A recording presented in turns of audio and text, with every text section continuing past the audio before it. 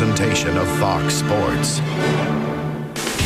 Welcome to Talladega, a track that puts the super in super speedway. Today, drivers on edge after what took place here on Saturday.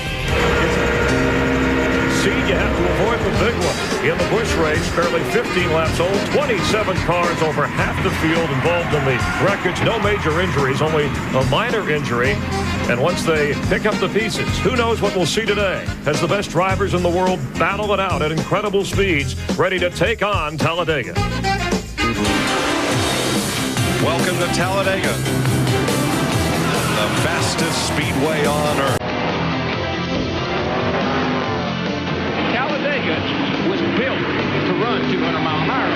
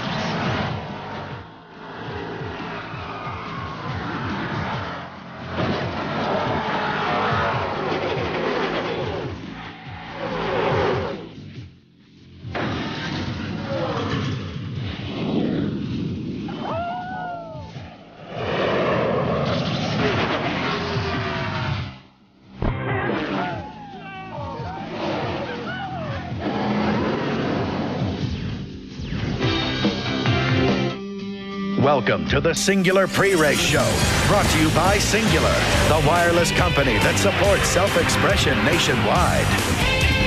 Over 180,000 fans working their way into the longest and one of the fastest tracks in Winston Cup. We're getting ready for the Aaron's 499 on Fox, presented by Pepsi. Where are we, you say? Located in the center of Alabama, about 40 miles east of Birmingham. And the infield alone here, more people than many of the cities in this state have. And the Hollywood Hotel is always parked trackside with a great view of what should be a great race. We are open and ready for business and ready for racing. Hi, Chris Myers. Welcome to the Singular Pre-Race Show. Nice to have you with us. And brace yourself for drivers going over 185 miles per hour. But before they do, some of the storylines we'll be keeping an eye on. Can Jeff Gordon, the defending Winston Cup champion who hasn't won a race this year, snap out of it today? Kevin Harvick's one-race ban is over. How will his punishment affect his driving style? And can Jimmie Johnson, the rookie, the guy on the pole, capture his first Winston Cup race? The answer's about 500 miles away. Very close to us, as always, here in the Hollywood Hotel, America's favorite driver, Darrell Waltrip. Thank you very much. And just another crew chief. I kid. His former crew chief, very successful, three-time Winston Cup points champion crew chief, Jeff Hammond. Guys, we keep hearing about the big one, the crash. You know, last year, we saw this race caution-free. Then Saturday, we saw 27 cars piled up. Jeff, it is avoidable, but is that part of racing here, and should we expect that today? It is, and you can expect that today, because what's going to happen today is really all up to the drivers. Yesterday's wreck started because one of the drivers thought somebody was going to block them. He lifted to try to protect their interests. The next thing you know, we have the big one, don't we, Darrell? Well, the only good thing I can say about racing here at Talladega, those cars were all running together. They're in a big wad. And at least everybody's going the same speed. So nobody runs in there and hits you running 180 mile an hour sitting still. Everybody gets taken out at once. These cars they're like a rock on a string. Once you get them wound up, you can't slow them down. And the catchy phrase blocking, it's really a new phrase, but it's an old trick. It's been around a while. Tell them. Well, the blocking is something that, because of the yellow line, right, when they instituted no passing below line, here's 1979, 25 years ago. This is blocking? That's what you call Kelly Yarborough, Donnie Allison get together. Two guys fighting for the win. In the Daytona 500, notice there's only two cars. Right. So you didn't have the big one. But had there been a blocking line, a yellow line then, foul like there is now, one of them would have been penalized for running over the other one. All right, and let's get a clarification of the yellow line. And for a closer look at the out-of-bounds area, let's go down trackside and Speedway Illustrated's Dick Bergman. Dick? Thanks, Chris. This yellow line is the out-of-bounds line. It goes all the way around this speedway. Pass on this side of the line, the racetrack side, that's fine. But cross over this line, and any driver who gains advantage passes a car will be black flagged by NASCAR, brought into the pits. He'll lose about 3/4 of a lap. There is an exception. If a driver is knocked down below the yellow line, or if he gives up that pass that he obtained and dropped back to where he was before, that's a freebie. That's no problem. The drivers know the rule. We'll see if they remember it during the race. And Dick, just a short time ago, NASCAR President Mike Helton, he spoke at the Sunday morning drivers meeting as always. These were some of the comments. Remember, you're in Talladega. And think about the practice sessions, think about yesterday's race, and think about the ramifications of moving somewhere that you don't belong at that moment. It's important to keep in line, or a line. It's important to maintain that line so people in front of you and behind you know how to anticipate. And think about the moves that you might make, whether or not you'd want those same moves made on you. Tremendous intensity there. The drivers listening closely, Darrell. And this yellow line rule, what brought it about, and is it really necessary? Well, what they started thinking was, well, the racetrack's like a funnel. Down the straightaways, you could get 6 wide if you wanted to, but when they got to the turns, there wasn't enough room. And so they thought if they kept these cars off the apron, particularly as they entered the turns, that would stop the big one. But it really hadn't done that much for it, because now what the guys, you got to remember something. These guys are in there in their little nest. Right. It's what they look like. They don't have a lot of peripheral vision. So what you got to do is look through the car in front of you, but you can only see through one car. So when something starts to happen in front of you, you can't slow down. And does it matter, Jeff, pavement, grass, whatever is below that line? Yeah, it does matter, Chris, but what you got to worry about right now is that it's a judgment call. You've got to use enough common sense to understand we need to race on the racetrack. But when you're starting to race and a guy's trying to take a win away from you or a position, you get a little bit aggressive. You've got to use a little bit more common sense and realize that you can get yourself in a lot of trouble by going down there. But it's going to be a judgment call. You could be pushed down there. Well, you can, but back, up until recently, if it was paved, you raced on it. Okay. It didn't make any difference. If it was paved, you got on it. And briefly, which drivers are likely to handle this track in this situation best? I think really the guys that got the most experience, Darrell. I really believe that. You can't help it. It's like a vacuum cleaner. You just get sucked into it. I mean, you just can't anticipate enough here what's going to happen. When those cars start rubbing together, if you let out the throttle, you go to the back and you think you're safe there, but there's no place on this track that's safe. Remember what I keep telling you about this place? At Talladega, expect the unexpected. And that's what's going to happen today.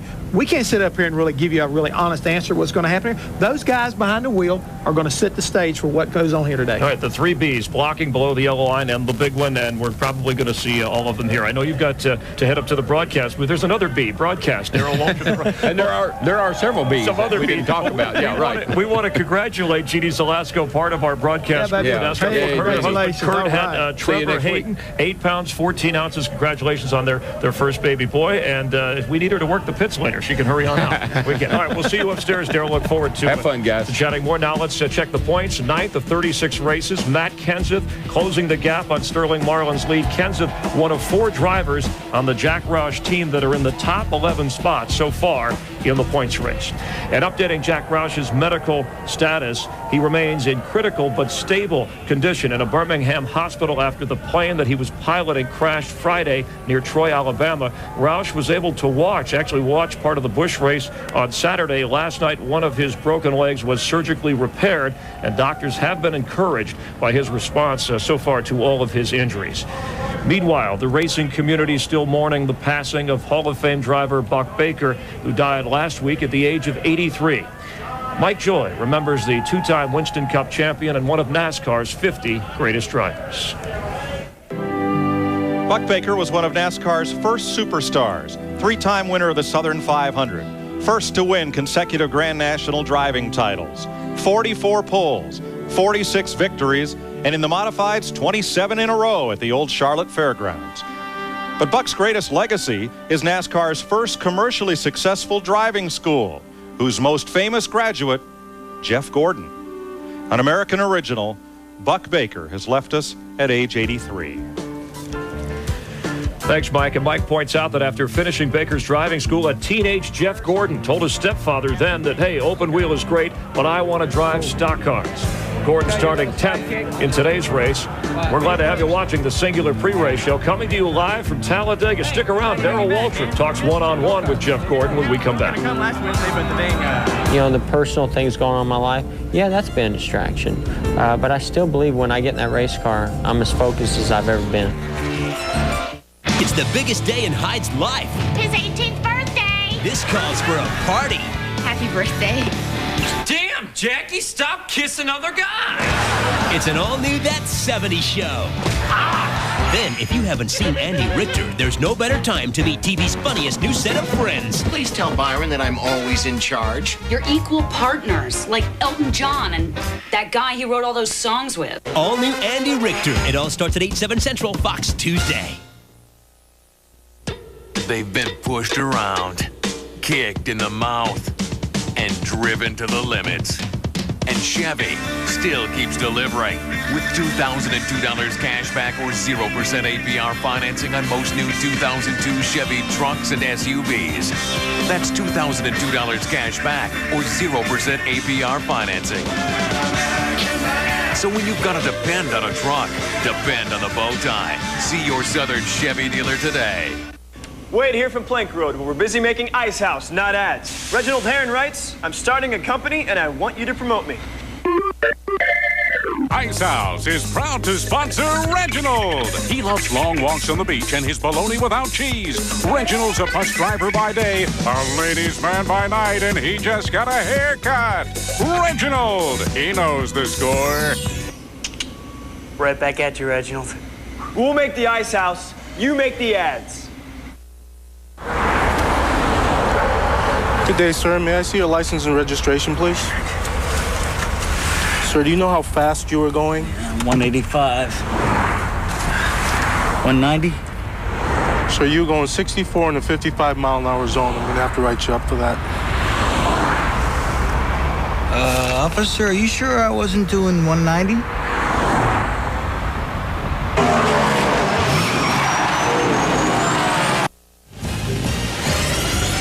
Welcome back to the Singular Pre-Race Show. And the driver introductions going on here in Talladega, Alabama, as we count down to the race. In an FHM magazine article back in April, Tony Stewart called Talladega fans the worst and obnoxious. Here he is, showing he's a good sport. This weekend, though, he said really that was only part of his comment. While Alabama has its share of obnoxious fans, he said he really likens racing here to the atmosphere of Mardi Gras and appreciates the fan enthusiasm. Stewart starting 26th today. I'm back. Meanwhile, Kevin Harvick, he's just happy to be starting anywhere. Remember, parked by NASCAR fan from last week's race.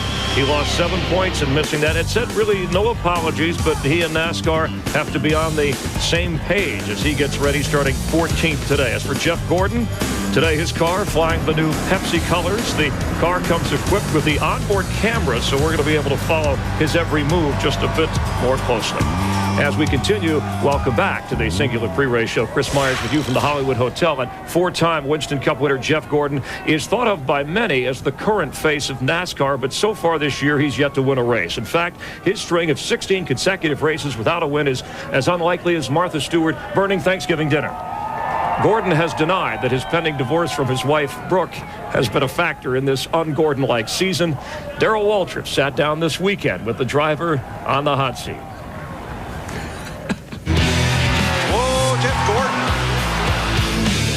Oh, Gordon got into something, got a left front down.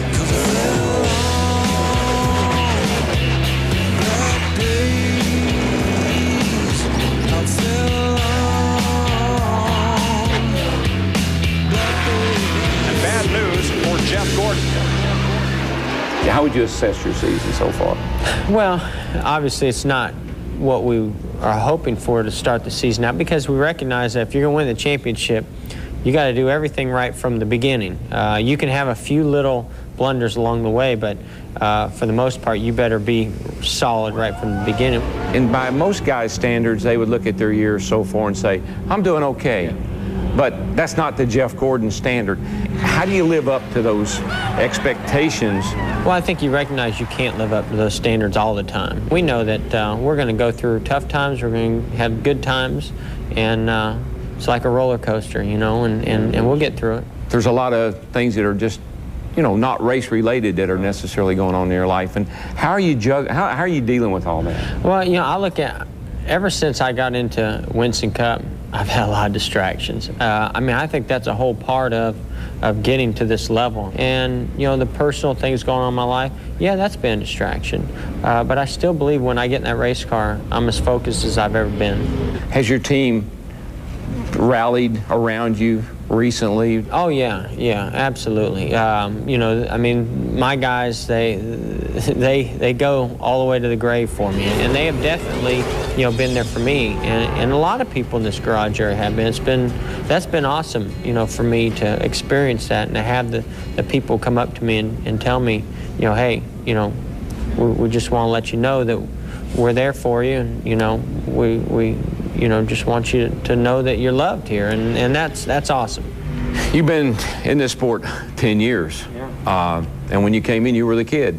What about these kids right now? Thinking about Kevin Harvick, and what happened to him last week. Well, I see the sport as it grows. Not only does it grow, you know, audience-wise, but in competition-wise, but it grows entertainment-wise. And so I think that. And I'm not talking WWF type entertainment. I mean, this is still hardcore racing, and it's about winning. And so I think it gets very intense. But I think also guys know that they can showboat, man, and they can do things that are going to make them a star. And heck, I don't see anything wrong with that. I mean, I think that if all of us were just, you know, quiet and said all the right things all the time, then it'd be boring. Now, you've been accused of being a little on the politically correct side. I have been. I don't like controversy. Is somewhere inside that, somewhere inside that guy there, is there a wild man in there? What are you talking about? I don't want to know what you're talking about. You know, I mean, I enjoy doing what I do. I enjoy life, and I don't want to be in the middle of controversy. I want to be below the radar. I want to just go out and do my job. I want to drive the race car and let those actions speak for themselves.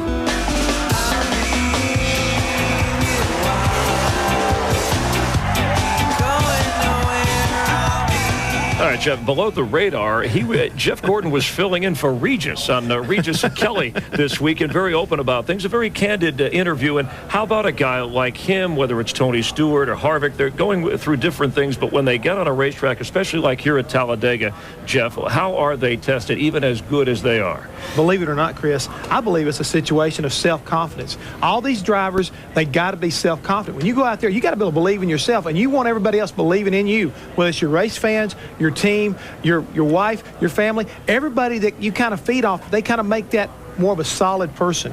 So you got to have that self-confidence if you're going to be really good, I think, being a race car driver. Jeff Gordon said 2000 was a rough year for him. He didn't win to start the season. But the first win was the 9th race, and of course that race, and he won here to turn it around. Maybe he can do it again. All right, let's check out the singular selections. First, the scoreboard. Our three amigos, our experts, and Jeff still leading the way, representing the Hollywood Hotel, but Larry Mack and Daryl, the guys upstairs in the booth, closing the gap. Who do they like this week? Miss Cleo would be Miss Clueless when it comes to this race, but these are the picks. Tony Stewart for Jeff, Larry Maxwell with Michael Waltrip, the DEI car, and Dale Earnhardt Jr. But we all got to miss the big one. You got to remember that. That's right, and that could certainly mix things up. Dale Earnhardt Jr., of course, at this track, tough to ignore him. He won here last October. There's really no restrictions on how well he can do in restrictor plate races. He is with our Matt Yoka. Matt?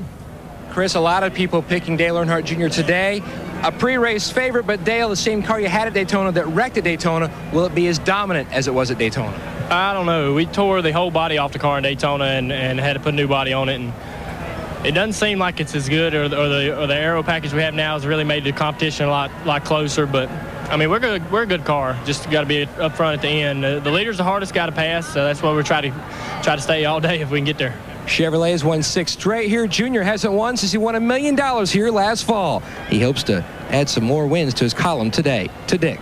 Well, Matt Kenseth is just strapping himself into his race car. A unique situation. He is second in points. He starts deep in the field today. Matt, like everybody else, saw what happened when the big one went down yesterday, and some 3/4 of the field was involved. Given your points situation, given where you start this race, what will your strategy be today?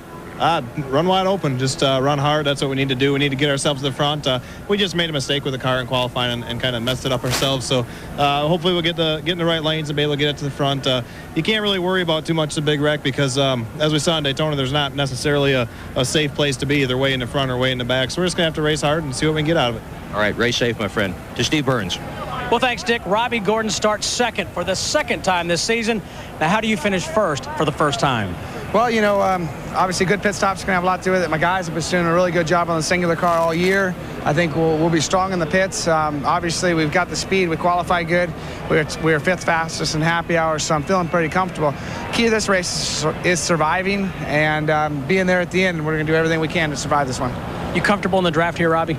Pretty comfortable. The car was real stable yesterday in the draft. Didn't matter if we were on the bottom or the top.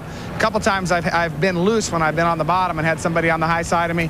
Looks like we fixed that problem a bit since Daytona. So, you know, real proud of everybody on the singular team this weekend. The car unrolled out of the trailer, just ran beautiful. All right, best of luck this afternoon, Robbie Gordon. Let's go back now to Chris Myers.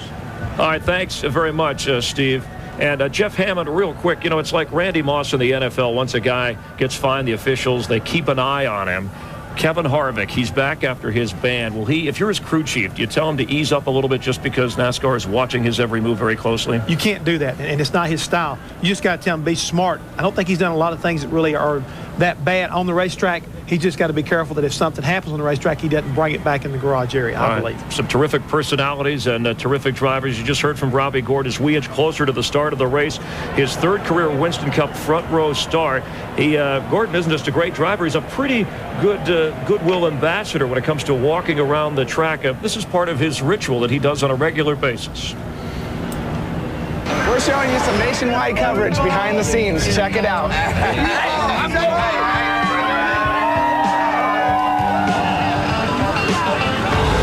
Oh, man, looks like fun. Horseshoes. Hey, can we play? Yeah, come on. Throw it on there.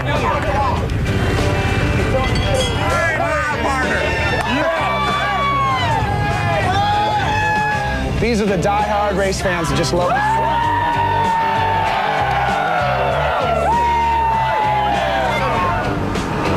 Thanks for watching the Singular Pre-Race Show. Stick around. You're about to see the real race begin. The killer isn't just carrying a weapon. This man had living tissue implanted in his chest. He is the weapon. Think of him as a human time bomb. We can't tell you how this X-File will end, but we can say, for one of these people, it will mean the end of everything. The X-Files. Only 5 episodes left. All new tonight on Fox. This NASCAR race is brought to you by Prudential Financial, growing and protecting your wealth.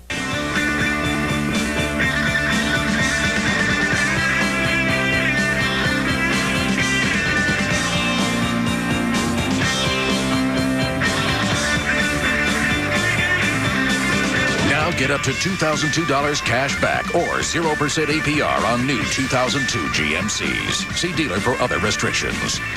Upgrade to professional grade. See the pros at your local GMC dealers.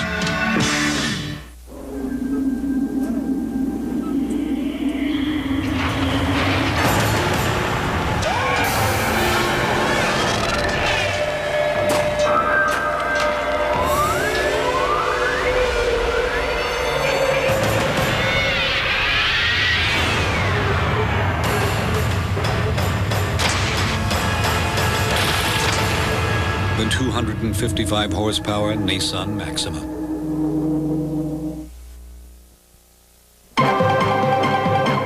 Sure, you like NASCAR, but have you got it bad? In slow traffic, you make sure to keep your tires warm?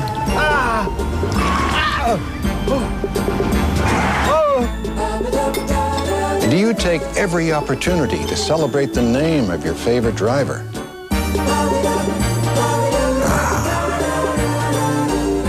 Come on. How bad have you got it? Looking for NASCAR news, stats, entertainment? Just log on to America Online and go to NASCAR.com. Where else? The all-new NASCAR.com. America Online keyword NASCAR.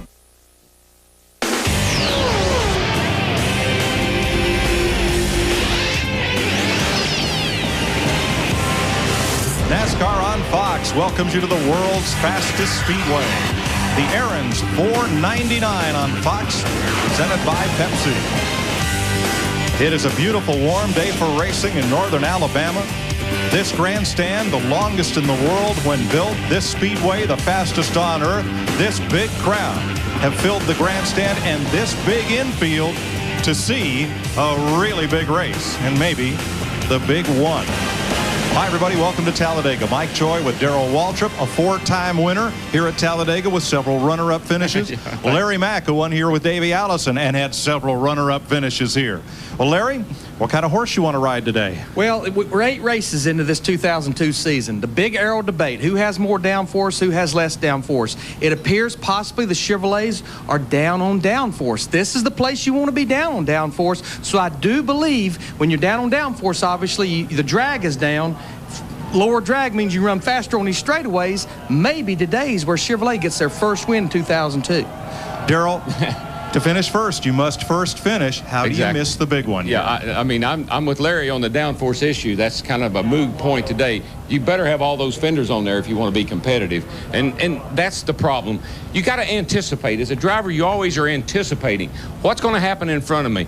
He only can see through the car. You can see through the windows of the car in front of you, but you can't see any further. So when things start to break loose in front of you, these cars got a lot of momentum. You can't avoid it. So avoiding that wreck is the only thing to do is be way out front, like we saw yesterday, or way in the back. And how far back, I don't have any idea. Maybe a straightaway. Not at the back of the pack. No. At 190 miles an hour, things happen very quickly here.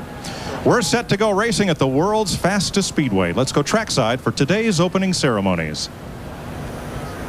And now for our invocation, a representative from MRO, Monty Self. Father, we thank you for the opportunity to again come to this beautiful state of Alabama and watch the beautiful and exciting event of NASCAR. And Father, we just ask today that you continue to heal Jack Roush.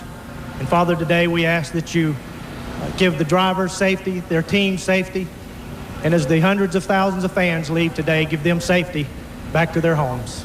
For it's in Christ's name, amen.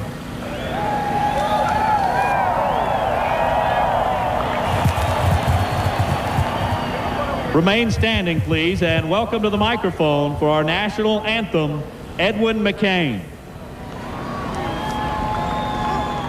Oh, say, can you see by the dawn's early light what so proudly we hailed at the twilight's last gleaming, whose broad stripes and bright stars through the perilous fight o'er the ramparts we watched were so gallantly streaming, and the rocket's red glare, the bombs bursting in air, gave proof through the night that our flag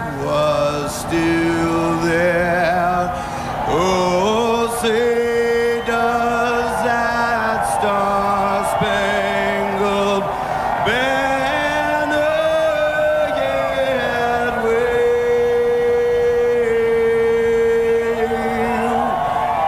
o'er the land of the free and the home of the brave.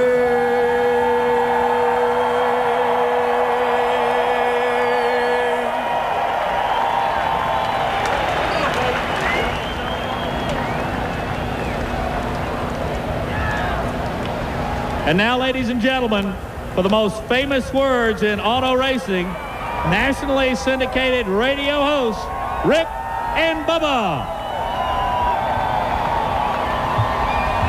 For racing fans and Rick and Bubba fans everywhere, Gentlemen, stay in it and start your engine!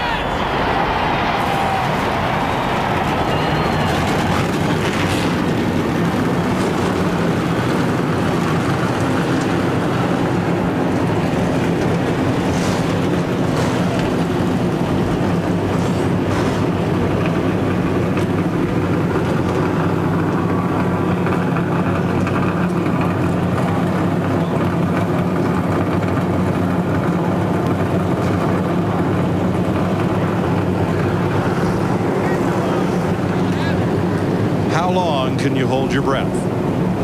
Can you hold it for 500 miles? That's the kind of race we expect this to be today. Let's go trackside to Steve Burns. Mike, 45-year-old Terry Labonte makes his 47th start on this sprawling superspeedway. He's led half the races he's run here, and he has 2 wins. He has some good momentum coming in here, finishing 16th, 10th, and 6th in the last 3 races. Today, he starts 11th. Matt Yoko. Steve, one of the constant in restrictor plate racing over the past 4 or 5 races have been the patented drive back. Good cars dropping to the back just to try to miss the big one. Well, due to the new rules package, teams are finding it more difficult to drive back and then quickly work their way to the front. One of those teams is Johnny Benson, still looking for his first Winston Cup win. His car works better up front. That's where he's going to try to stay if he can, hoping to become the 9th different first-time winner here at Talladega. To Dick Bergeron. In the 65 races here at Talladega that have preceded this one, there have been an average of 35 lead changes. That's a lead change about every 5 laps, and they only count those lead changes at the start-finish line. If they counted them around the track, it'd probably be 2 times, 3 times that many. Miss McCann in the 6th grade promised me history repeats itself. If it does, we will see a very competitive race here at Talladega today with a lot of different leaders, a race whose winner won't be determined until the last lap and probably the last few feet of that last lap. To Mike Joy. History was always informative. I guess Dick's one of the few people I knew that found it also entertaining. Jimmie Johnson, the rookie, will start on the pole. 2nd time this year. Daytona, Talladega, there's 2 restrictor plate races. 4 Chevrolets in the front 4 spots in this Alabama getaway.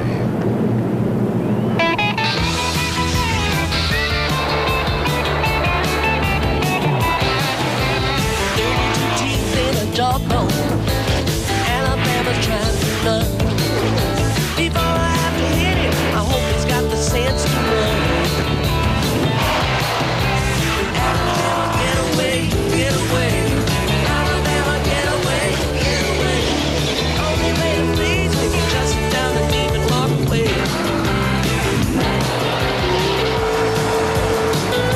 Fox Sunday has all new episodes. First, it's the Futurama season finale with the entire original cast of Star Trek. Bill, man, I feel like hugging you. I would, except you have no body, and we're both men. Then, on King of the Hill, Luann joins a sorority. I've been being panty-rated. I better put some on. And it's an all-star roast for Homer Simpson. We're all here to keep Homer away from the buffet. It was at my expense. What kind of roast is this? On The Simpsons. Plus, Hal's hosting Poker Night, but you don't have to play to win. I don't want you bothering us. I want you and those girls in your room all night with the door closed. Malcolm. It all starts at 7/6 Central tonight on Fox. Celebrate 25 years of Star Wars as Fox presents 3 Star Wars movies 3 Thursdays in a row. See theatrical special editions of The Empire Strikes Back and Return of the Jedi, Episode 1, The Phantom Menace, and each Thursday see exclusive footage of Episode 2, Attack of the Clones. Starting this Thursday, feel the Force on Fox. What is the ultimate race place? World-class road racing. The spectacle of Indy racing. The gladiators of superbike racing. The heroes of NASCAR and California's ultimate weekend of racing. Order your tickets now. Go to CaliforniaSpeedway.com or call 1-800-944-RACE. California Speedway, America's ultimate race place. Dale Jarrett's success didn't come without sacrifices. Wasn't being a good husband. Beyond the Glory, this week on Fox Sports Net. Imagine your worst nightmare happening right where you live. Witness a child's room invaded by a killer snake. An attic overtaken by bloodthirsty bats. They're flying all around my head. And a life and death struggle with a 30-foot python. Get it off! An all-new special. When animals invade your home. 8/7 Central, Fox Friday. Budweiser, official beer of NASCAR, is the proud sponsor of the Bud Pole Award, given to the fastest qualifier at each NASCAR Winston Cup race. Today's Bud Pole winner, Jimmie Johnson, his 2nd of the season. He'll be in that Bud shootout next year at Daytona. Since 1979, Anheuser-Busch has awarded more than $7 million as title sponsors of NASCAR's Pole Award program.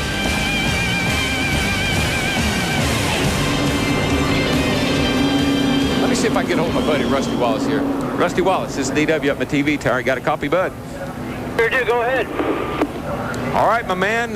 What's the plan today? I'll tell you what, we're going to good handle a race car, but there's a lot of good handling cars out there. So I think what we're going to do today is just stay in line. NASCAR's warned everybody about the yellow line again, so you won't see anybody dipping down there. But be a lot of three-wide racing today, DJ. We just got to keep the fenders on it, don't tear nothing up, and have this baby at the end. The end of the race is the whole deal.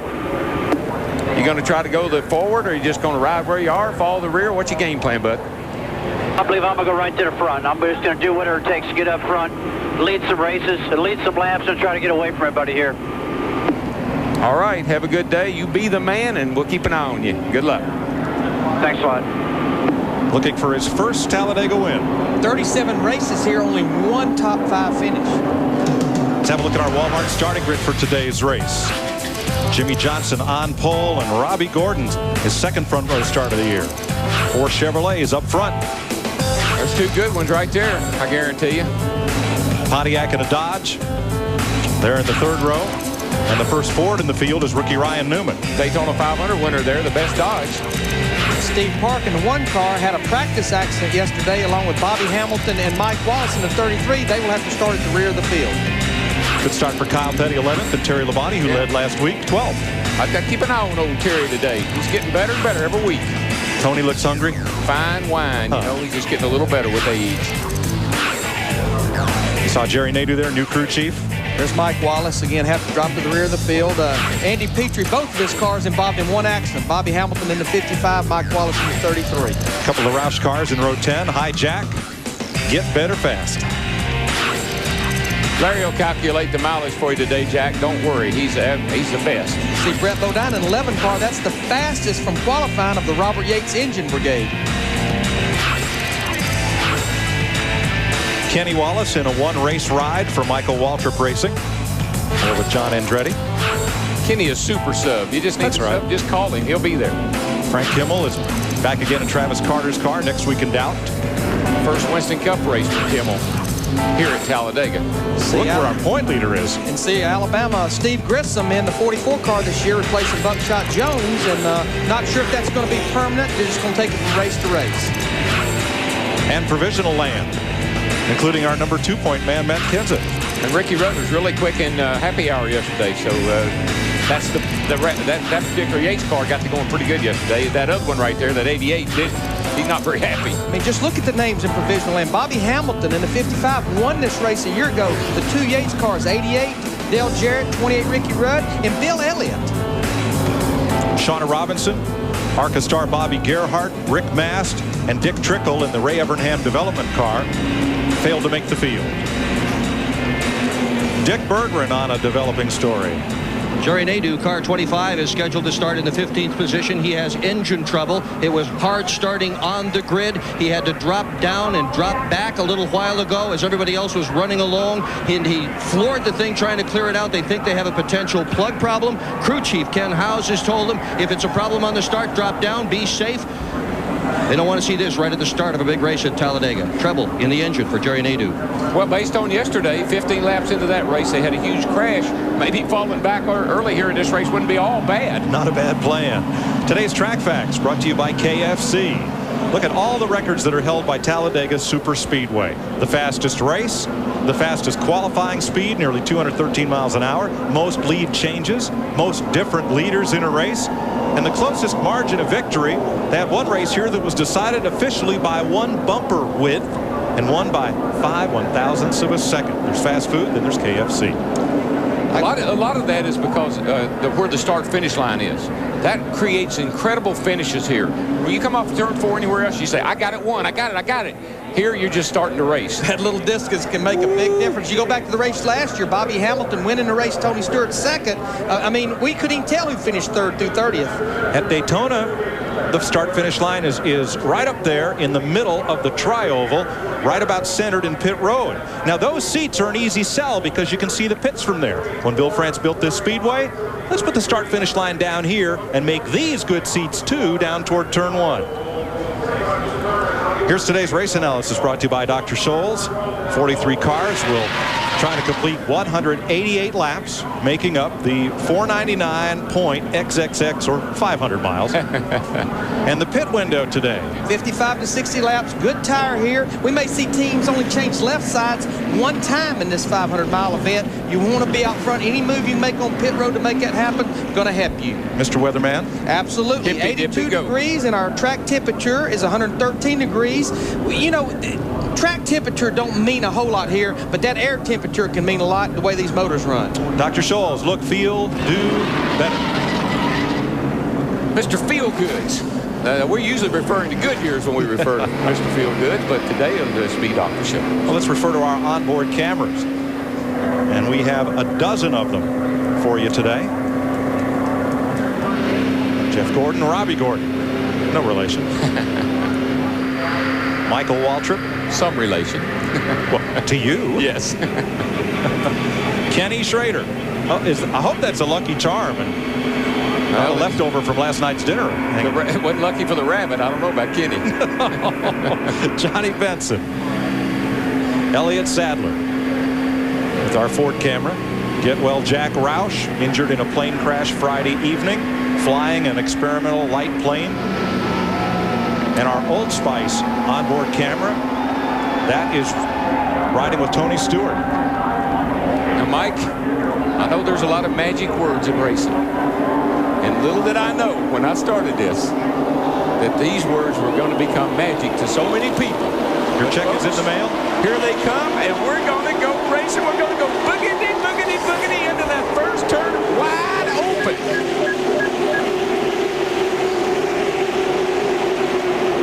Like a lot of racetracks, they necessarily won't be hunting the bottom. They'll just want to see which one of these lines starts to move the quickest.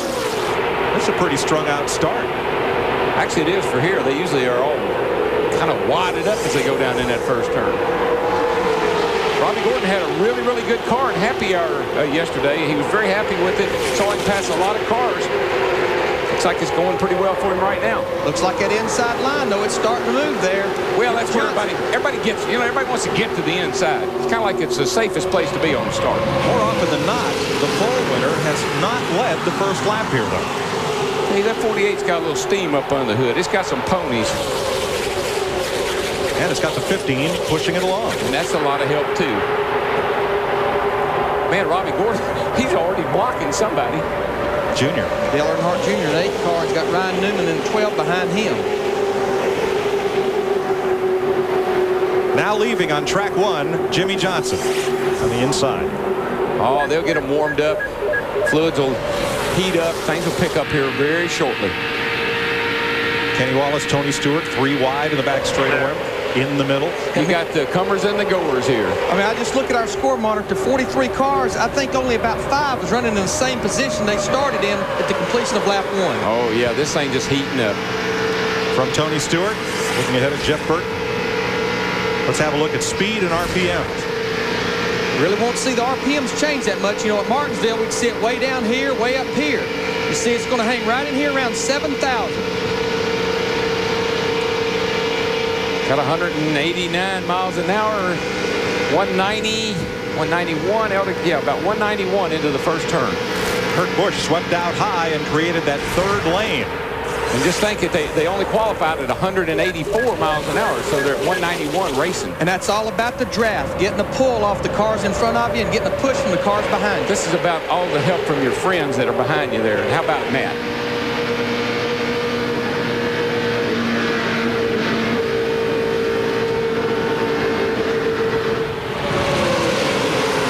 Matt's breathless. He can't speak. Don't blame him. He must be watching the monitor. Yeah, so are most of these drivers, Darrell. Darrell, this has got to be fun, but it's got to be a really tense kind of fun to be in one of these cars. It's fun because it's what you do. I mean, you know, you make a living driving a race car. This is a race. It's really good when you feel comfortable, and that's not very often here. Your cars dance around. They move around. The wind moves them around so much. Turbulence. Lots of turbulence. Now, they're 3 wide, but there doesn't seem to be a bad lane. It's okay right now. We're on fresh tires. Everybody's really up on the wheel right now. Everybody's kind of minding their manners. That's the whole thing about this race, minding your manners. But you just look at the way these guys are running, Darrell. I mean, that would be trust right there. I mean, they're 3x3 for 10 rows. But what would happen, and it's what you have to worry about, what happens if something happens in the front of this whole pack of cars? That's what happened yesterday. This is what they came to see.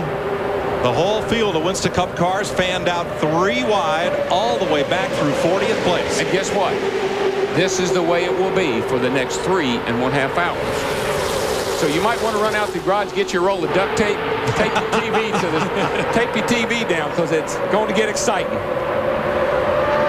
Kurt Busch in that 97 car right there, the Jack Roush car, he's bringing that outside line. They pulled up beside Robbie Gordon in the middle line right there. Now you see these cars are all buffing around. Not necessarily the driver doing that. When they're 3 wide like they are there, they're going to move around, and that's the problem. You move around and get into a guy beside you, knocks him into somebody else, and away they go. I mean, this track is very bumpy all the way around, and you run aggressive shots to keep it pulled on the ground to make it run fast on the straightaways. They bounce around. If we had dynamic scoring, it couldn't keep up. Kurt Busch is 6th, 7th, 8th, 9th, 8th, 7th, 6th, 8th. He hasn't moved, but the whole pack has moved around him. And they're 4 wide now going down into turn 1. Boys, this is just hold your breath time. Everybody here is just holding their breath. But Strickland stuck in the middle. And Darrell, what these guys will do, again, with that 7/8 restrictor plate that takes about 300 horsepower, they're wide open all the way around. If you catch somebody, what they'll do, they'll drag that brake pedal. They won't back off the throttle. They'll just reach up there and drag the brake pedal. Oh, yeah, it's all about momentum. Once you get them wound up, you cannot back off. If you do, one thing will happen, you get run over from behind. The other thing is, if you don't get run over, you lose a lot of spots. So you can get Bristol stomped here, too. Oh, yeah, it's a driver's nightmare. He's got a car right in front of him. He's a little quicker, but he can't go around him. Somebody's behind him bumping him. It's constant confusion. Still too wide outside. And you never know what line to get in. All of a sudden, the line you're in stops moving, and the one next to you moves. You got to try to get in the inside, in the outside. Boy, Robbie Gordon in the 31 trying to get in there behind Dale Earnhardt Jr. Dale Earnhardt Jr. got to run around the outside of him out of the trial. There is nowhere in the world that you can see something like this. There's not a ride at Disney World. There's not a computer game. There's not a racetrack that you can go and see something like this. Biggest smile in this field right now belongs to Jeff Burton. Started 25th. He has snaked his way through this pack up to 10th place. Jimmy Johnson has led every one of the 6 laps so far. Michael Waltrip, Dale Earnhardt Jr. in hot pursuit at Talladega.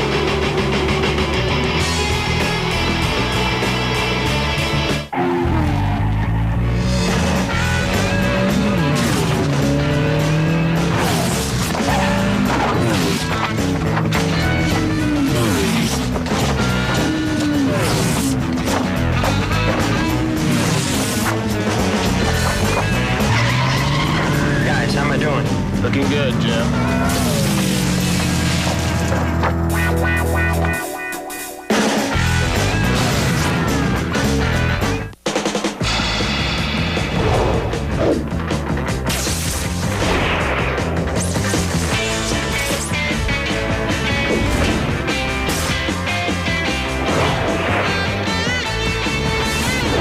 When you're on the go as much as this guy, you don't have time to worry about your calling plan.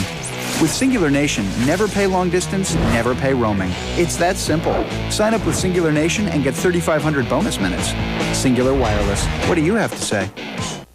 When you rent a tuxedo from the Men's Warehouse, you won't have to worry about whether you look good. After all, you probably have enough on your mind already.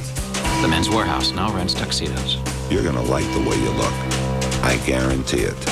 Think about women every 5.3 seconds. Then think about soap? Probably never, because they're all the same, except this one. New high-endurance deodorant soap made just for guys. Maybe now women will think about you every 5.3 seconds. New from Old Spice.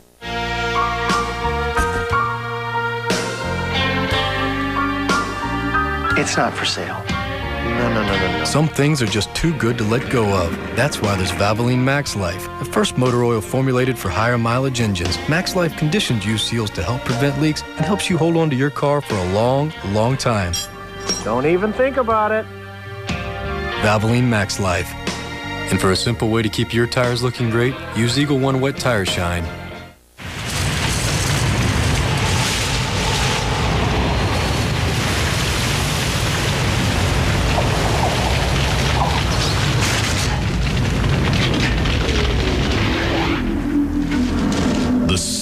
200 horsepower Chevy Monte Carlo SS. Green. The side you show the world is up to you. Fox tomorrow. Last year's sexiest student returns for some unfinished business. Hey, Dana. you look great. And another teacher's past. My name is Lester Lipschitz. Could change his life forever. I believe you're my father. Is this some kind of scam? An all-new Boston Public, 8/7 Central tomorrow. Really serious about fantasy racing? Then log on to America Online and go to NASCAR.com. Where else? The all-new NASCAR.com. America Online keyword NASCAR. Dale Earnhardt Jr.'s red number 8 Chevrolet sliced inside of Jimmy Johnson to take the lead. And look who's right behind Johnson. Jeff Burton, who's come from 25th spot. And that was quite a move, Mike, from the outside between Michael and the 48 car to get to the lead. That was quite a move. Win a trip to a NASCAR race. Call collect. 1-800-CALL-ATT. Jeff Green, another mover from 30th to 5th. Up the line for a while. Yeah, well, that's kind of what happens here. You know, like I said, you got comers and goers. The guys in the front will go to the back. The guys in the back will go to the front. And they'll do that all day long. Backs and forth. It's kind of like a little chess match here. Try to figure out when you can end up at the front at the end of the day. The last 4 restrictor plate races, 3 top 2 finishes for Dale Earnhardt Jr., including 2 wins. 1 here, 1 at Daytona. Trying to help Michael. You see him move over in front of Michael to give Michael the pull. Jimmy Johnson doing a great job of hanging right there with him, as long as well as Robbie Gordon. He's hanging right there too. You know, guys, I want to talk about our points leader because I think there was a little surprise on qualifying day. Sterling Marlin in the 40 car, he qualified 33rd. Look, we got a battle for the lead here between teammates. Michael Waltrip, 15 car, got some help from Jimmy Johnson in the 48. Oh, easy 48. Outside, 2 by 2. Boy, he almost come down in front of that 31 car, and that would have been disastrous. And the 31, Robbie Gordon, has help from his teammate, number 30, Jeff Green. Well, you see what happened to the 48 car, Jimmy Johnson. He lost his momentum messing around there, and it's going to really cost him. He's in the middle right here, falling back fast. With no help a lot. But Sterling's all the way up to 15th is where I was headed with that story right there after starting 33rd. And that was some concern starting that far back. Well, it's still a lot. Look at these guys. I mean, there's still a lot of concern as far as the first 20 laps or so is just really, really nerve-wracking from the driver's perspective, and everybody watching as well.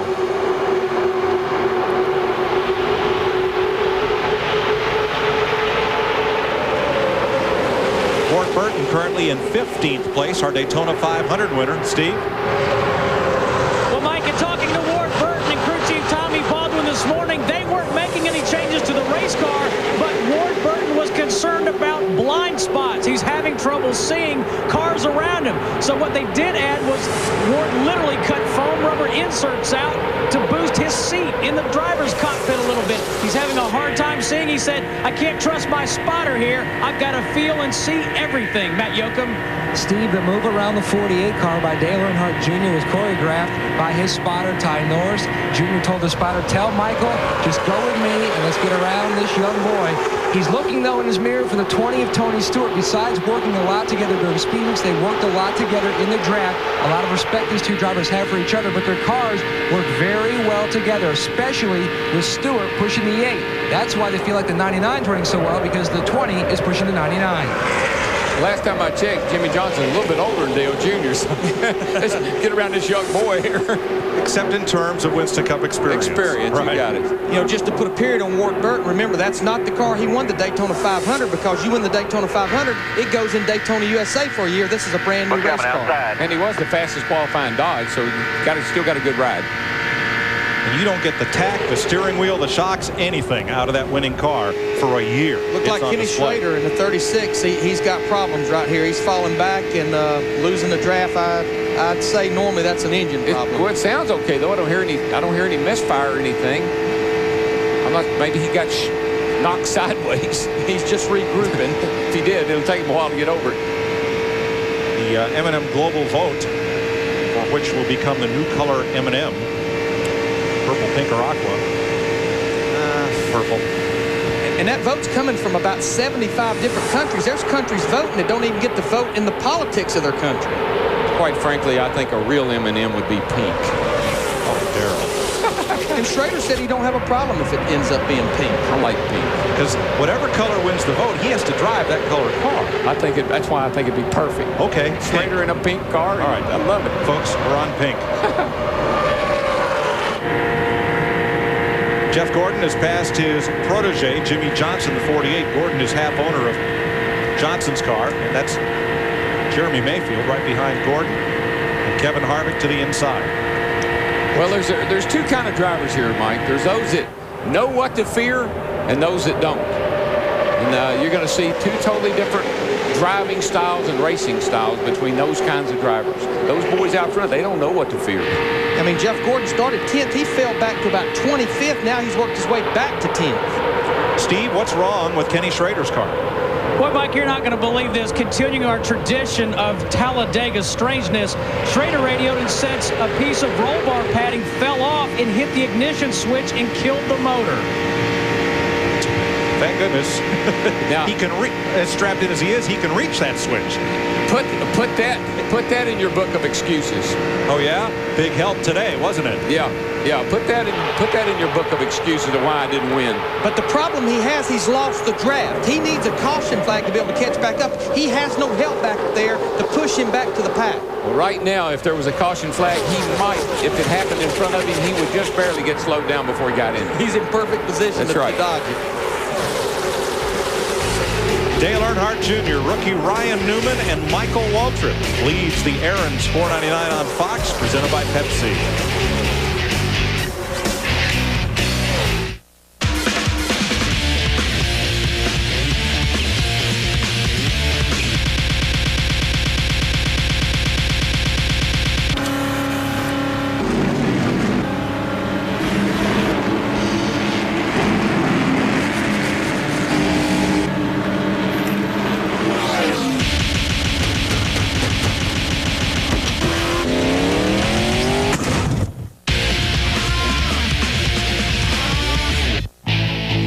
You call yourselves radical. That's right. Well, those tired old chicken sandwiches are about as radical as your mother's minivan. You need to try a new KFC Blazing Buffalo Twister. It's got 2 blazing crispy strips, buffalo sauce, ranch dressing, 3 kinds of cheese, all wrapped up in a warm tortilla. Chow down. For a limited time, KFC's got the new freshly made Blazing Buffalo Twister. Buy one now and get a free medium Pepsi. Also available in crispy Twister. Not without a helmet, son. There's fast food, and then there's KFC. Why spend a little more for a John Deere lawn tractor? The same reason you spend a little more time working on your yard. Because at the end of the day, it's worth it. The award-winning John Deere LT Series. Welded frames for durability, professional cut quality, exceptional versatility, and the support of thousands of knowledgeable John Deere professionals nationwide. The John Deere LT Series. Nothing runs like a Deere. You see them everywhere you go. Warnings, cautions, reminders that your safety triangle needs attention. Because just one worn part could compromise your ability to stop, steer, and maintain stability. So have a safety triangle inspection and demand quality replacement parts like Monroe shocks and struts. After all, it's not just your safety on the line.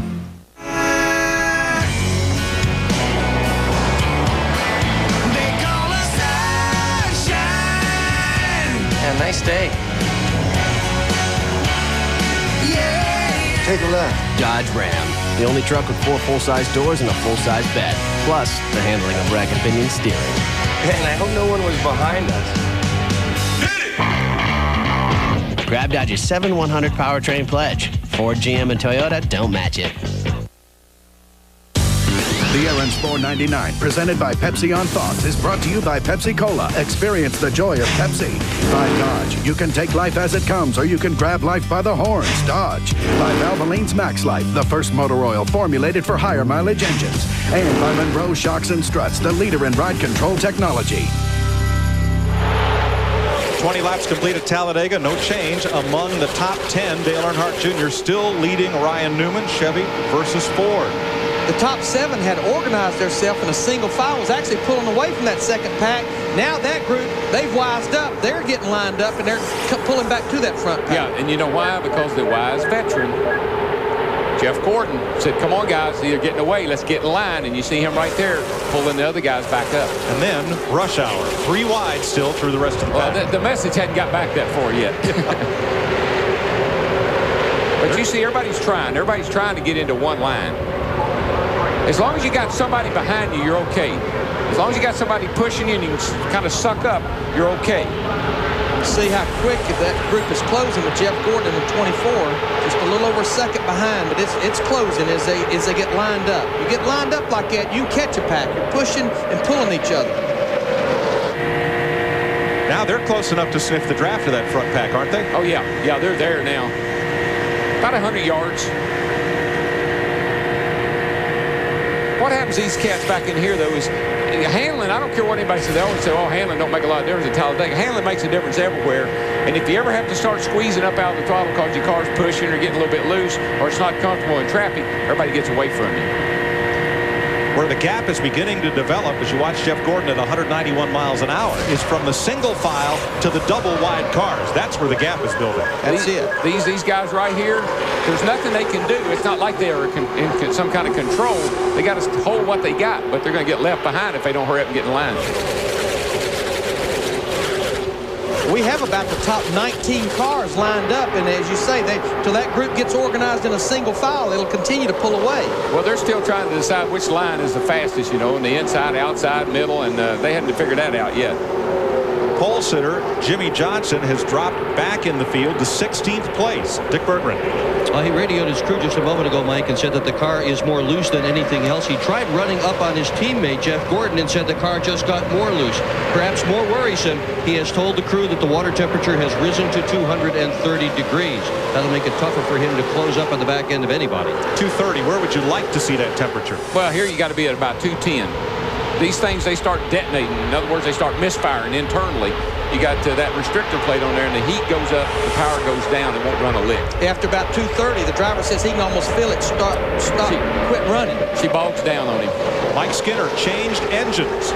Had to start tail end of the field and look at his progress. Yeah, he was at the tail end of the field. He didn't even complete his qualifying run the other day, and he's all up to 16th. So he's definitely making a move in his 4-car. And as I was saying about handling, you hear Jimmie Johnson say, hey, my car's looser, and it's been all week. He hadn't been out there with 43 other cars all week long. You get out there in a little pack of cars, you're pretty happy. The tape on the grill, temperatures are good, but when you put all these cars out there together, it changes everything. The field is now broken up into 2 packs. This is Kenny Wallace.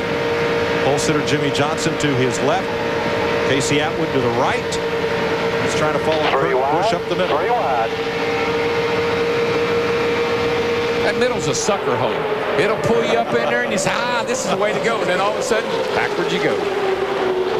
Well, the field had split off into 2 distinct packs. Mark Martin is trying to lead that second pack forward along with Ricky Rudd. It seems that those first 7 cars are a good bit quicker than everybody else, and they stay single file, and the other cars can pull up to them, but that's all they can do is just pull up to them.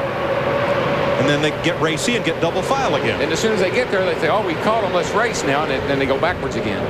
Was that Jeff Green? Jeff dropping the inside. Yeah, he saw an opening there, and he wanted to get to the inside, and he took it. And by the way, folks, you don't give hand signals or turn signals here. You just take it. There's the breakaway, 7 cars. And here's the rest of the field. Jeff Gordon in 24, he's just on the verge of losing that group, but I think what happened, Darrell, he ran up there to him, but the product of the restrictor plate is you will get so close to him, and you just can't go ahead and get to the rear bumper. It's like a wall you run up against. Yeah, it is, a wall of air. That's what it is, and some cars will pull up and go on, and others will just die. They just stop. And he's definitely losing that top 6. Oh, yeah, he pulled them up there. They got single file, and he pulled them up there, but he doesn't have enough steam to stay with them. Now, it was 191. Look at him now. Yeah, and you can drop as much as 500 RPM in and out of the draft. And you can lose 4 or 5 miles an hour in or out of the draft. A good example, Kenny Schrader's running 52.90. The leader is running 50.90. 2 seconds. 6 cars, then Gordon, and the second pack has now caught up Jeff Gordon. Now, when those cars get up behind Jeff, and start pushing him, then they'll go forward again. But you can't do it by yourself. As long as they got a little bit of a single file going on, no side-by-side racing. Darrell, do you mean pushing with the air or literally pushing? Well, the pushing with the air. I mean, that wall of air that he was hitting, now that car behind him is helping him break through it. 27 laps complete. At Talladega Superspeedway, Dale Earnhardt Jr., Ryan Newman, Michael Waltrip, Robbie Gordon still coupled together at the front of the field.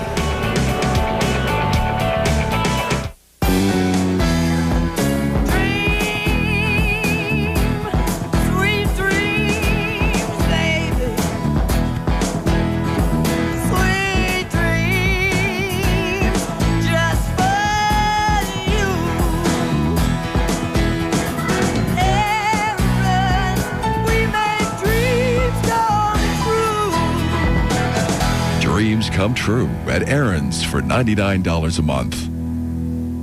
To show just how important Haviland motor oil is to engines, right before this critical time trial, we secretly removed every drop of Haviland oil from Ricky Rudd's 800 horsepower engine.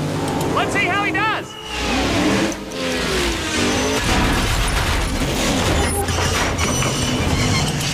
Yikes.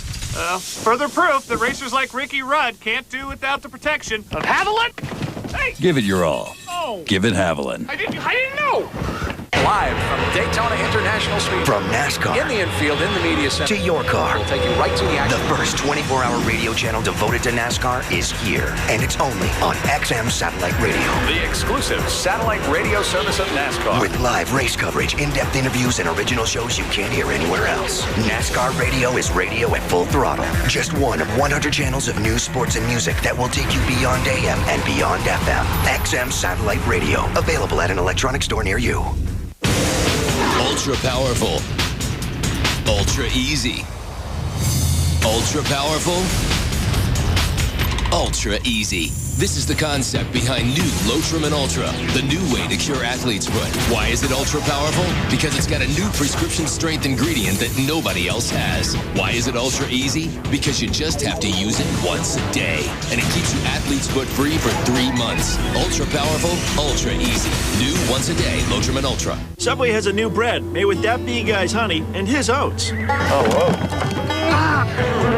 Hey, Subway's this way! Subway's new Honey Oat on Wheat starts with tasty wheat bread. Then we coat it with honey and oats and bake it all together. Subway, eat fresh! You want to know why I rent from Enterprise? Because having the right car can make all the difference. Pick Enterprise. We'll pick you up. Welcome back to Talladega. No change among the front six. For extended post-race coverage with analysis and interviews, tune over to Speed Channel. To get Speed Channel on your cable system, call 1-888-22-SPEED. Things are starting to heat up, boys. The top 6 is now about the top 12 or 15 running together. There will be a time in here when that outside lane will start to pull up there.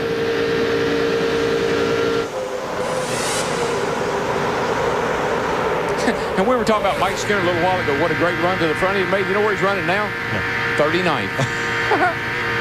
They have kicked Ryan Newman. The 12 car was running second for about the last 10 laps. They've kicked him out, but he's got help coming. Jeremy Mayfield in the 19. That group is pulling up to him. They'll be his best ally getting kicked out of line. Jimmy Johnson, and was that Harvick or Sterling that jumped to the bottom of the racetrack right there?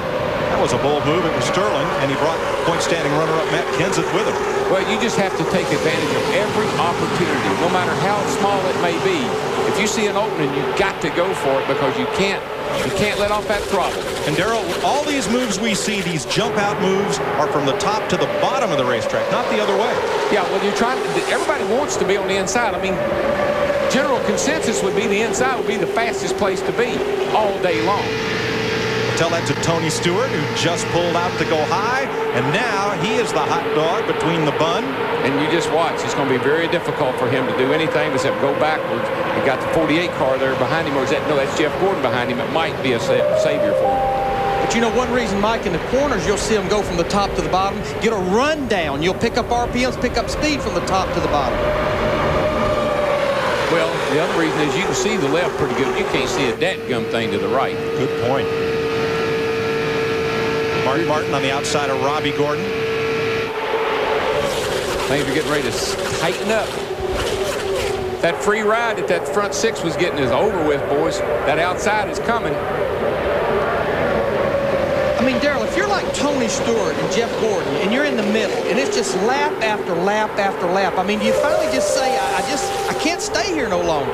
You can, exactly. I mean, finally, you got to say, I either got to get inside, outside, or I got to get to the back and start all over again. That's all I can stand. That's all you can do because your car is all over the place. Jeremy Mayfield led that lap. He's the race's third different leader after Jimmy Johnson and Dale Earnhardt Jr. And I talked to Ray last night, Ray Everhand. He told me, he said, DW, I'm going to work on that 19 car today. We're going to make some changes on it. He said, I'm going to put it like we used to run it with Jeff Gordon. And he said, see how I do. Larry, the Dodges and the Fords didn't qualify all that well. It looked like an all Chevrolet show after qualifying, but in the race, things are really different. Well, I mean, again, you know, if you're a little down on drag, if you're hurting for drag, once you get out there in dirty laundry, dirty air, it kind of evens everything up. All right, we got 34 laps here that we've completed. These cars are about now going through big transitions, burning off fuel, tire pressures are up. Drivers are just getting a little irritated right now. Not a lot, but a little bit. Things are going to heat up. People are going to start making some erratic moves. Here comes one right here. Michael Waltrip trying to get a little help from Robbie Gordon on his teammate, Dale Earnhardt Jr., but he moved to the bottom right here going into turn 3. I mean, look how close they're running, and this is getting off in a corner at 190 miles an hour. Well, they think they can bump draft, and you can as long as you're going straight, but you better not try it in the corner. Dick Bergman. Well, pit strategy here at Talladega will be a good bit different than if you watched the race last weekend at Martinsville. There, on the short track, tires were the whole ball game, and people constantly came in and fired tires at the car because that helped get them through the corners. Here, tires are far less important than track position. Unless there is a caution flag, we don't anticipate seeing anyone come in to pit their car until around lap 50. Even at that, you're going to see people today take just 2 tires in order to get a faster pit stop out of this place. Track position, the whole ball game at Talladega. Look at this. The cars in the parking lot are not this close. Yeah, and folks, this is not orchestrated. No. They are not doing this. This is not practicing your precise flying mirror. Yeah, this is not let us entertain you. Yes. This is I'm trying to get to the front. It's going to get crowded off of 4 here, guys. We're bottlenecking up here. I mean, you know, as a crew chief, I'm running around right now. I'm trying to pick my dancing partner when I want to pit, what I want to do. But Jeff Hammond, I'm also trying to keep an eye on my driver and what's going on out there, because what might be his partner now may be 20 car lengths between them when we get to a pit stop. Yeah, you go through all the practice sessions and you try to figure out, hey, I ran good with this car. You talked about it earlier, the 20 car running good with this guy. All of a sudden, you can't get to the man you'd like to. So you got to start trying to find some friends out there. This part of the race, you can find a few friends. You can find guys who will work with you. So you start trying to make those marriages and try to keep your car at the front as best you can. By the end of the day, don't expect that to be there. Little bump there. Newman into the back of Jeff Gordon just to kind of push him along into the corner. This is like a big flock of geese flying through the air. The guy in the front, he's working the hardest. He's breaking the air open for you, and everybody else is getting a free ride. And that free ride is what pulls you forward so quickly sometimes. Steve Burns. You know, Mike, it's amazing, as you guys pointed out, how much these cars move around from the front to the back. Terry Labonte started 11th, dropped to 38th. I went down and asked crew chief Jim Long if they were okay, and he just kind of shrugged his shoulders. Says, yeah, Terry says the car's fine. He just got shuffled out. Well, then, you see the 5 car, he moved up as high as 23rd. He's just riding. In fact, in practice, he didn't even run that many laps yesterday because he didn't want to tear up the race car. He's just being nice, cool, and collected. And Jeff Green is the ping pong ball of the day. He started 30th. We told you he had climbed his way all the way up to 5th. And on the last time by, in that 3-wide shuffle, back to 27th. It's been an up and down day, and we've only run 37 laps. Johnny Benson, Jeff Green right behind, and Kyle Petty splitting the middle. Now, Kyle started 11th. He moved up. He's dropped back to 29th. Now he's picked up a spot or 2. You get a little bit of help from Kevin Harvick in that silver 29 car, the Goodrich car. And again, what you try to do when you're nose to tail with somebody is you got to keep your foot on the floor. You got to keep that right one matted and use that brake pedal. Got a car off the pace here. Yep, Bobby Hamilton. He went up, almost hit the wall. I don't know if something happened to the car or not. Up front for the lead, Michael Waltrip goes nose to nose with his teammate and Tony Stewart, as Matt told us earlier. hooks on with Dale Earnhardt Jr. And Michael Waltrip's down there in the 15 with not a whole lot of help. Oh, he's going to get Ryan Newman dropped down there. He's going to try to push him on. Those are the two best cars, the 8 and the 15, and you're going to, you know, somebody's going to get behind you. You can count on that. They've seen those two cars lead the race. They've been up front since the drop of the green flag. That's who I want to go with.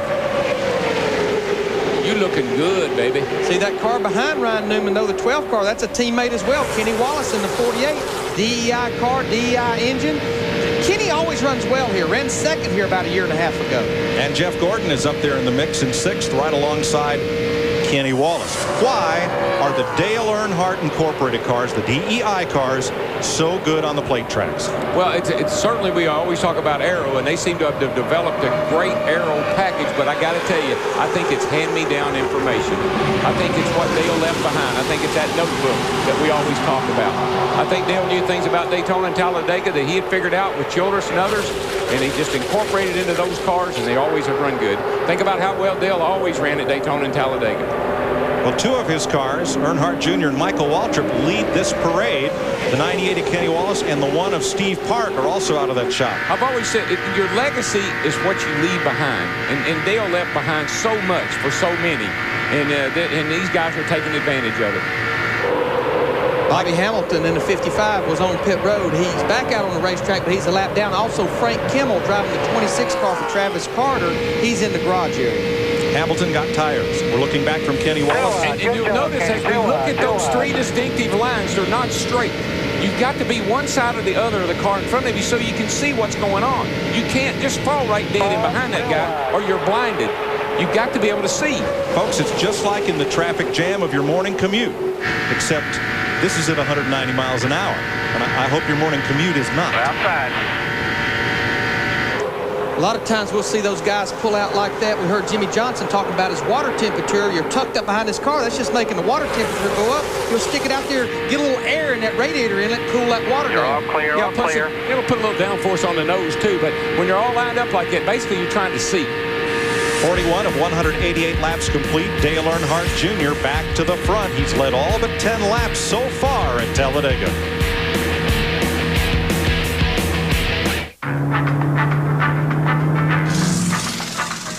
Life's a ball, if only you know it. And it's all just waiting for you. Introducing Cool Contact Towels from Old Spice. Cool down anytime, anywhere. There's such a lot of living, such a lot of living, such a lot of living to do. Cool Contact. Splash one on. So, Jimmy, you ready to win?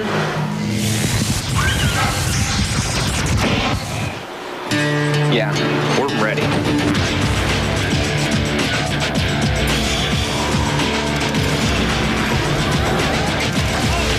We're ready. We're definitely ready.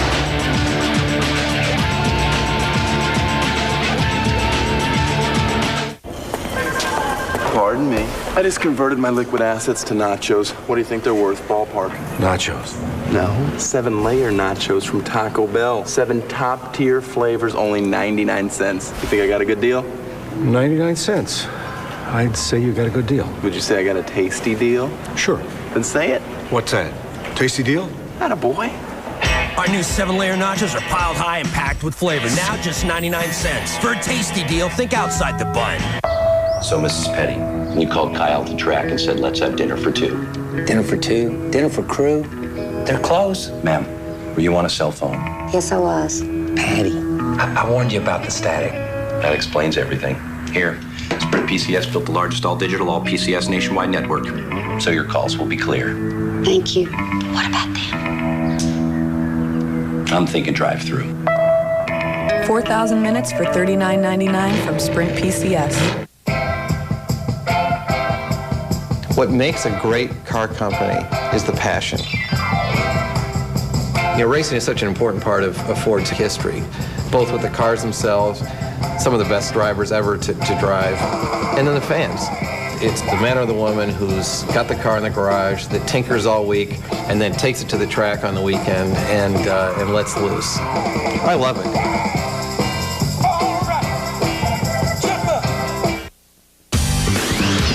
The Errands 499, presented by Pepsi on Fox, is brought to you by Ford. No boundaries. Our Ford No Boundaries moment as we ride with Elliott Sadler. Friday evening, Jack Roush, 60th birthday present, a ride in an experimental light plane. He clipped a power line and the plane fell into the lake, upside down, submerged in 8 feet of water. Larry Hicks, retired Marine Corps Sergeant Major, who had been specially trained in underwater rescue, went into the water. On his second dive, found Jack. On his third dive, pulled him out of the water, pulled him to shore, applied CPR, and saved his life. Larry said, "I was just doing what I'd been taught." We think he's a hero. That's our Ford No Boundaries moment.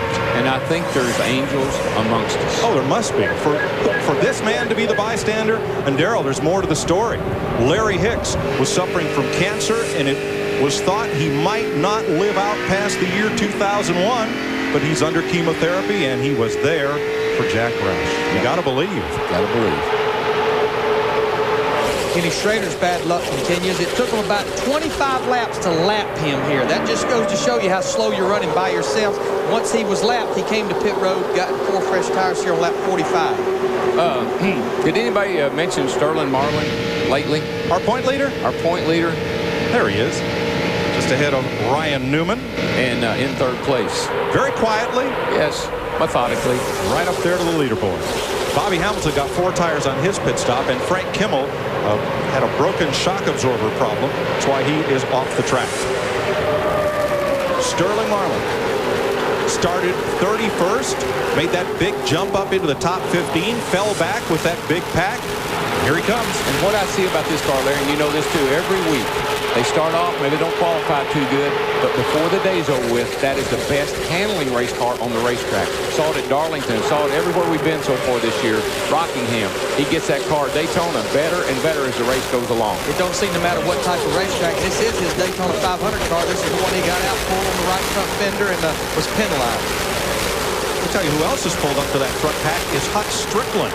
The Bill Davis Dodge up to 5th place. Strickland has had a real up and down day. We've seen him pull some daring moves, but it's gotten him to 5th. I'm sure a lot of fans here pulling for him. Hut's from Alabama. It's been a while since we had 2 Alabama drivers in Winston Cup race. Hut Strickland and Steve Grissom from Gadsden. And this comes as no big surprise to me, but I think the sleepers in the race are all the Dodgers. I think that once they get racing and they get the air moving around, that's a very good race car. We got like 6 Dodgers in the top 11. We have Jeremy Mayfield in 19. Realistically, his teammate Casey Atwood in the 7 Ray Evernham car with Jim Smith Pro Owners.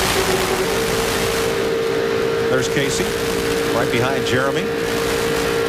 His sponsor just announced, Sirius Radio just announced they'll sponsor the Michigan June race and the Watkins Glen race. You know, Darrell, you said you talked to Ray. I've talked to Ray Evernham as well. And one thing he was concerned about, he said the GM and the Fords are starting to turn the restrictor plate motors up a little bit more RPM. And he said it just don't seem like that the Dodges want to turn that many RPM for the restrictor plate. One of the problems I think that the Dodge teams have had is last year they built this car brand new last year, 2001 Daytona 500 on last year's aero package. They had the fin on the roof, the wicker bill on the back, and they built the car around that package. And when they took that off, unlike the other teams, they had no notes. So they basically had to start all over again. That's not affecting the engine program so much, Larry, but you got to remember something. With that other aero package had a much bigger restrictor plate. Yes. So when they went to this small plate, the Ford teams and the Chevrolet teams had experience with the small plate. Only a 16th bigger, but that's about 35 or 40 horsepower. And it changes the power band in the motor. Now, Larry, if we have pit stops under the green flag, that can be a great equalizer here. Right now, 1st to 20th is only 2 seconds as Jeffrey Bodine makes his stop. 1st to 40th is just 4 seconds. I mean, what I'm trying to do, I'm trying to find me 3 or 4 other teams that I don't want to pit with everybody on pit road. I mean, you get banged and beat and fenders knocked in. If I can find me 3 or 4 guys and you share information, are you going to do 2 or are you going to do 4? It does you no good if you're going to change 2 and they change 4, because then all of a sudden you get separated from them. What you got to be really careful of is when you come on to pit road is to not, somebody's going to smoke the tires. Guys behind them see that smoke, they react. So you got to be careful when you come on pit road and not get run over from behind You got to give a hand signal plenty early. I think the 44 car had that problem. Dick Berggren. Well, Jimmy Johnson is pitting right now. He is pitting along with his teammate, Jerry Nadeau. That was an orchestrated deal so that they would pit together. Johnson's car, they're still concerned about heat. They pulled a piece of tape off the grill. He gets up to 250, as much as 260 degrees, and just before the pit stop, he was down to 230. Johnson's away, and right behind him is teammate Jerry Nadeau. We're going to see a bunch of cars. They're all coming to the bottom of the racetrack. Everybody's got to be careful right here. We see them get run over a lot there. You're going from 190 down to 55 miles an hour on pit road. And you'll smoke that right front tire. It's about the lightest tire. Oh, yeah, Buckshot had a flat. Actually, Steve Grissom down the 54 car. Sorry, Steve. With DW, Michael Waltrip said they're going to make a wedge adjustment. He said he's a little bit loose. 4 tires for the number 15. That was Chevrolet of Michael Waltrip. Jeff Kerr, the Jack man. 4 tires for Michael Waltrip. Let's go to Matt Yoko. His teammate, Steve, down here in the first pit stall toward turn 1, Dale Earnhardt Jr. A 4-tire change. No adjustment.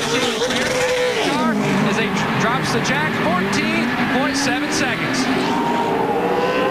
Now all the way to turn 3 and 4, these cars will be so much slower than the cars still running on the racetrack because it takes so long to get up to full speed here. And one thing you got to be really careful of as a driver is taking off out of the pits. These cars got really high gear ratios in them. You can throw the drive shaft out. You can break a transmission. Really got to get the tires spinning. That's when it's the best. Now the pack in turn 1. Earnhardt Jr. just coming out of 2 onto the backstretch, and that pack should catch him before he gets up to full speed. Dick Berggren?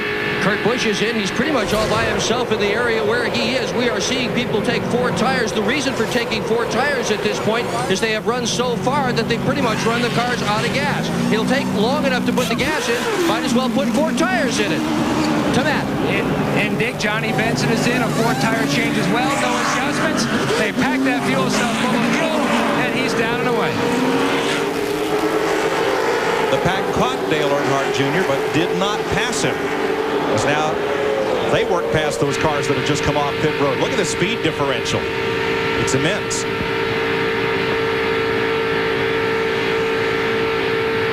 This will change the complexion of the race. These pit stops under green changes everything, Dick.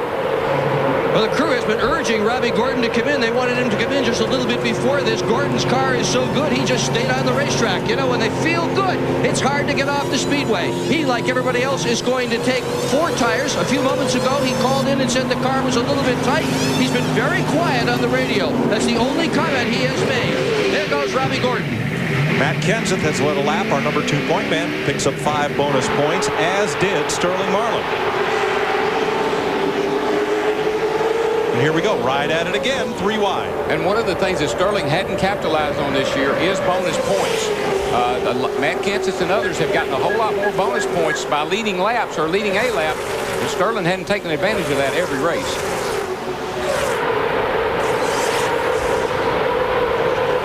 This pack right here, they've been back out there now for 2 laps, and they're gaining a lot on Sterling Marlin, that group that just came off pit road.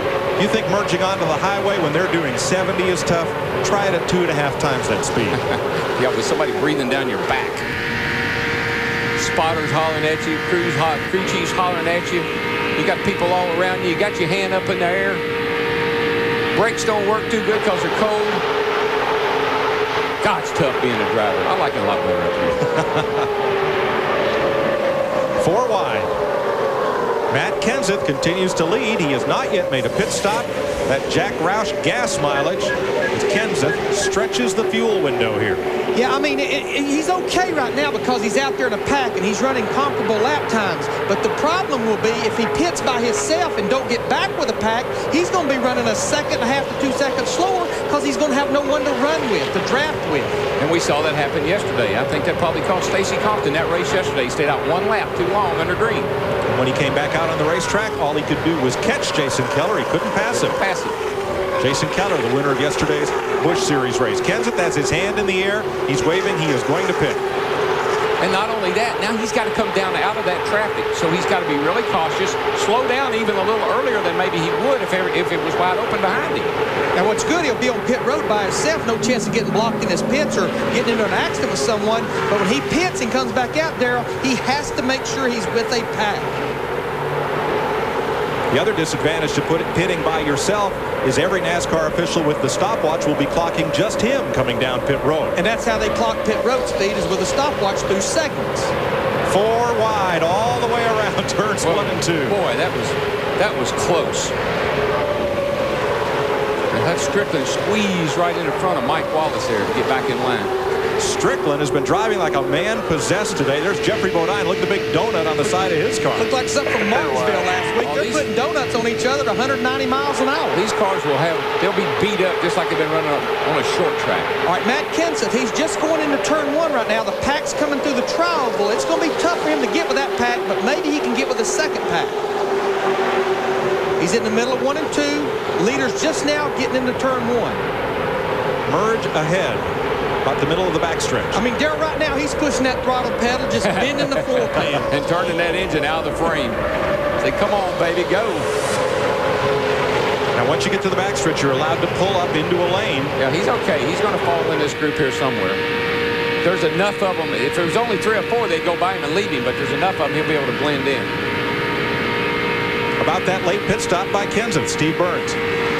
Yeah, Mike, pretty good strategy. Remember, these guys are racing for the championship. He wanted those 5 bonus points to lead a lap. That's why they stayed out an extra lap or 2. The first 5 are going to get past him, but he's going to fall in line in 7th place. So not a bad move. No, good little hole right there. There's enough cars in that pack. I still don't think he's up to speed totally. Sterling Marlin, that group right there, the 40 car, they're pulling him to the inside.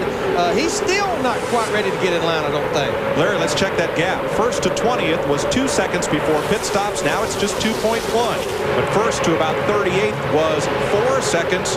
Now it's 10, and first to 40th is 48 seconds. And the only strategy was just getting the 5 points, because you have to run 63 laps to be able to do this on 2 stops. Don't look like anybody can do that. After pit stops, looks a little bit like it did before. Dale Earnhardt Jr. out in front.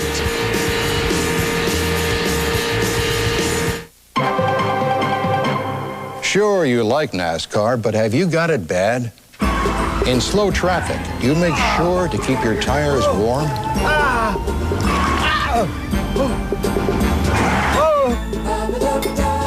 Do you take every opportunity to celebrate the name of your favorite driver?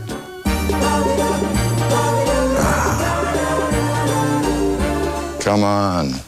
How bad have you got it?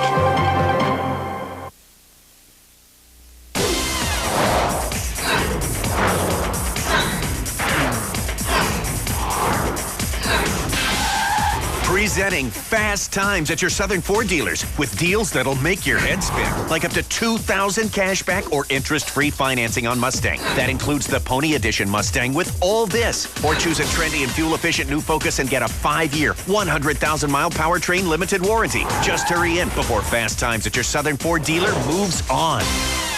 Hey, it's time to celebrate springtime at Hops with great food and our new Big Skeeter Pale Ale. Hops, we're really into this. That hurt. Oh, yeah. Hops' new pepper-crusted sirloin. A 9-ounce sirloin grilled to tender juiciness and topped with crispy beer-battered onion rings for $9.99. Beer-battered onion rings. You gotta try Hops' new pepper-crusted sirloin for $9.99. That's just too good to pass up.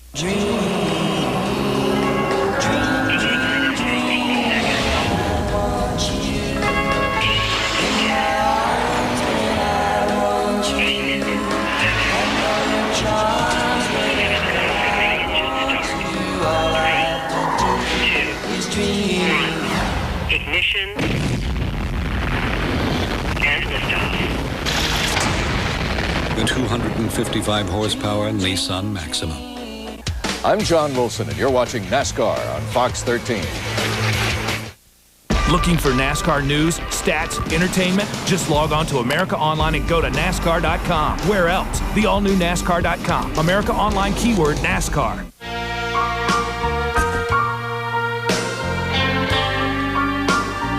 It's not for sale. No. Some things are just too good to let go of. That's why there's Valvoline Max Life, the first motor oil formulated for higher mileage engines. Max Life conditions use seals to help prevent leaks and helps you hold on to your car for a long, long time. Don't even think about it. Valvoline Max Life. And for a simple way to keep your tires looking great, use Eagle One Wet Tire Shine. Welcome back live to Talladega. Aaron's 499 on Fox, presented by Pepsi. Dale Earnhardt Jr.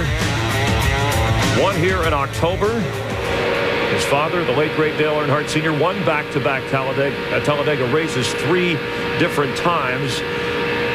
Top 30 cars within 3 seconds of each other, Jeff Hammond, as we observe some of the strategy at this point. 61 laps in, a guy like Kenseth staying out, Jimmy Johnson, the pole sitter, hitting early. What does that indicate as to what we'll see the rest of the way? I think there's a lot of guys right now trying to find that combination who they can run with. Jimmy Johnson is falling back early on. Hunted around, didn't find what he wanted, came to pit road early. Now he's right back up to 9th and back in contention. So I think a lot of these crew chiefs are trying to find if they can come to the pit road with certain guys and be able to make their way back up through the pack and be effective by the end of the day. Speaking of the pack, as we look at the back of the pack, and people know about Saturday's Busch race, 27 cars involved in the big one. Last year it was caution-free here.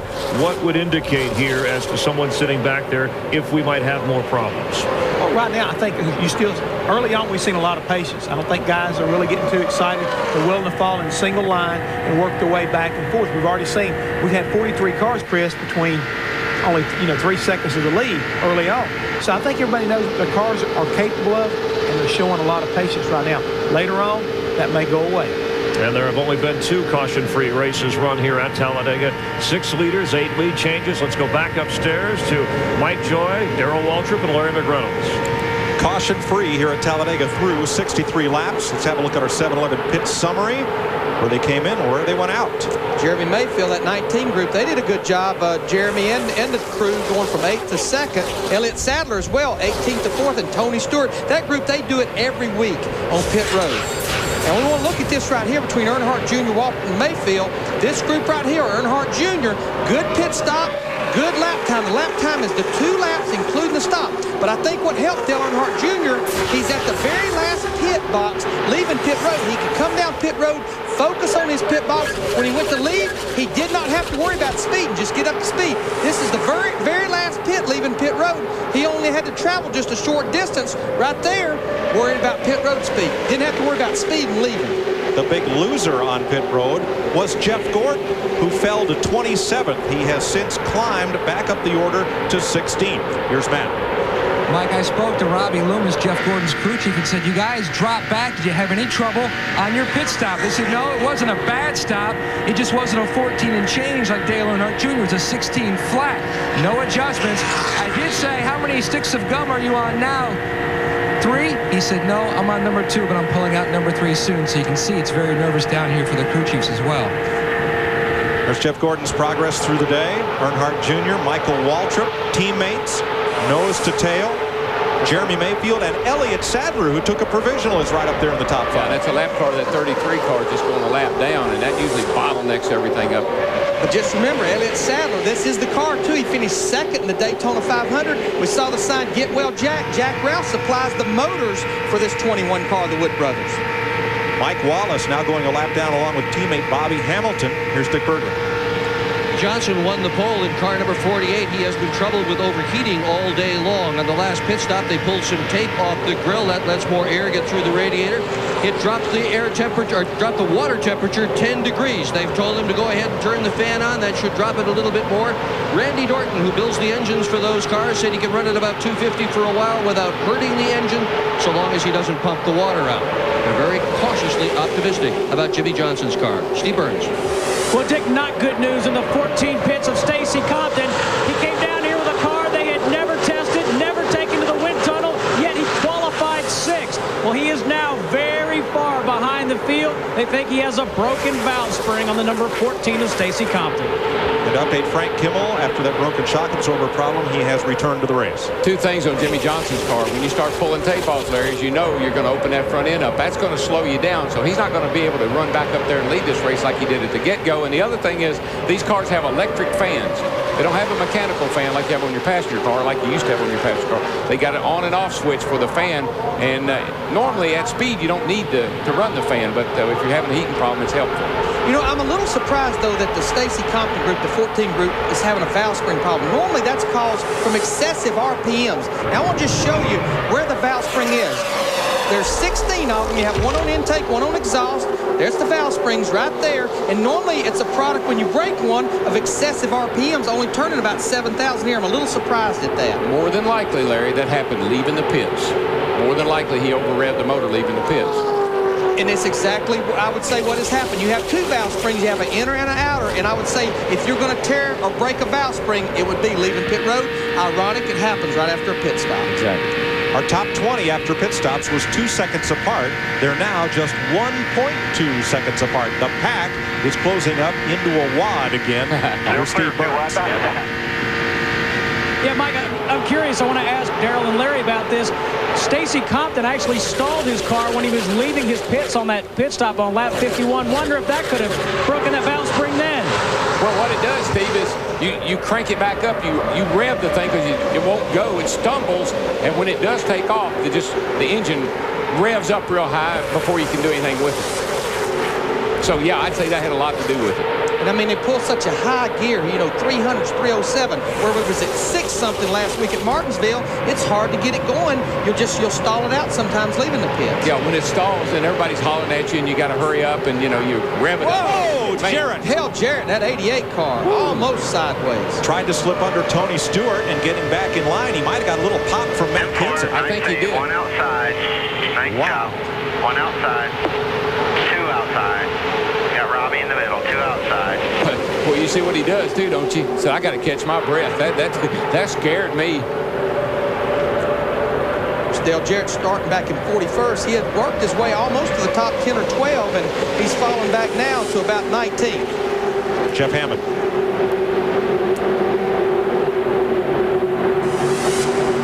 Guys, I was wondering, watching the 88 car, I wonder if he thought he was getting ready to run out of bounds, guys, and jerked that car back up on the racetrack, not realizing that Matt had already started making a move on him and almost got himself in trouble.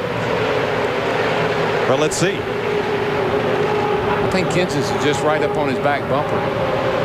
He started to make a run on Tony. He saw he couldn't do it, and he had to pull back up, and Matt tapped him. Darrell, when you shake that car sideways and lose your forward bite, the effect, there it is right there, is the effect to the car behind you as if you'd hit your brake. Oh, yeah. I mean, you can't anticipate something like that. That's why, see, he whoops out.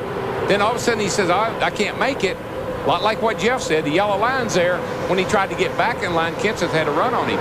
Where he was at was not going to work getting into turn 3. No, and that's why they instituted the yellow line out of bounds. They don't want you going in that corner 3 and 4 wide. Dale Earnhardt Jr., our leader. Here's Matt. Mike, a few moments ago, Dale Earnhardt Jr. came on the radio and told his team to tell Michael's team that he cannot run the same line as Michael. Michael likes to run down in the bottom near the yellow line. Dale Jr. says his car gets a little tight trying to run that lane, so to ask Michael to move up half a lane or so. Thanks, Matt. 2 of the top 3 finishers in the Daytona 500 are tailing the field. One is 500 winner Ward Burton. The other, third-place finisher Jeffrey Bodine. Hey, Larry. I mean, all those years of racing, wouldn't it have been nice to have someone to call on the radio and say, will you tell him to follow me where I want to go and stop going where he wants to go, and he's my teammate, and tell him to help me. But, you know, I think what will happen, you know, they will move around and see if their car works as good maybe where their teammate's working. No disadvantage if it will do that. I always call on the radio and say, would you tell so-and-so to stay behind me? And they say, yeah, watch this. 2 wide. Bill Elliott's often said, among many drivers have often said, I want to be out front, or I want to be way out back. Maybe that's why and where Ward Burton is. The eye of the storm is brewing. Still 3 wide through the corner, 3 wide. Well, I know we talked about a lot of people being important, the driver, the crew chief, but that spotter on top of that grandstand, he's his eyes, he's his arms, he's his legs, he's his ears. He's got the most important job. 20 cars are only 1.1 seconds apart.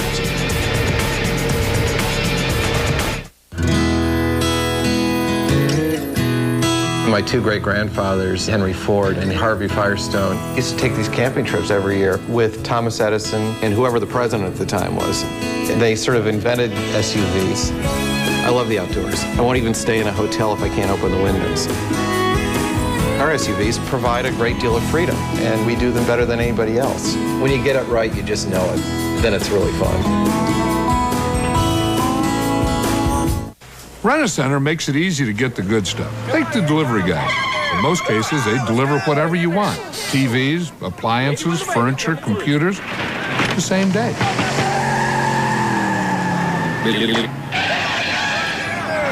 All delivered? Yeah, the traffic was crazy. At Rent-A-Center, everybody's pre-approved, and now everything's free till payday, up to 7 days free. Call 1-800-205-2005 for Rent-A-Center. Ever driven a bus? I have something to tell you. You first. No, you go. I'm not ready to get married. Okay. So, what was your news? I won the lottery. $63 million. Think about it this way, man. After taxes, that's only like $28, $30 million. That's it. Yeah. Life is best told over a great tasting Miller Lite at a place called Miller Time. Shannon? Hey, it's Steve. What's going on? Subway has a new bread made with that bee guy's honey and his oats. Oh, whoa. That can't be good. There's one right there. Hey, where you going? Subway's this way. Hi, guys. Hey, Kelly. Mr. Honey and Mr. Oat. Subway's new Honey Oat on wheat bread is delicious. We start with tasty wheat bread, coat it with honey, sprinkle it with oats, and bake it all together. It's one of Subway's 2 new gourmet breads. They make great bread together. We just got to become better friends with the bees. Subway! Now, Dale Jarrett's a race car driver. Let's give the man his due. But people love that big brown truck. It's time he raced it, too. People love the truck. Now go, Dale, go. Put it on the track for a driving show.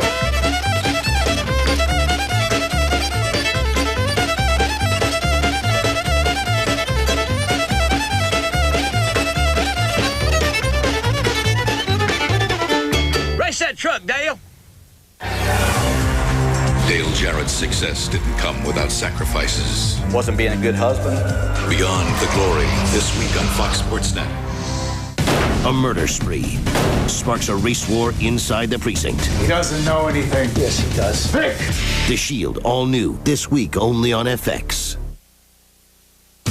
The Errands 499, presented by Pepsi on Fox, is brought to you by UPS, official delivery company of NASCAR. We want to race the truck. People love the truck. 75 laps so far, caution free. Dale Earnhardt Jr. and his teammate are leading. And a few minutes ago, Dale Jarrett had quite a moment here at Talladega. He had a moment. Looks not to be big. M4, nice save. One outside. Nice job.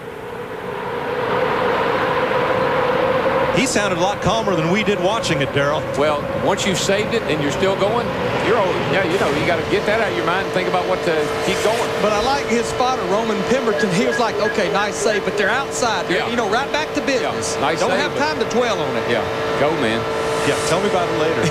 We'll talk about it this afternoon. The plus to that is you saved it and you didn't wreck. Now get going.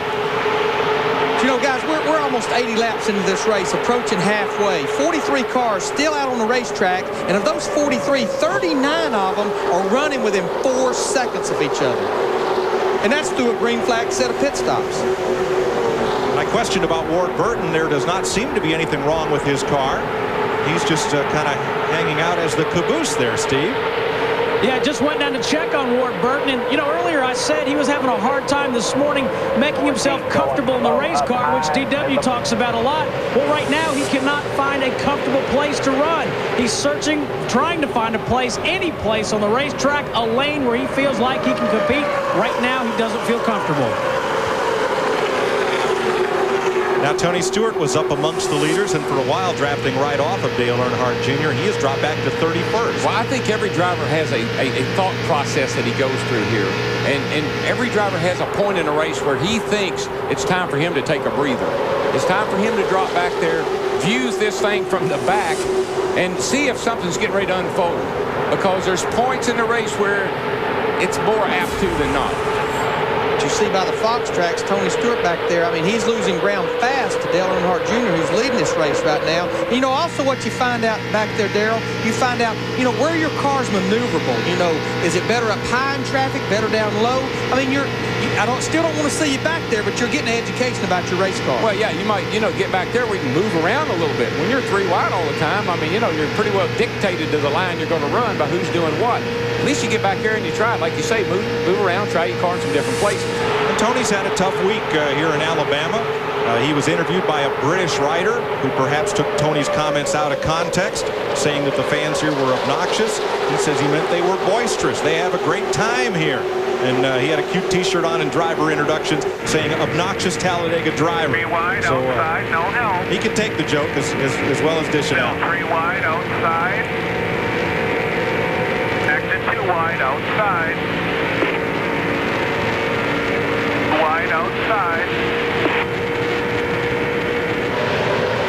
I know as a crew chief, I pretty much left the radio waves for the spotter. He could do that driver a whole lot more good than I could.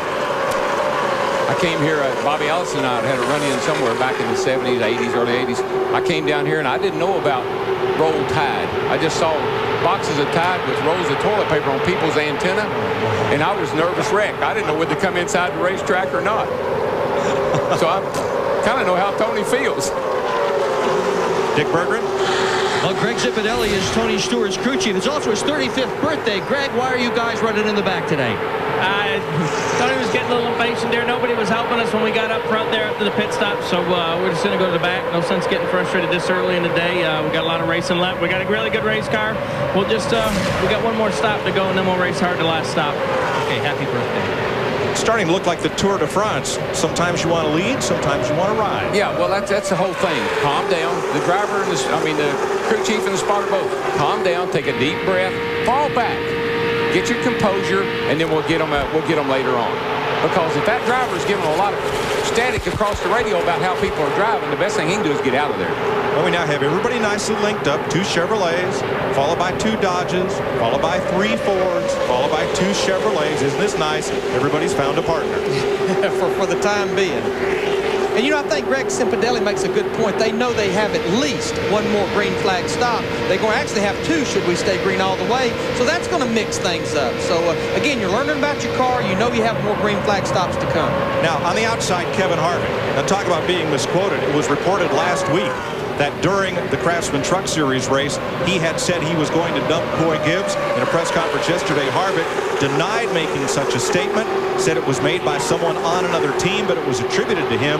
Says he did not say that he was going to dump Coy Gibbs. The 2 of them did get together and crash, however. And Harvick said he has learned a lot about himself and learned how he is part of a much bigger picture in NASCAR and will act accordingly from here on out. Darrell, did you see right there Kevin Harvick in the 29, how he moved against the 99 car and then he shot away? That like gives you a little push away from him when you get up against him and then go away. Oh, you'll play with the air. I mean, there's air. I keep saying about turbulence. There's air all around these cars, and you want to know if the buff off of one of the other cars, when it buffers off of it, where your car's going to go. You're making notes. You're making mental notes. This whole race, all geared up for that last 5 or 10 laps of this show. The 98 car we're not used to seeing. That is Kenny Wallace in a 1-race ride for Michael Waltrip Racing. Whoa! Ryan Newman got into the back. Look at Dale Earnhardt Jr. with his hand out the window. Yeah, and you see what happened. The 12 lost his momentum, and look at all these cars going by him. Flashback. 1 year ago, the Daytona 500. Kurt Busch, going through the tri-oval, bangs into Dale Earnhardt Sr. Earnhardt put his arm out the window at 190 miles an hour to give Kurt Busch a wave. And I said it was like the lamb taking on the lion. And it was. Like father, like son. Apples don't grow far from a tree, boys.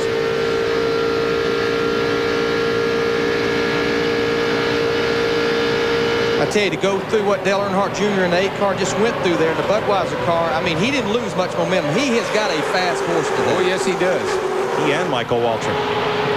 Let's see, is there a big donut there? I believe there was a little donut, a little tire rubbing there. Yeah, right there behind the left front tire. gets down under him here, and the car just shoves up. That's a product of that dreaded what, Larry?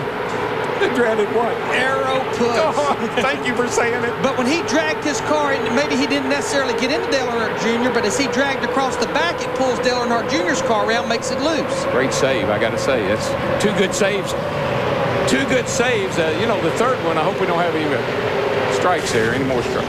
Aerodynamic push. When the car doesn't get enough air going over the hood, loses its front downforce, and it doesn't want to turn. Well, it's a product of being in traffic as well. Your car loses the front downforce when you're behind another car. Well, Newman, I think that really upset his composure some because he's getting pushed around now. His spotter, Hall of Famer Buddy Baker. Well, I know what Baker would be doing right now. He'd be shaking his fist at somebody. 85 caution-free laps at the fastest speedway on earth. Michael Waltrip leads at Talladega. Thinking about trying Viagra? It's now available from your doctor in a free 6-pill sample pack. 6? That's my number. So get in the driver's seat and ask about the free Viagra sample pack. Get to your doctor for a checkup and find out if a free sample of Viagra is right for you. For more information, race over to Viagra.com.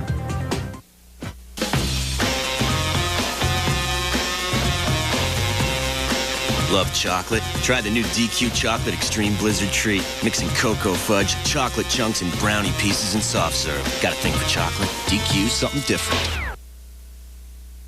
Get to be like in a car seat in case of a bump, or in a life vest holding snug for the jump. Close at hand to help raise our children. Plastics make it possible. Hi, I'm Michael Waltrip. Did you know that Napa Auto Parts has millions of parts available? So when you need a replacement part for your vehicle, chances are Napa has exactly the part you need, each as good as or better than the part it's replacing. You didn't know that? No, I just didn't know I was that good looking.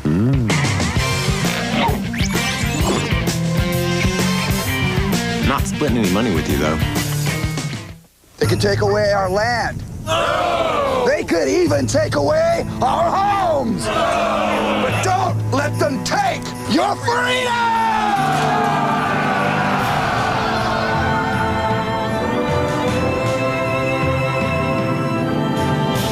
You want to be free? Ride Kawasaki Vulcan motorcycles. Get 0 down, 0 interest, and 0 payments on any Kawasaki vehicle until 2003. 1, 2, 3, 4. That's right, 4 rooms installed. Now, Dish Network is at Radio Shack, and getting 4 different programs and 4 different rooms is as easy as a $49.99 activation fee. For a limited time, get up to 4 receivers professionally installed in the first 3 months of the digital home plan free at Radio Shack. That's clear digital picture and CD quality sound in up to 4 rooms installed for only $49.99 from Dish Network. Now at Radio Shack. The Aaron's 499, presented by Pepsi on Fox, is brought to you by Aaron's Sales and Lease Ownership. Let Aaron's drive your dreams home today. By Viagra. Ask your doctor if Viagra is right for you. By Lowe's, now featuring the new Jimmy Johnson and Jeff Gordon credit cards. And by Avalon, a product of Chevron Texaco and proud sponsor of the number 28 car. 88 laps complete. Remember at the top of our pre-race show when Kevin Harvick said, "I'm back"? He certainly is. He stormed up to 3rd place, and then he got freight trained on both sides. He's stuck in the middle. Getting a little tight right through here, guys. Getting a little tight. Getting 4 wide as they come through the tri-oval. That's not a good thing. What that does is all those cars 4 wide like that lets everybody behind them just close up so quickly. The closing rate there is pretty fast. You got to be careful. I mean, Darrell, I don't think we can stress enough why 4 wide. I mean, the racetrack is plenty wide enough, but it's just, you talked about it earlier, these cars buffeting and bouncing around. One little move the wrong way, you take 3/4 the field out. Well, when you're 4 wide, and when you're 3 wide, there's very little margin for error. When you're 4 wide, there is no margin for error, and that's what you got to be careful of. You know, guys, we got to talk strategy again. I want to know what that car's doing. We're about 10 laps away from pit stops. Jeff Hammond, we know we're going to have to be there like Dick Bergman talked a while ago for 2 cans. So what I'm going to do, I'm going to give you 4 tires this time, but since we're going to be near the end, I'm probably just going to do a little gas and go. And that, you was talking about it when we were at break, that's probably what Matt Kenseth and that group's thinking, running those extra laps. Yeah, Larry, I really believe they're looking for an advantage, and the best way you're going to beat a lot of these guys, instead of staying there for a can or can and a half on that last stop, is planning on getting just 1 can, get on and off pit road, and try to get away and get it down to where it's a small pack of cars to race with instead of this big gaggle we see behind them. So these next 2 pit stops, especially this one, is going to kind of like set the stage on how everything is going to evolve toward the end of this race, especially the stage green. Remember when Jeff Gordon fell back to 27th after that pit stop? No big deal. He is right there fighting for the lead. Like I said, it's a chess game. Backwards and forwards, backwards and forwards. The only 2 cars that have consistently been up front is the 8 and the 15. Everybody else has kind of rotated around behind them. But look at those 2 Roush cars right there. Matt Kenseth in the 17, Mark Martin in the 6. Kenseth fell back to about 15th after falling in line a while ago. Now he's done worked his way along with Jeff Gordon up to 3rd. And Earnhardt Jr. has to work with Ryan Newman and Sterling Marlin on the outside to try to get back to the front. But he can do it. Now, there's that car. He went around the 6 car on the outside and is pulling himself right on back up by Kenseth. That car gets a whale of a run, guys. 10 laps ago, he was shaking his fist at Ryan Newman. Now he's waving, stay behind. Yeah. Come on, buddy. Let's go. Let's listen in on Dale Earnhardt Jr. I don't know why I'm getting hot in these cars here last couple races. I think I need to drink better, more water. But it has a lot to do with these uniforms. They're a little bit hotter, and this Lowe's St. Thelma, it is a little bit warmer too. But it ain't so bad. I can't stand it. I don't want y'all to think I'm gonna fall out of the seat. One thing he needs to realize is the last 2 races, Martinsville and today, it's been about 90 degrees. Right. So if it's hot now, bud, it's really going to get hot here come July. Yeah, I mean, we're definitely into the first hot races that they've had all year long. And the other thing is these cars are so slick nowadays, and the crew chiefs don't want any air, any NACA in the side to slow you down. So there's not a lot of air inside the car other than your helmet cooler that you run to keep your head cool. And Darrell, he talked about his fire suit. They make different layer fire suits. The more layers, yeah, the more protection you have, but the hotter it's going to be. Well, these suckers, they make a lot of heat, and all that comes out right up under your feet and up under your seat. Robbie Gordon working the low groove. Too wide outside. Steve Grissom alongside, Ricky Rudd in tow. Check, that's Bobby Hamilton, who's a lap down. Steve Grissom in the 44, he's 2 laps down. He actually missed pit road on his green flag stop while ago, but he's here with the lead pack. Darrell, you theorized that might have been the start of his problem. I think what happened was he was trying to get on pit road, and he blew out the left front tire. He locked it up. I saw smoke fly, and then he had to go around an extra lap. Tire blew out on the way around. It's Grissom's first race of the 2002 season. And that could be the difference of missing pit road. I mean, you had been used to doing this for a year and a half or 2 years. Michael Waltrip, who led 53 laps here last October, fell out of that race after overheating at 167 of 188 laps. And looked like he could have won that race very easily. He was sitting there leading the race. All of a sudden, the thing got hot on him. And Larry picked him, by the way. Blew up. Halfway. Well, I couldn't. I just want Michael to know. He's my brother. Michael, I was going to pick you, but I have to pick after Larry, and he took you first. But we can't both pick. This is the car that Michael had at Daytona, and I don't think it was ever talked about what a good car he had there, but he ran over something that came off of his teammate's car, Dale Earnhardt Jr., and put a hole in the nose, and even though he still ran up front, it pretty much kept him, I think, from getting up there to win the race. He's going to tick off Dale Jr., though, I can tell you that right now, if he drives down there and lets Ryan Newman go by him. Clear, all clear. He should have stayed out there and let the 8 car draft off of him. Hard to get to the high side when Ryan Newman is right there. Now, will Newman with the Ford get any help from those Chevys? Jeff Gordon just jumped up behind him in the 24 car, jumped out from behind Michael and got behind Ryan Newman in the 12 car. I wouldn't be a bit surprised if Dale Jr. was very unhappy with that move. Here he comes on the outside. Junior, that is. Junior's got, I mean, he can go around that outside. We saw in practice yesterday, Darrell, that car can go anywhere he wants. He's faster than Newman, but he got to be careful right there, bud. Don't touch him. He got a run in the middle of turn 1 and 2 right there with the help of Kurt Busch in the 97. That 8 car really picks up a lot of steam through the middle of the corner up high.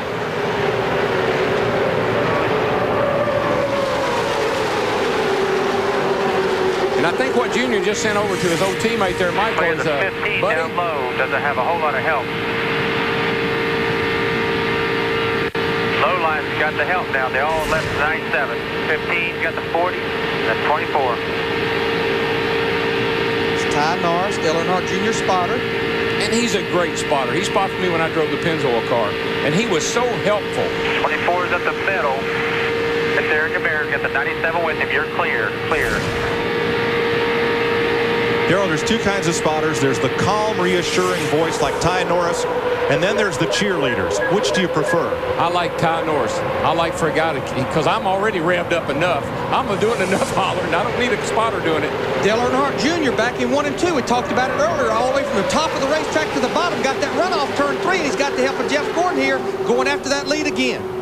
Ryan Newman's got a pretty fast car, though, and I think that was a little message to him right there from Junior. Don't hit me to back end. Run on the bottom. Run on the bottom. Chevy's in the low lane. Ford's in the high lane. 24's got the 15 and 40 on the low line. I think Junior wanted to shove the 12 up so he'd get these other cars underneath of him. Big response from the crowd as Earnhardt Jr. goes back to the lead. Well, that's pretty impressive. That could have been 5 to go just as easy it is with 100 to go. It'll probably still be like this with 5 to go. Oh, yeah. And what these guys have to be doing, the crew chiefs, they have to start making these guys aware. Look, we're in this big pack. We're about 3 to 5, 6 laps away from pit stop. You want to be in the right position to come on the pit road and make that green flag stop. Well, we want to be back for pit stops, too. You are watching NASCAR on Fox.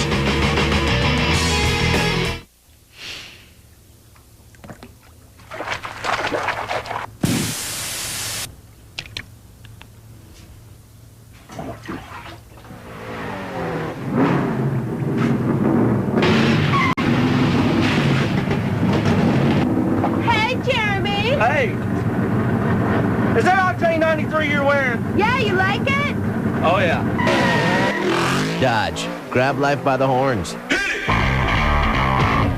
At times like this, I think how lucky I am to be a NASCAR Winston Cup driver and how fortunate I am to have a great sponsor like Napa Auto Parts, because Napa understands quality and value and the importance of having a friendly, knowledgeable staff. And it's at times like this, looking around at the empty grandstands and listening to the silence of pit road, that I realize I'm at the wrong track.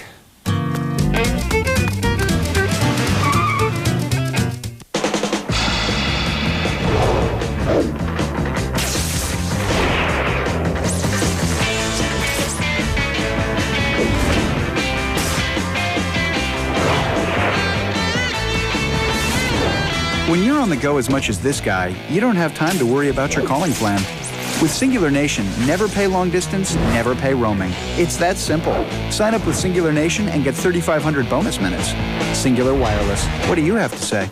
You know you're in the ride of your life. Have you seen the DVD selection? It's awesome here. It's in your face. All your new DVDs here at Walmart. Players and movies. New releases, you got classics, you got everything. I love this one. Yes. It's sound, it's quality, it's picture. Technology like you would not believe. Puts you in the theater without even leaving your home. Hey, you can find even more info on Walmart.com. All the home entertainment section. Low prices, brand names. Come on in, have yourself a good time. I got that here too.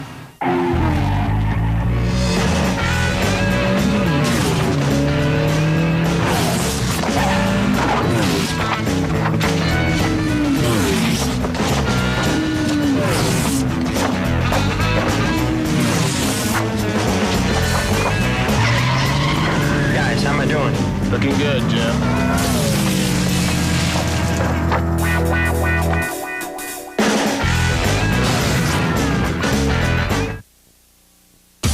The Aaron's 499, presented by Pepsi on Fox, is brought to you by Pepsi Cola. Experience the joy of Pepsi.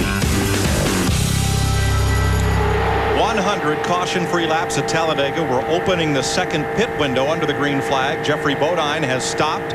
He is the first to stop, as he was on the prior pit stop sequence. Dale Earnhardt Jr. continues to lead his teammate Michael Waltrip, Jeff Gordon, Ryan Newman, Sterling Marlin, Matt Kenseth, Kurt Busch, Mark Martin, Dale Jarrett, and pole sitter Jimmy Johnson.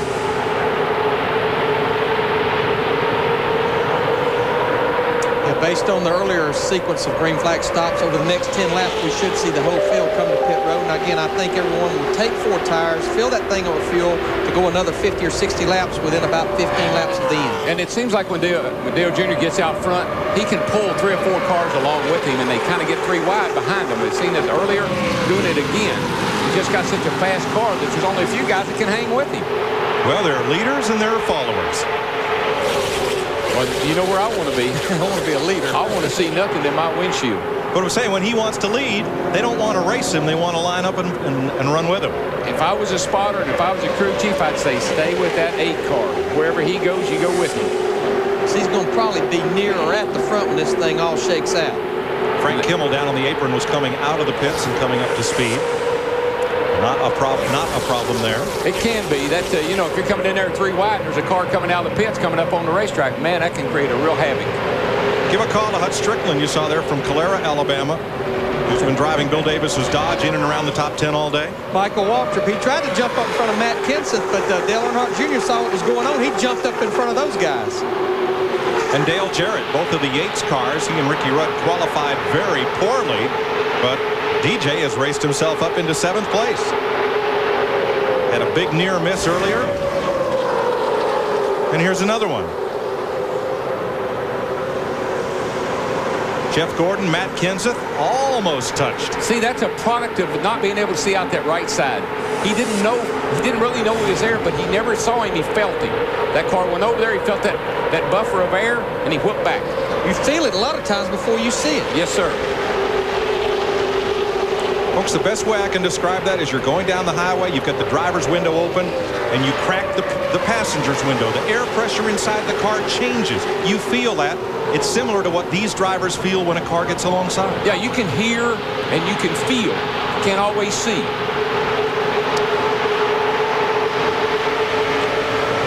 And you can see that that's Dale Jarrett, a good shot of him. He's trying to look over to the right a little bit, see who's over on his right side, but there's really not a lot he can see over there. But look what a rough ride he's getting. And look at the little bear right here. That was given to Dale yesterday by a little girl from the Make-A-Wish Foundation. He said, let me have that bear. I can't think of a better passenger I would want me than this little bear for tomorrow. He's hiding behind his seat, though. He needs to get up there where you're sitting. That bear is brown to the bone, too. Brown bear. Pit stops for the leaders imminent, 104 laps complete. And you know, Darrell, we always talk about it, and I know we both are fans of the full-face helmet, but that's one of the reasons at the Speedway especially that Dale Earnhardt Sr. wanted that open-face helmet. A little better vision. Yeah, a little better vision, and plus the air blowing in the car through the side windows, through the driver's side there. He said he could feel that. Matt? Well, like you were talking about the heat inside the 8 car of Dale Earnhardt Jr. Remember, he just started wearing a full-face helmet. He, too, used to wear an open-face helmet. Tried it happy hour last year at Homestead. For the first time in Atlanta. And so he isn't quite used to how hot it can get in that car with that full-face helmet as a 9 car got a little bit in the grass there coming down pit road. We got out of bounds. How about out of pavement? But, I mean, that's what happens when you get too many cars coming to pit road at one time. You're trying to get to 55 miles an hour. And remember, they start clocking that speed 75 feet before the entrance of pit road. Michael just put you see his arm out the window. He's telling those guys behind him, we're coming to pit lane, guys. Don't run over us. Here they come. They're coming off the corner here. Second group have made their stops and come out. We see more coming, though. We see it looks like about 15 cars coming to pit road. We'll see about 2 more groups over the next few laps. And they include the leaders. Earnhardt Jr. all the way down in the far end pit, and Michael Waltrip. And if there's one place you don't want to get caught speeding on pit road, you do not want to speed on pit road here. It would pretty much end your day. Steve Burns. Michael Waltrip says he loves the way the race car is handling. Right side tires are already on. The jack man, Jeff Kerr, slams the jack in. Chris Crumley changes front tires. No adjustments, just 4 tires. Matt Yocum. Steve, a 4-tire change for Dale Earnhardt Jr. His car was a tick tight, but no adjustment, and he's down and away. Meets Dale Jarrett off pit road, along with Michael Waltrip, Jeff Gordon, Rusty Wallace, Jimmy Spencer, Sterling Marlin, and Bobby Labonte. Now, you heard Dale Jr.'s engine, how it back kind of spit out the pipe when he dropped the clutch. That's the rev limiter. They don't want to turn this motor over about 7,200, I would suspect. Here comes a lot of the Roush cars right there, 97 and Mark Martin. That group, they're getting a little better fuel mileage than most of the other cars. Dick Berggren. Now Kurt Busch is on his way in right now. This is Mark Foles on the front end of the car. He's carrying tires. He's from West Virginia in the back. Aaron Pirat from Lexington, Kentucky. Andy Thurman changing front tires. He's from Louisiana. Kevin Gilman on the back tires. He's from St. Johnsbury, Vermont. The crew assembled from all over America. A good more tire change, and he's gone. Now, can he and Mark Martin get out together and draft back up to speed together? Answer: yeah, they're going to be close. It's going to be close. The lead pack, they're coming off turn 4, entering down through the trioval right now. Ricky Craven, Mike Skinner, Brett Bodine, and Dave Blaney all pitted on that lap as well. So Jeff Burton has become the leader with Matt Kenseth behind. Here's Dick.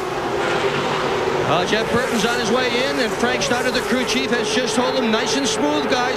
4 tires. Mark Armstrong, just before this race began, assembled this entire pit crew behind the War Wagon, and he told them all, he said there are a lot of races to win, but this one is special. We have the car. Let's all pull together and do it. These guys working hard, trying to win a race for their fallen crew, fallen team owner, Jack Roush. Good pit stop to Matty. Rookie Ryan Newman lost a lot of track position. And it was very simple. On his entry into his pit stall, he had too much brake. He slid almost through his pit. His crew had to back up the car. So it wasn't a slow stop. It's just his entry made his total time on pit road very slow. It was costly on the racetrack. And I was looking down at pit road, and they backed him up. It also hurt Jeff Gordon trying to get out of his pit box, lost him a lot of ground as well. You heard Frankie Stoddard, Jeff Burton's crew chief, screaming 39, 39. What he's telling him, 3,900 leaving. That's 55 miles an hour on his tag. One of the things that it's kind of a technical thing. I'm just going to say this one time. Some of these cars have what we call an open gear in them. It only pulls off the right rear tire. So it's difficult to make a pit stop and get out of the pits because that right rear tire wants to spin.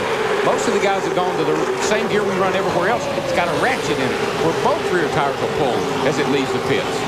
Now, we said Matt Kenseth, the 17 car, he's our leader, almost identical to the situation 50-something laps ago. He's right there kind of at the front of that second pack. Going to be very critical once again for him to get the pit road, get those 4 tires, and get back with that group again. We often see this with the Jack Roush team. There are the 4 Roush cars, and usually one of them is picked to be the fuel mileage, I won't say rabbit, how about tortoise? The car that's going to stay out the longest. Today, that setup's under Matt Kenseth. He has stretched the fuel mileage on both of the first 2 green flag runs. Now watch Steve Hart and Tony Stewart. The yellow car is parked. Hold back. Hold there now. That wasn't close. That was touching. Yeah. I just got to say that that's just, you can't see out that right side of the car. The spotter didn't do a real good job for him of telling him somebody was there. The spotters are high on the press box roof, or near the press box roof, in the trioval, in the center of the trioval racetrack. There they are. So sometimes the cars are a mile away from the spotters. A lot of them use binoculars. I mean, I've been on that spotter stand, and where it gets real critical is down that backstretch. You can't take your eyes off that car at all. Matt Yoakum. Larry, when you talk about the spotters, the 24 car has Pepsi colors today. The blue is very close, the same blue used on Jimmy Johnson's Lowe Chevrolet. So spotter Ron Thiel had Robbie Loomis add some neon green tape all over that 24 car because the numbers on the roof are very close to the same color as Johnson's. They added neon tape on the spoiler, the front valence, also on even the pull tabs on the tearaways on the windshield, just so Ron can see that car a little easier as it's on the backstretch. Yeah, the perspective of these cars coming toward you or going away from you is very difficult to tell when somebody's moving around. Guys, let's talk about the 17 Matt Kenseth. He's leading the race. We just completed 112. That's the same distance he traveled earlier. It was on 56. But what I don't like, Daryl, he's in the middle of that pack. Oh, it's going to be hard to get to pit road. There you see him hunting the bottom of the racetrack. I'd say he'll be on pit road this time. He will, and he told the 99 team to let him out, let him down on the inside. He's going in. big hand wave to alert the drivers behind him. And he knew he had to lose as little time as possible getting to the bottom, because every little bit of time he loses will be critical right there. But, Larry, by the same token, he's got to slow down earlier to get to the bottom. And look at all these cars that are going by him, where if he had been up there with everybody else, he could have drove 170 mile an hour at the end of pit road. Right there. That's where pit road starts. Pit road speed limit starts right there. And again, you mentioned it earlier, he's the only one on pit road. All eyes are watching him. Tear off on the windshield. Long time there on the right front, it appeared. Kenseth gave up the lead to his teammate, Mark Martin, who is now leading. The field's halfway down the backstretch right now. They're completing the left side tires. He's gone now. Going to be real critical. You get up to speed. Got to maintain 55 miles an hour. You don't want to get caught speeding and be back with that pack. They're in the middle of 3 and 4 right now. Yeah, that speed limit's what kills them. It just takes so long to come from the far end of the pit road all the way down through there. And that pit stop was about 3 seconds too long. We're about to see the effect of that. Well, he's got to top it. I mean, he's got to take 2 full cans of fuel. So, I mean, he can't just get a half a can of the second, half of the second one and go. They had a little trouble on the right front, and here comes the 4 o'clock express. He's in turn 2. This pack's coming, and I mean, they are coming in a hurry. They're coming into turn 2 right now. But there's enough of them, he'll be able to blend in somewhere. The last time he did this, 6 cars went by, and he was able to get into line in 7th. Let's see what happens here. I don't believe there's a hole in 7th right now. Well, but there's no room for him. He's going to get cars to help him, because there's not enough room for all of them to go by at once. All right, there's his teammate, Mark Martin, right there, the 6th car. If he can get down there, but I believe Mark's just got too much momentum. He's going to have to go by on the high side right there. There's just not a hole to get into like there was earlier. John Andretti dips underneath because Kenseth is still not up to full speed. It takes over a lap to get up to speed. And he pays the price. He pays the price that time. Matt Kenseth crosses the line in 25th position. 114 caution-free laps in the Aaron's 499 on Fox, presented by Pepsi. You go to the races, you watch them on TV. Still got the itch for more? Try fantasy racing at NASCAR.com. Just log on to America Online, enter keyword NASCAR, or visit NASCAR.com. That's where fans like you can scratch that itch. You build your team, you go racing, you take no prisoners. Fantasy racing at NASCAR.com. Where else you gonna get this stuff? The all-new NASCAR.com. America Online, keyword NASCAR. Moolah, greenbacks, cold hard cash. Whatever you call it, Chevy's rolling great offers your way. Move into spring with 2502 cash back or 0% APR financing on a new Chevy Cavalier and S10. That's 2502 cash back or 0% APR financing. So stop in, visit, come on through, whatever you call it. Get into your Southern Chevy dealer. Get tamales and a taco when I eat them both up, or I can add an enchilada to make it even better, or maybe a relleno, or soft taco, or burrito. I pick anything I want, I can eat it all together. Don Pablo, I pick 2 or I pick 3 delicious combos. 'Cause it's really up to me at Don Pablo. I pick 2 or I pick 3 delicious combos. They pick a combo just for me. You say they make it just for me? Starting at $6.99. We've always gone our own way in the South. How we drive, where we drive, what we drive. The kind of cars, the kind of trucks. Like this Dodge Ram Quad Cab. The only full-size pickup with 4 real doors and a full-size bed. Plus the biggest brakes and wheels in its class. You'll find it down the road a piece at Truckville, your New South Dodge dealer. Grab Dodge's Powertrain Pledge, plus cash allowance or low financing. Ford, GM, and Toyota don't match this. I'm Kelly Ring, and you're watching NASCAR on Fox 13. Really serious about fantasy racing? Then log on to America Online and go to NASCAR.com. Where else? The all-new NASCAR.com. America Online, keyword NASCAR.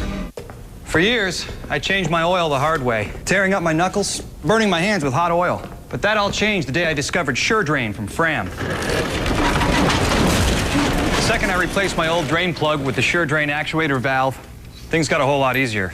Now all I do is twist on the drain hose and let gravity do the rest. I'll never change my oil the hard way again. The revolutionary Sure Drain from Fram. The caution is out for the first time today at Talladega. Debris in turn 4 has put us under the yellow. All the teams had just made green flag pit stops. They all came right back in again. I don't think there was any. I think they just wanted a break. I think the drivers all told them on that pit stop, we need a break out here.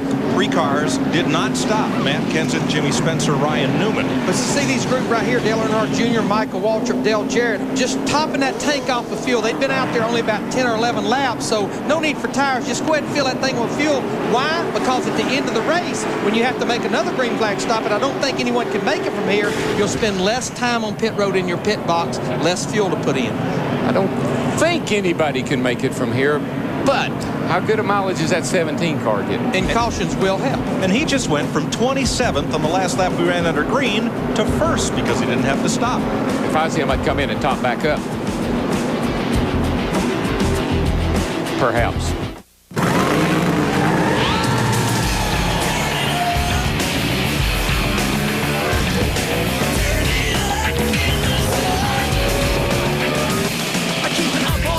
Keeping up all day, keeping up all the time. Are you ready to play?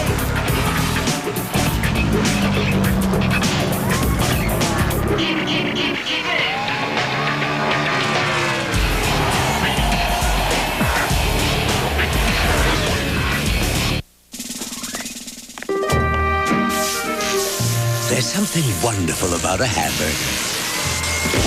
It's one of the few things that brings so much joy. Made fresh, hot off the grill, all juicy and delicious with fresh toppings so it tastes great. It lifts your spirits and makes everything okay. That's the kind of hamburger we make. Wendy's Classic Double with cheese. It's better here. And now Wendy's pickup window is open late so you can eat great even late. I need a car.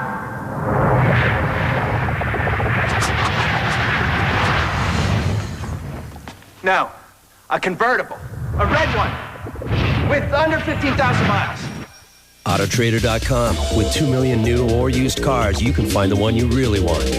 And with millions of shoppers, you can sell the one you already have. It's the ultimate automotive classified site. Autotrader.com. Your car is waiting. Pizza!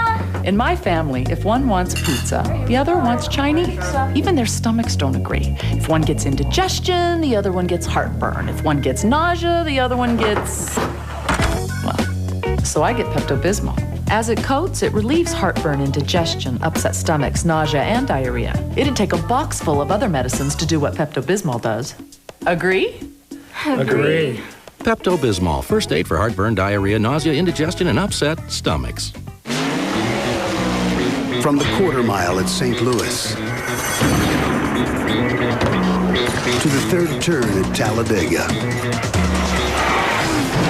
to the pits of Laguna Seca. Wherever innovation is the margin between win and lose, the pros reach for the same tools you do. Craftsman, the official tools of CART, NHRA, and NASCAR.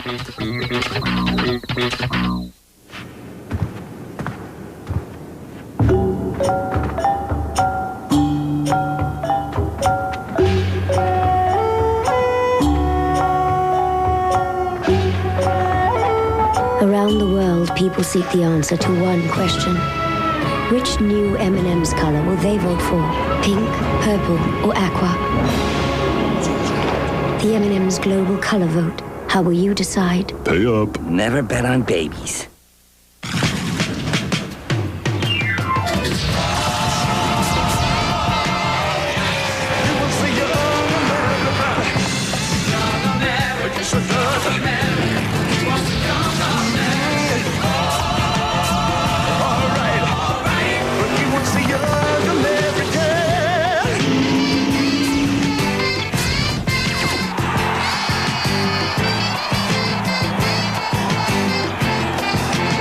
Of those young faces lead this field with 70 laps to go. Matt Kenseth, Ryan Newman, and Dale Earnhardt Jr.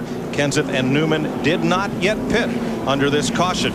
Yesterday, Top 5 finishers from yesterday's Busch Grand National race brought to you by Old Spice. Jason Keller picked up his second win of the year in search of his first championship.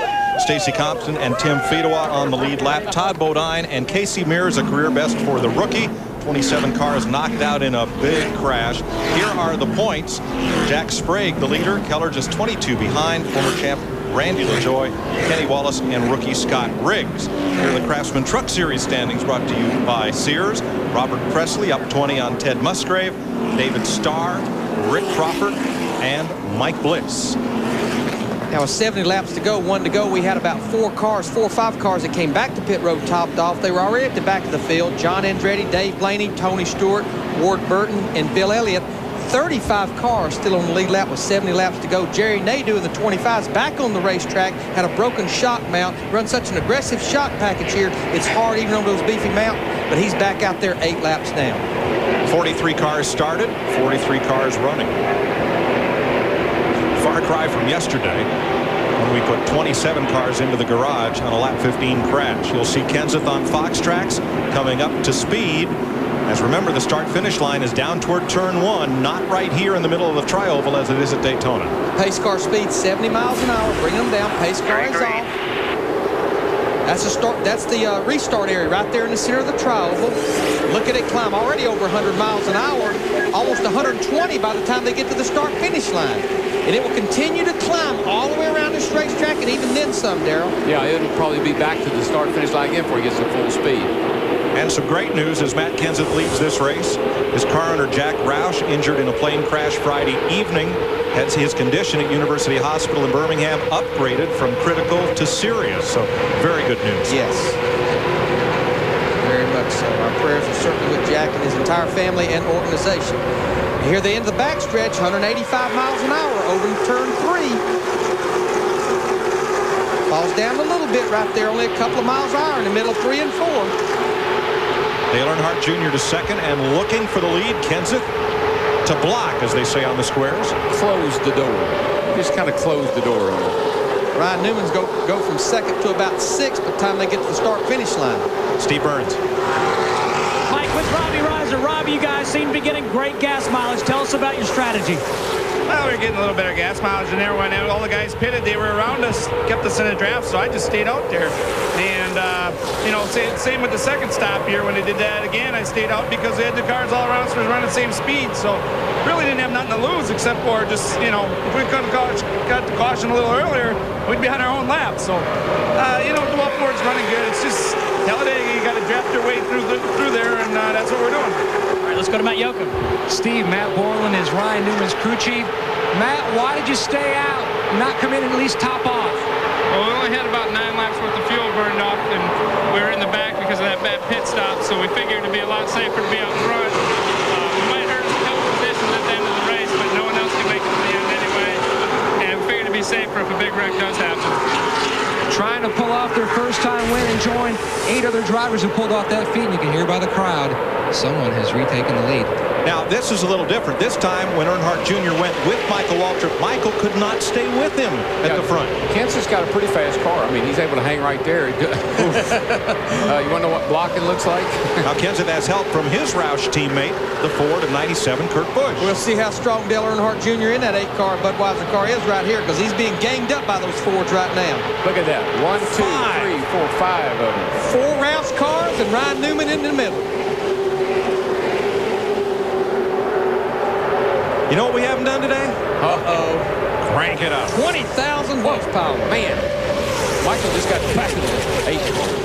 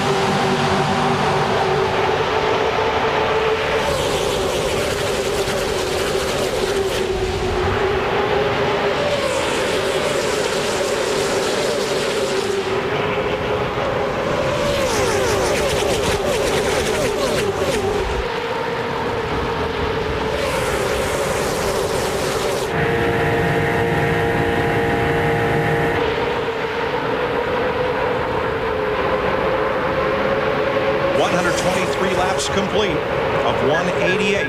65 to go. 35 cars still on the lead lap. And just 3 seconds apart from the first to the 35th. You thought I was going to pull that trivia question on you, didn't you? Yeah, sure. Well, as all the spotters are telling their drivers, be patient. It will be coming. But Darrell, I've been holding my breath all day, but it's after these restarts. They're bunched back up, fresh tires, adjustments. That's when you really hold your breath for a few laps. And you just heard the crew chief on the 12 say, even this far into the race, they're still anticipating the big one. 4 wide. And it won't be too long now, Larry, until some of these guys have been kind of cooling it at the back, like Tony Stewart and a few of them. They're going to start trying to get up near the front. As you can see, things have picked up near the front. Mikey, he's flirting with that out-of-bounds line down there, down the backstretch. 4 wide, going into turn 3. Business is picking up, boys. Business is picking up. He had to fall back in behind Kurt Busch. It's wide enough, but it won't work getting into turn 3. And you get so frustrated because Mike knows he's got a fast car, but look where he is. How about it, Dick? Well, Kurt Busch is also frustrated. I'm listening to him on the radio, and he is very annoyed that people don't want to seem to run with him. Jimmy Fennig just came on the radio and said, Kurt, you've got no friends out there, and you can hear it in their voices. They desperately want partners, but they're not getting them this afternoon. And listen, guys, it's not like you can orchestrate these things. You can't set things up. You go with the guys that's with you, whoever's around you. Well, that's your partner at the time because it's going to change. I mean, 10 years ago, 8 or 9 cars in the lead draft, you could do it. Look at this pack out here. How do you orchestrate a partner or a friend? I wouldn't even want to be looking for somebody to run with. But also, Darrell, this is only Kurt Busch's 3rd restrictor plate race ever. Is this where that experience comes in? Is you want to go with the people you know? I think so, because they don't, the kid, he doesn't have enough experience to know what to do all the time. Might know what to do to get to the front, but does he know what to do all the time? No disrespect to him. He's a great talent. We see him win races. But this is chess at its highest level. And now, a rookie leads this race. 8 drivers have scored their first victory here.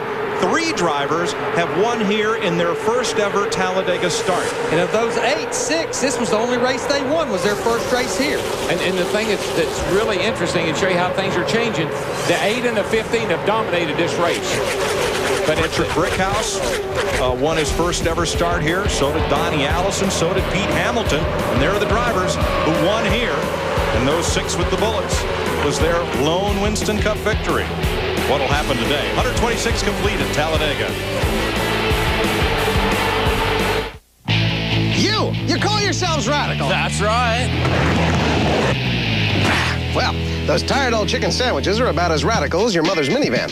You need to try a new KFC Blazing Buffalo Twister. It's got 2 blazing crispy strips, buffalo sauce, ranch dressing, 3 kinds of cheese, all wrapped up in a warm tortilla. Chow down. For a limited time, KFC's got the new freshly made Blazing Buffalo Twister. Buy one now and get a free medium Pepsi. Also available in crispy Twister. Not without a helmet, son. There's fast food, and then there's KFC.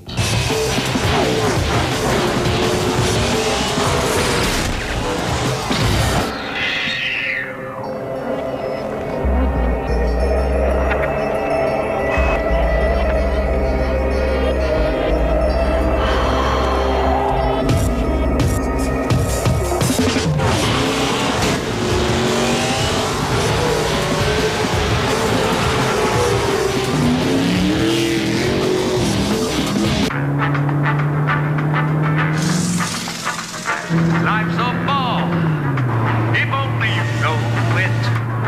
And it's all just waiting for you. Introducing Cool Contact Towels from Old Spice. Cool down anytime, anywhere. There's such a lot of living, such a lot of living, such a lot of living to do. Cool Contact. Splash one on. Now making a collect call can make you a winner. Use 1-800-CALL-ATT for collect calls, and you can win a trip for 2 to a NASCAR race. Just accelerate down the center with 1-800-CALLATT. 20 lucky participants can be matched with starting positions in a Winston. If your driver finishes in the top 3, you're going to win a trip for 2 to a NASCAR race of your choice. And every collect call you make with 1-800-CALL-ATT is another chance to become a winner. Cheater! Excuse me, ma'am. Can I have a moment of your time? True or false? I enjoy frosting in the morning. True. Raise the roof. Try to remain professional, sweets. True or false, sir? A nutritionally sound cereal is important to me. True. Bravo.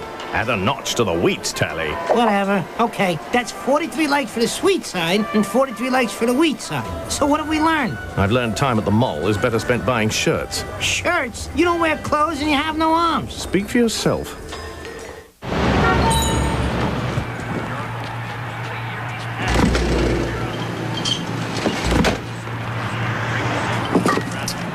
Can I see some ID, please?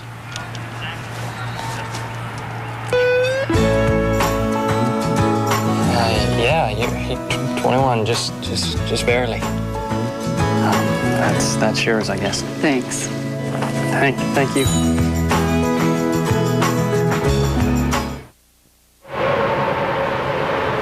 Mark Martin's Ford leads the Chevys of Dale Earnhardt Jr. and Kenny Wallace, the Ford of Ryan Newman, Jeff Gordon's Chevrolet, and 6 Fords behind them.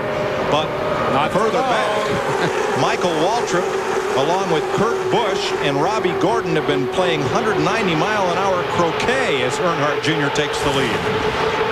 Can you spell composure? Because the guy in that blue car right there is just about to lose his. That would be the blue 15. I wasn't going to say which one. I can. You can. I mean, he's not doing his car any favor. He's beating up the sides. He's beating his car all up, and he's just falling back, and I think his frustration is setting in.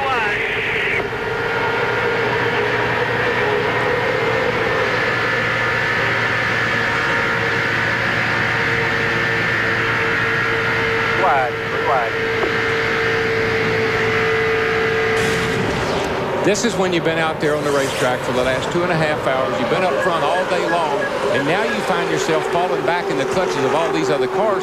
Now's when you got to think. Now's when you got to figure out, how am I going to get back to the front? Because you know he's got a fast enough car to do it. Darrell, have you ever seen where maybe after a caution, sometimes a driver will somewhat lose his focus a little bit after running 100-something laps without a caution, and you have a caution, things change? I have, Larry. It's happened to me. I've always, thought, well, gosh, we've done so well, I think I'll take a little breather here, and you see what happens. Michael Waltrip has fallen back to 26th. And he and Dale Jr. have led this race from the get-go up until this caution flag came out. Now it's Jr. and Michael Waltrip's other car, the one driven by Kenny Wallace, on a one-race wonder kind of ride. Now, if Michael was talking right now, he'd tell you that's a dream right there. Now, a dream machine. Here's a fella looking for his first Winston Cup win on a track that has rewarded 8 first-time winners. And I believe Kenny Wallace could have won this race last year, or 2 years ago now, but he helped Dale Earnhardt win the race. He stayed with Dale. He came in second, but he helped Dale win the race. And Michael Waltrip's Busch crew is looking after this car and doing the pit stops on pit road for it. Kenny said he helped Earnhardt win that race because Earnhardt helped him get all the way from the back to the front. It was the race where he did that. Just started 17th, and in 5 laps was leading the race, and Kenny helped him all the way to the front. Up through the middle. Right through the middle. 55 laps to go. Here's our Subway race summary. 9 leaders, 24 lead changes. 186 miles an hour, the average green flag lap. Still 35 cars on the lead lap, none in the garage, and only 1 caution, that for debris. It lasted 4 laps.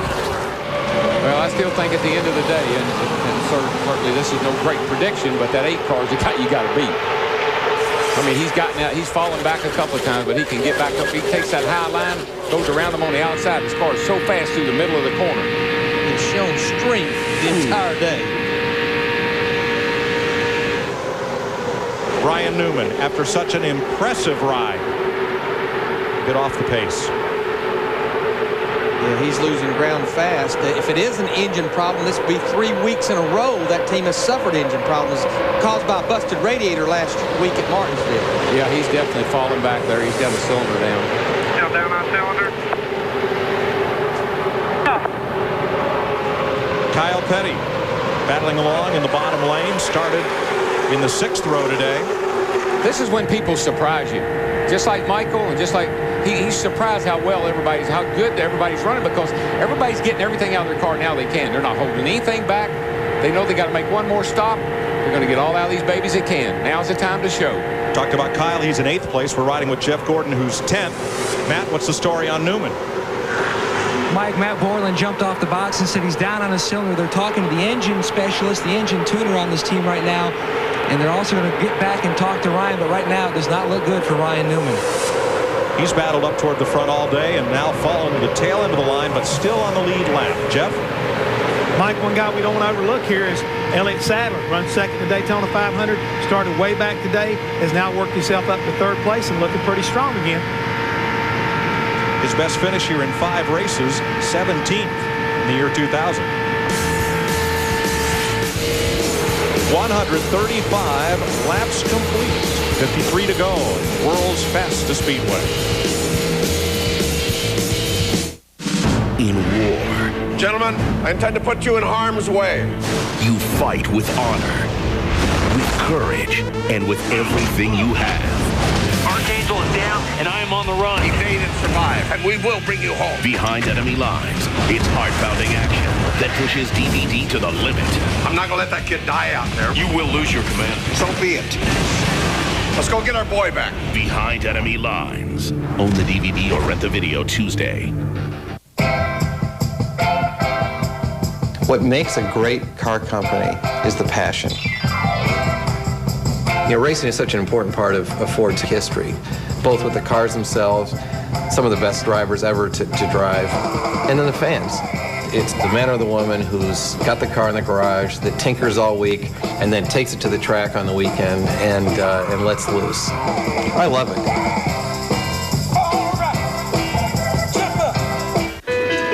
There's no sitting around here. Sometimes I walk, sometimes I stroll, sometimes I run, and sometimes I even dance. New Dr. Scholl's massaging gel insoles help keep you going all day. With the softest gel you can buy, you get up to 2 times more cushioning and shock absorption than other gel insoles. Dr. Scholl's new massaging gel insoles. Look, feel, do better. Why spend a little more for a John Deere lawn tractor? The same reason you spend a little more time working on your yard. Because at the end of the day, it's worth it. The award-winning John Deere LT Series. Welded frames for durability, professional cut quality, exceptional versatility, and the support of thousands of knowledgeable John Deere professionals nationwide. The John Deere LT Series. Nothing runs like a Deere. Whoa, Carrie Earnhardt. Woo! Nice ride, Carrie. Yeah, she gets me around. How about let me take her for a spin? That ain't gonna happen. Give you $1. Show me what you got. You letting them drive this car for $1? Man, $1 buys a lot with 10, 220. All calls up to 20 minutes are 99 cents and 7 cents a minute after that. Hey, man, be careful. I'll be careful as soon as you help me put this wheel. Dial 1010-220. The Aaron's $4.99, presented by Pepsi on Fox, is brought to you by Rocky Mountain Cold Coors Light. Are you ready for a cold one? By new Lotramin Ultra, the only once-a-day cure for athlete's foot. By Subway, fresh-made sandwiches on fresh baked bread. Subway, eat fresh. And by John Deere, nothing runs like a Deere. Dale Earnhardt Jr., who's won 2 of the last 3 NASCAR restricted plate races. That's Daytona and Talladega. And Kenny Wallace, who had one of his 3 career second-place finishes here, is in second place. Elliott Sadler, the Daytona 500 runner-up, is third. Kurt Busch, Jeff Burton, the top 5. Sterling Marlin in that 40 car dipping down to the low side, seeing if anybody would come with him. Right now, he's pretty much down there by himself. Look at the interval on the Fox track.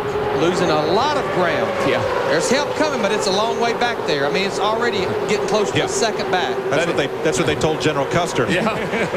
That ain't help. That's relief. He's got a little relief when he gets back. Let's just watch the Fox tracks, though. Once this group gets to him, let's see if the interval starts to shrink. It's up to 1.2 seconds. But see, he's a setting duck, Larry, so, you know, cars are going by him left and right. He lost his momentum. Yeah, they're splitting him right now. He's caught in the middle. A little bit of help from Bobby Labonte coming, but... Whoa, boys. Easy now. That wasn't the kind of help you need. These cars, maybe they're not as big as they look. Maybe when you're out there, they're not as big as they look from up here. They just fit in places. Michael Waltrip's finally gone up to the high side, but Robbie Gordon and Ricky Craven touch.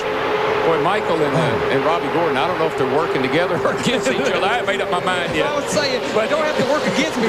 You don't have to work with me, just don't work against me. That's right. Well, fellas, guess what else we haven't done today? Cranked it up, so this must be it. Radio Shack Trivia. We talked about the 3 drivers, Richard Brickhouse, Pete Hamilton, Donnie Allison, who won here in their first start. But who started the most Talladega Winston Cup races before getting his first win here?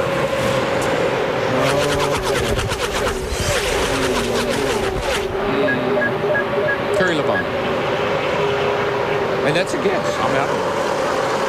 All right, let's go to the Hollywood Hotel. They've got the books. They've been looking it up. No notes. No, it is Sterling Marlin here. This is just research from the week ahead. That's all. Oh, yeah. Can't believe it. How about that? Chris Myers is right on the money, guys. It's an upset. What's happening in this world? I'm impressed. How about this, guys? Look where Dale Jr.'s got this bunch running now. He just leads them wherever he wants them to go.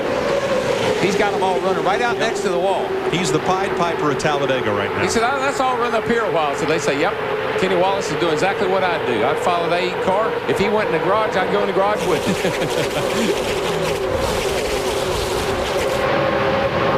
That's a little too high for him. I don't know if it's because his car won't run or what the deal is up there, but it's just a little bit too high. All right, that's Ty North, Dale Earnhardt Jr. spotter, telling Dale Earnhardt Jr. Kenny Wallace's car, the 98, don't want to run that high. It don't drive good. Never see Ryan Newman in the 12 car going to the garage. In the last 3 races, he has went from 2nd to 17th in points with these engine failures. He'll go deep in points today. He is the first car out of the race. He's led three races. That's the way we used to run this joint here now. The way they're running it now is the way we used to run it. Of course, we was running a lot faster. We'd be running 195 mile an hour, and you had to go all the way up there just to keep. You watched the car up there, but these guys are driving them up there today. Pretty much the top 15 cars are single file. They're running that high line still. I'm sure Dale Jr. thinks this is, knowing him the way I do, he said, this is really cool. No matter where I go, they all go with me. It's a great problem to have. Oh, yes, it is. And as you can see, it's getting everybody kind of single file. Everybody's trying to get up there. We've only had 1 caution flag, and that for debris. No contact to cause a caution. Dale Earnhardt Jr. has been in front for the majority of this race, but there are still 45 laps to go in Talladega. Rent-A-Center makes it easy to get the good stuff. Take the delivery guys. In most cases, they deliver whatever you want. TVs, appliances, furniture, computers, the same day.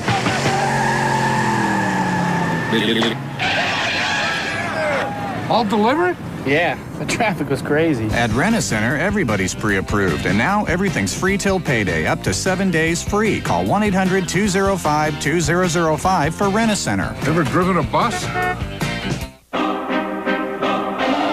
You know what you never see in car commercials? Real cars. Cars that have been around the block a few times. The kinds of cars that need new Castrol GTX high mileage.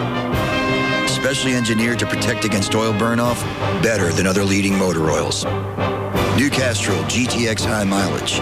It helps older cars feel young again. Lauren? Joe. Sorry I'm late, but Rusty Wallace was in the post-race report. There's 2 things I love. It's Rusty Wallace and Rusty Wallace. Rusty?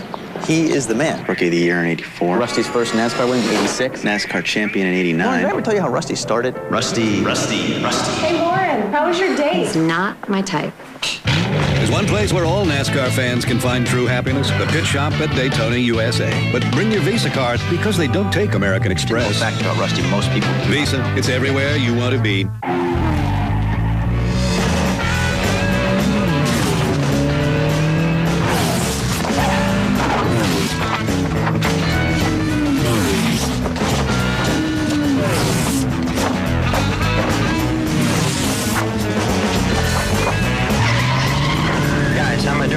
Looking good, Jim.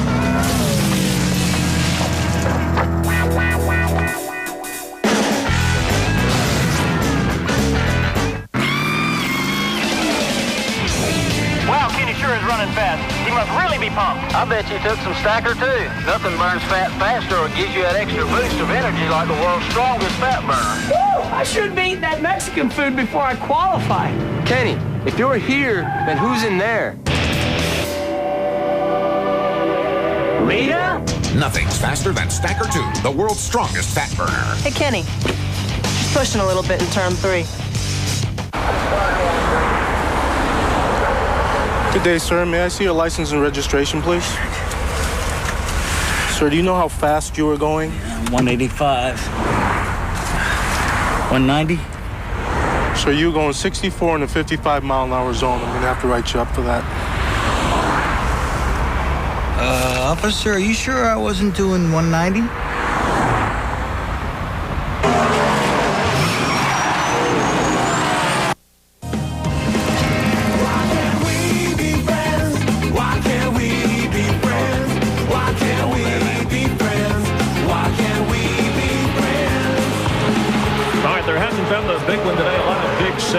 Jeff Hammond, which friend can you count on now with about 41 laps remaining and Dale Earnhardt Jr. in the lead? You got to be kidding me, Chris. Here at Talladega, especially at this point in the race, there is no such thing as friends. You're going to do what you have to do to stay out front and use whoever you can use. And one more pit stop involved in strategy. You're guessing, depending upon the driver, within about 18, 15 miles to go, 15 laps, we should say, in that range. I'm really looking right now for guys that start coming in between lap 170 175. Probably going to be one can of gas and who can get off pit road.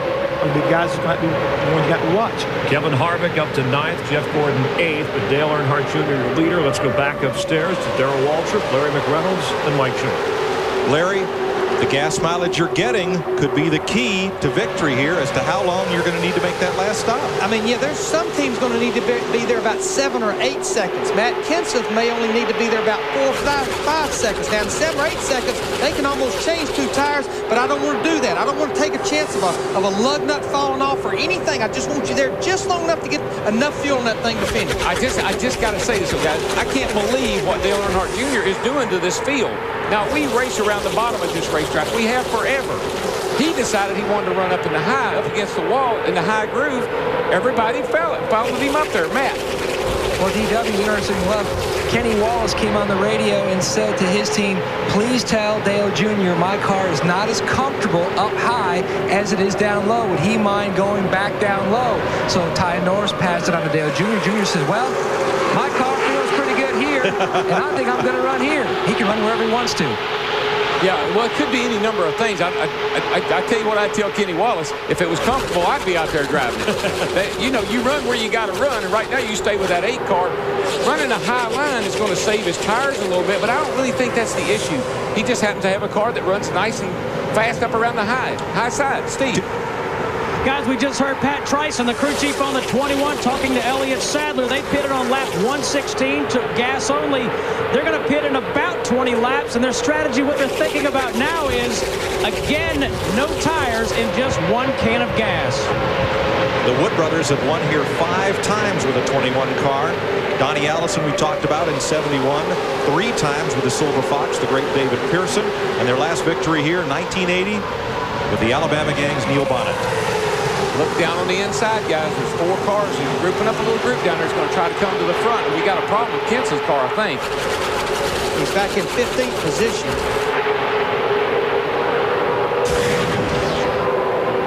Watch the hood on this car. Oh, yeah. See, that's that turbulence and the wind buffing around on it. The bolt has come out. There's a bolt right there, and it's come out of the hood.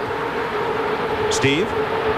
Yeah, Mike, we've heard Sterling Marlin talking to his crew chief, Lee McCall, and Tony Glover, and he's been screaming, saying, get NASCAR to talk to the 17. That hood's going to come flying off, and he's been saying it for the last 5 laps. Well, the good thing, Steve, is it's the hinge at the back of the hood and not one of the pins at the front of the hood that's gone. And as long as the vibration don't shake the pins out, but normally for the race, the teams actually tape the hood pins in, so it still has 4 hood pins plus the boat on the right side.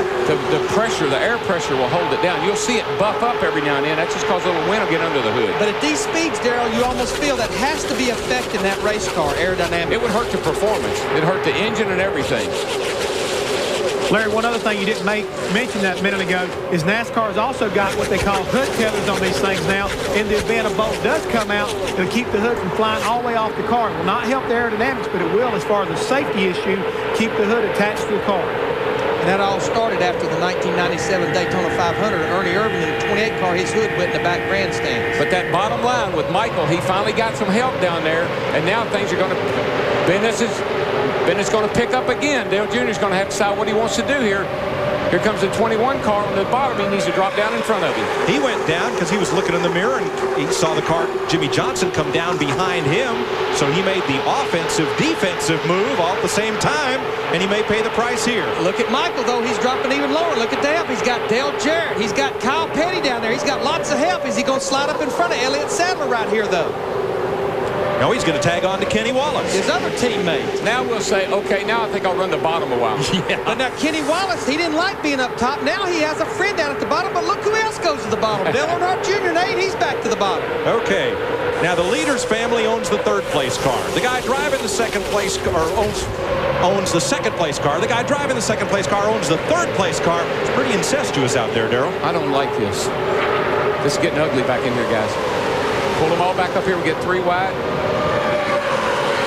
And as far as the cars go, Mike, and who owns what, I don't think anybody remembers until the day's over with. Not this late in the race. They count the change when it's all over with. That's how they know. They're still 3 and 4 wide back here. Well, every time I've seen Hut Strickland in that 23, he's right in the middle of something.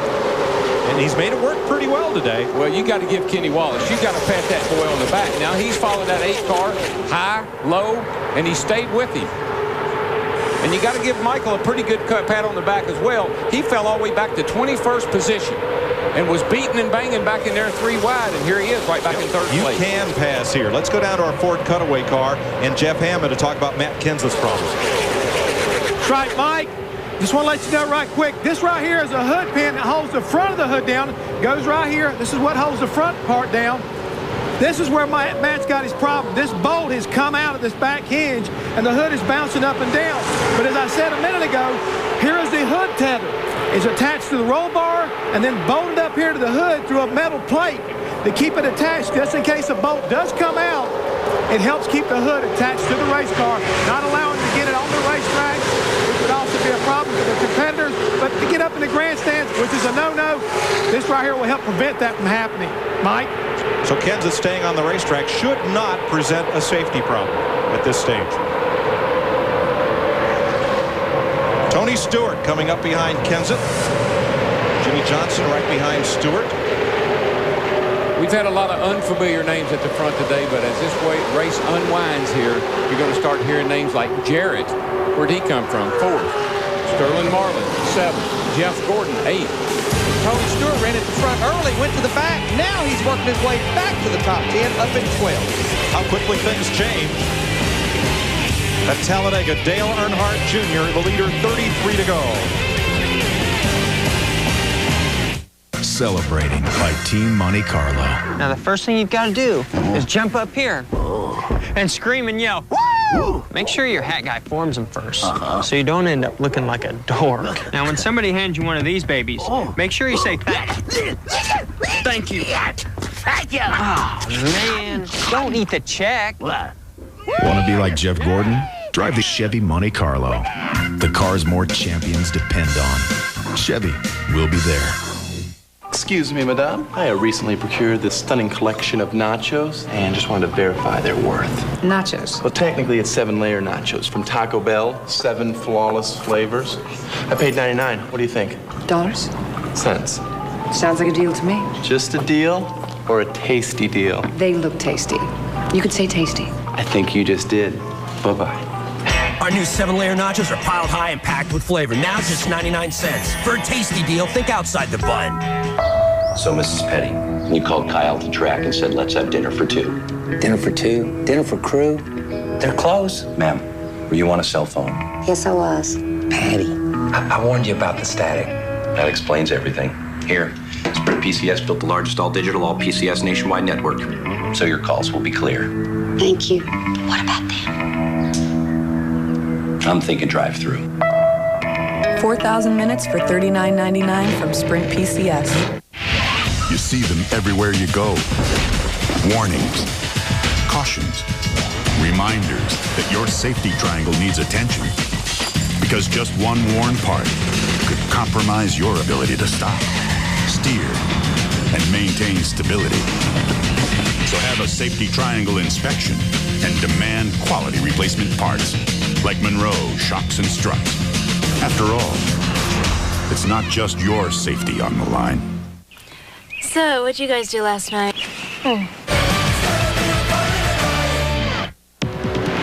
Thinking about trying Viagra?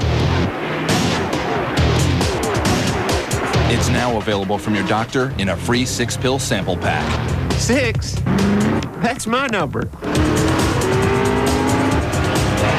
So get in the driver's seat and ask about the free Viagra sample pack.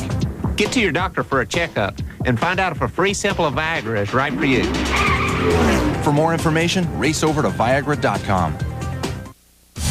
The Errands 499, presented by Pepsi on Fox, is brought to you by Team Monte Carlo. The cars more champions depend on. Chevy will be there.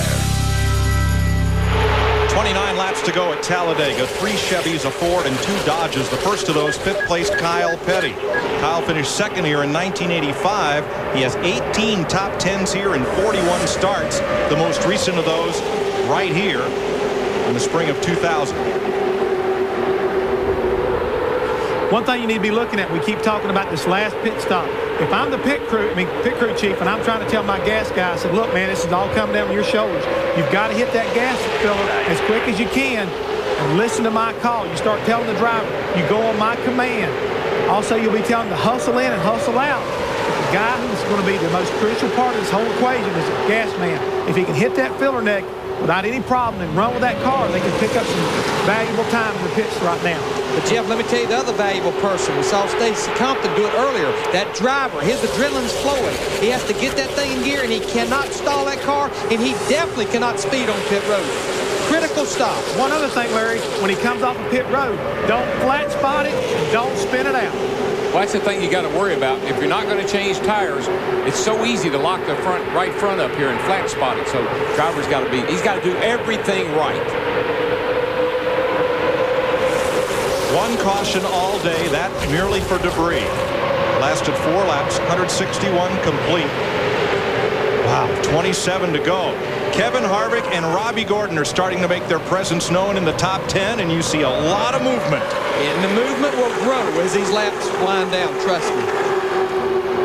Now's when you take off the gloves, boys. Now's when you go for it. Dale Jarrett, that UPS car, got Kyle Petty in the sprint car behind him starting to work that high side. This is a battle for third right here beside Michael Waltrip in the 15 car. I take that back. Now's when you pull those gloves up over your elbows.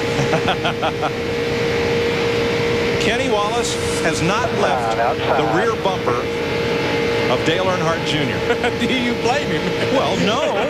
But he has been who is that lurking on the outside there? That outside line we saw Dale Earnhardt Jr. making it work. And here's a battle for the lead down the backstretch. If I was Dale Jr., I wouldn't want that to happen to me. And look at the swarm behind him. This is the first serious challenge Earnhardt Jr.'s had in quite a while.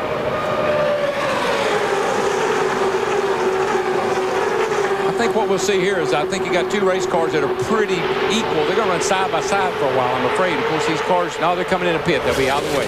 They wanted to get out of the way. Man, that's the best place for them. I saw trouble there. Frank Kimmel and Jerry Nadeau. How about Dale Jarrett? Started 41st. Here he is in the lead. Well, we saw that at Daytona. You know, those guys in the Fords, they complained about their cars, and they raced pretty darn good. Uh-oh, Kyle caught up. The field accordion's back. Whoa, man. Trouble. Stewart in the wall. Here we go. Here we go. Robbie Gordon's in at the 33. Harvick is around. Here we go, guys. The big one. It's just a matter of time. At least 20 cars.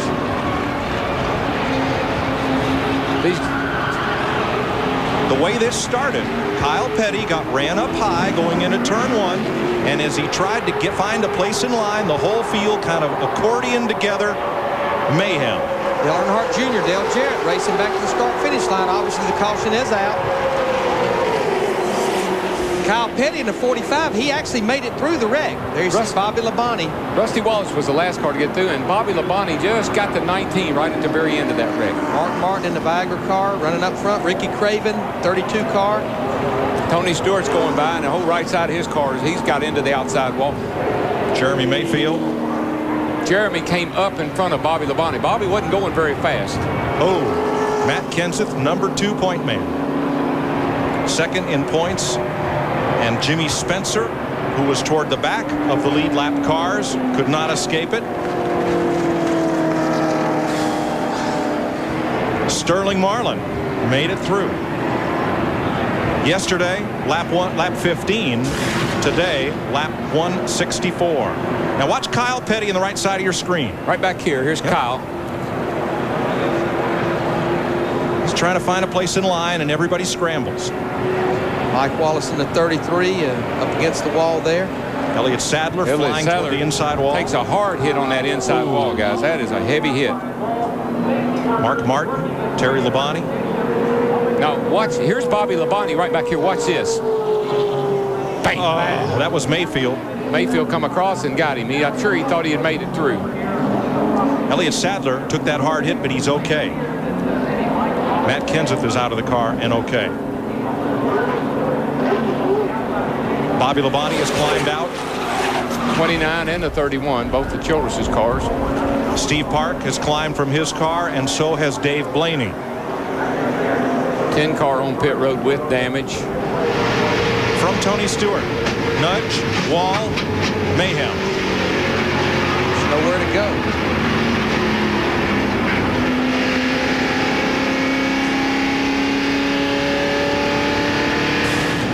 And the leaders will pit. Steve Burns. Kenny Wallace is in the 98. If this race had stayed green, they would have gone gas only, but they're afraid. Crew Chief Bobby Kennedy. Dale Jarrett's out of the pits. Crew Chief afraid they're going to run over something. 4 tires for him. Let's go to Matt. Steve, a 2-tire change for Dale Earnhardt Jr., and he will beat the 88 on pit road. They were also debating about going no tires on their last stop around lap 172 or so to Dick. Kurt Busch came in, he took outside tires. Meanwhile, up and down pit road, this place is just full of race cars that are all bent up. Steve Parker, the number 1, is getting service. Tony Stewart's car is bent up. His crew is working on it. Stewart, a lot of damage in the left front corner of the car. Several cars damaged beyond repair, but they're going to try to get as many of them back out as they possibly can. For the most part, the leaders, they took 2 tires and full of fuel, so that they're good to go from here. You know, the only thing you worry about, did they run over debris with those left side tires? A few of the leaders took 4, but for the most part, most of them just took 2 tires. And just like yesterday, Rusty Wallace got a little damage there where he got in the back of somebody, obviously. But just like yesterday, if you were in the front, it was safe. But anywhere else, and you were in big trouble. Darrell, let's have another look. Yeah, you see right here as they come off the corner, of course, this is the lead up here, the guys out front. Boy, watch that 21 car go out across there. And I mean, that thing is picking up speed. Bam! Right into the end of that wall. It's a good thing that was on the right side. He climbed out and walked to the ambulance. Elliott Sadler was okay. Robbie Gordon right in the midst of this. Man, look how quickly. You see how quickly that car turned? It just makes you dizzy watching it. Happens in a hurry. Someone caught him in the right rear, Darrell. I'm not sure who. Is this Mayfield?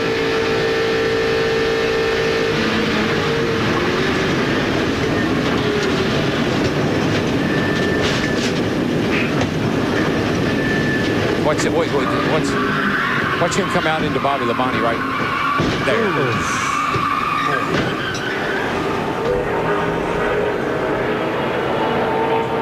It was Kevin Harvick tipped Robbie Gordon there in the middle of it.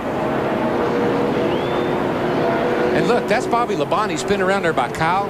I can't tell if he had hit anything. He gets it straightened up, and I'm sure he's thinking, man, I may have made a great save. Until then. Dick Burton. Robbie Gordon started on the outside of the front row, ran well all day. It looked like he was headed for at least a top 5 finish, maybe even a win. He's now behind the wall, car jacked up. What happened out there? I don't know what happened. Total disappointment for the singular team. You know, we had a really good car. I was riding along. Somebody clipped me from the back, so I don't know what happened. I was just holding my own line. So who knows? I don't know who did it, but that's just kind of been our luck all year. This team's really, really coming around. we just need some luck, and that's just hurting us. But, you know, I'm really proud of the guys. They did a good job all day. We kind of had a plan. We were just going to ride around in the back there and position ourselves for the end. Unfortunately, we weren't in the position where we could miss the big wreck. We're glad you're okay, Robbie. Johnny Benson getting some water and air from fire extinguishing foam there and powder. He was trying to limp around to the pits, and something in the left rear of the car caught fire. Darrell, that powder is designed to suck the oxygen out of that fire, and inhaling that is not good. No, it isn't. And, you know, we've got those coolers in the car that blows air into our helmets. If he got some of that sucked in that box and it blew it even inside of his helmet, that could be really bad. And a lot of times air for that box is in that left rear quarter window, so it was all going right through his box into his helmet, possibly. All three of Ray Evernham Dodges involved: Bill Elliott, Jeremy Mayfield, and Casey Atwood. There's the 5 car.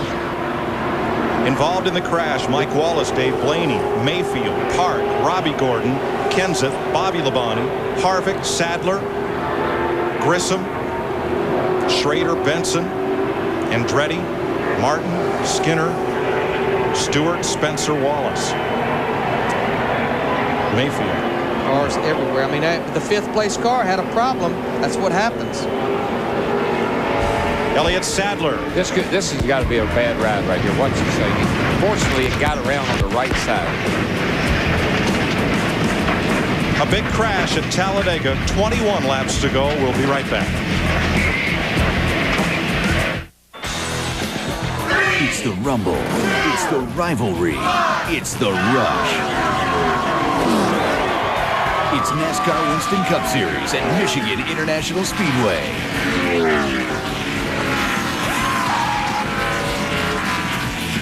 The rumble, the rivalry, the rush. It's NASCAR Winston Cup on Father's Day weekend, Michigan International Speedway.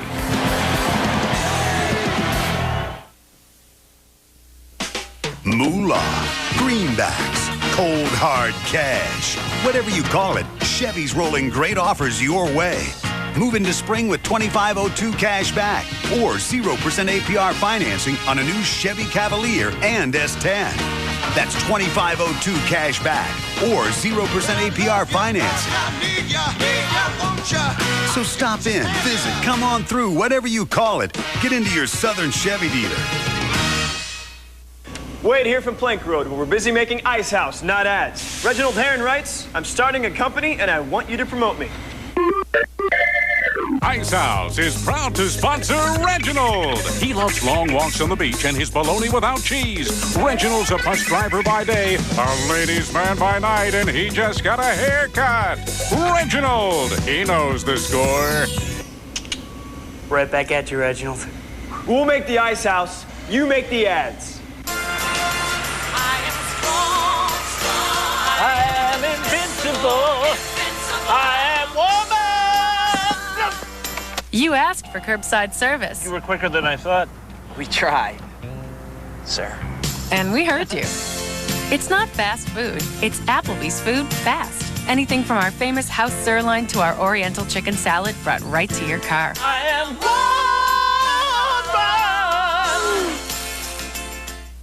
I'm Paul Delegato. You're watching NASCAR on Fox 13.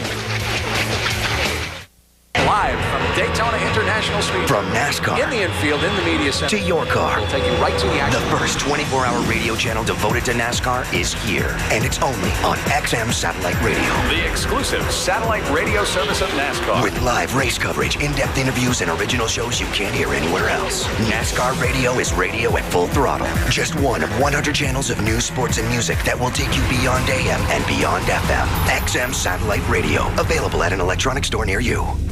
When you think of Italy, you think of things like the latest fashions. Want to go to Subway? But best of all, great tasting bread. Our new roasted garlic on Italian starts with classic Italian bread, and then we top it with roasted garlic and spices and bake it all together. Subway fresh. In most cases, Rent-A-Center delivers whatever you want the same day. Furniture, TVs, doggone remote, and everything's free till payday. Up to 7 days free. Call 1-800-205-2005 for Rent-A-Center. Hey, I like this stuff. At Talladega, we're under the second caution of the day. The first one merely for debris, and this was the big one. Johnny Benson is being treated by the emergency workers here. You can see Johnny, he's sitting up and he's okay, but he got some of that fire extinguisher powder apparently when that car caught fire at the left rear. And that's nasty stuff. You don't want to be inhaling that. Yeah, it was, I mean, it was a bad thing. They had to put the fire out, and he's still in the car. Steve Burns. Mike, Dave Blaney just come from the Infield Care Center. Dave, first of all, you okay? Yeah, I'm fine. Everybody, that's all I was. Man, I was too far back from it to even see how it started. I just, Benson's rear end went up in the air, and I hit it and just hung on. All right, thanks, Dave. Let's go to Dick Berggren. Well, Steve Park's crew is working on the nose of this car, and they have a great deal of work to do. They're trying to fabricate new fenders for the thing. They're going to have to change the radiator, an awful lot of work. This is the second wreck of the weekend for Park.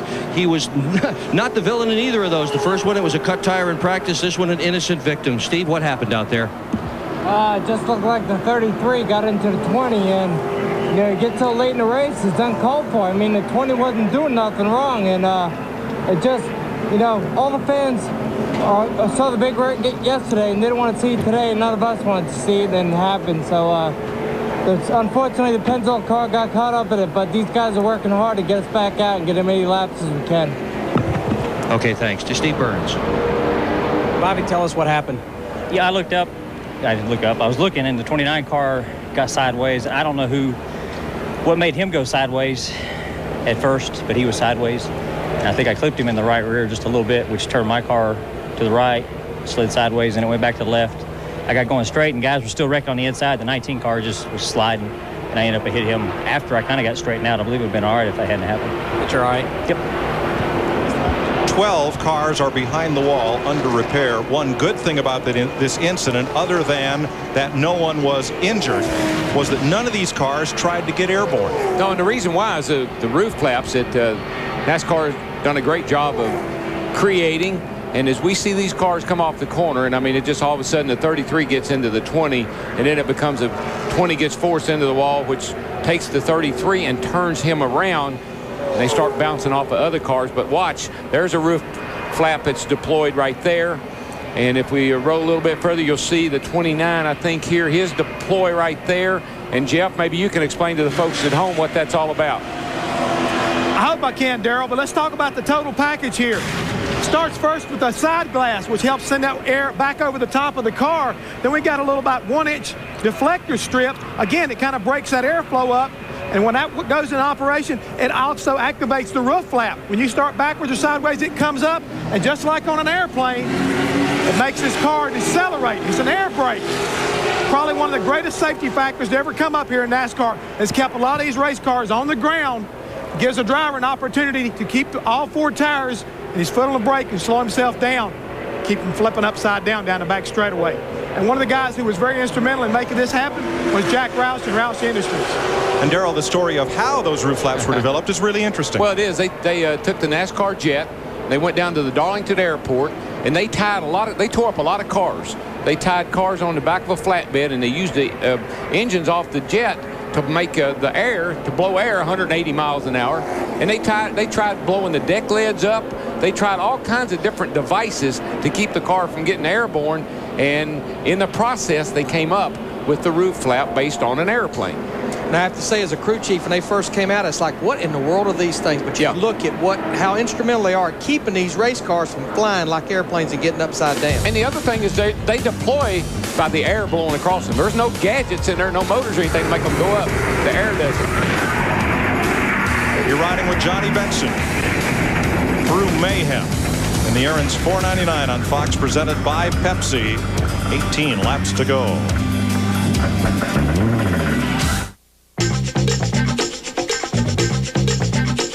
That was one of the coolest scenes I'd ever seen in a movie. From that point on, I was hooked. I'm a huge Mustang fan. A lot of people have accused me of having gasoline in my veins because of that. That's the kind of absolute soul that you can't fake. If I could have one car the rest of my life, I'd have a red Mustang convertible with a throaty V8 and a great sound system. To me, life doesn't get any better than that. If you can unlock the secrets of nature, you can find miracles. At DuPont, we've been finding them for 200 years now. Miracles that have taken us from cold to warm. From then to now, and on to a safer, healthier world. DuPont, the miracles of science. When you think of Italy, you think of things like cars that think they can fly. The latest fashions. You girls appreciate great taste. Want to go to Subway? Italy. That's where Subway came up with the idea for the new roasted garlic on Italian. Come on. Our new roasted garlic on Italian is delicious. We start with classic Italian bread, sprinkle roasted garlic, and select spices on top, and bake it all together. It's one of Subway's 2 new gourmet breads. Maybe in your next lifetime, guys. Subway, eat fresh. 1, 2, 3, 4. That's right, 4 rooms installed. Now, Dish Network is at Radio Shack, and getting 4 different programs and 4 different rooms is as easy as a $49.99 activation fee. For a limited time, get up to 4 receivers professionally installed in the first 3 months of the digital home plan free at Radio Shack. That's clear digital picture and CD quality sound in up to 4 rooms installed for only $49.99 from Dish Network. Now at Radio Shack. In Charlotte, there's a remarkable place where engineers, PhDs, metallurgists, and the best drivers in the world team up for one reason.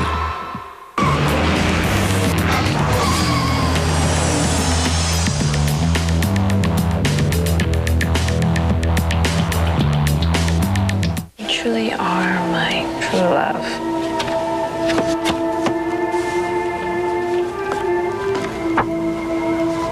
Our love shines like a beacon.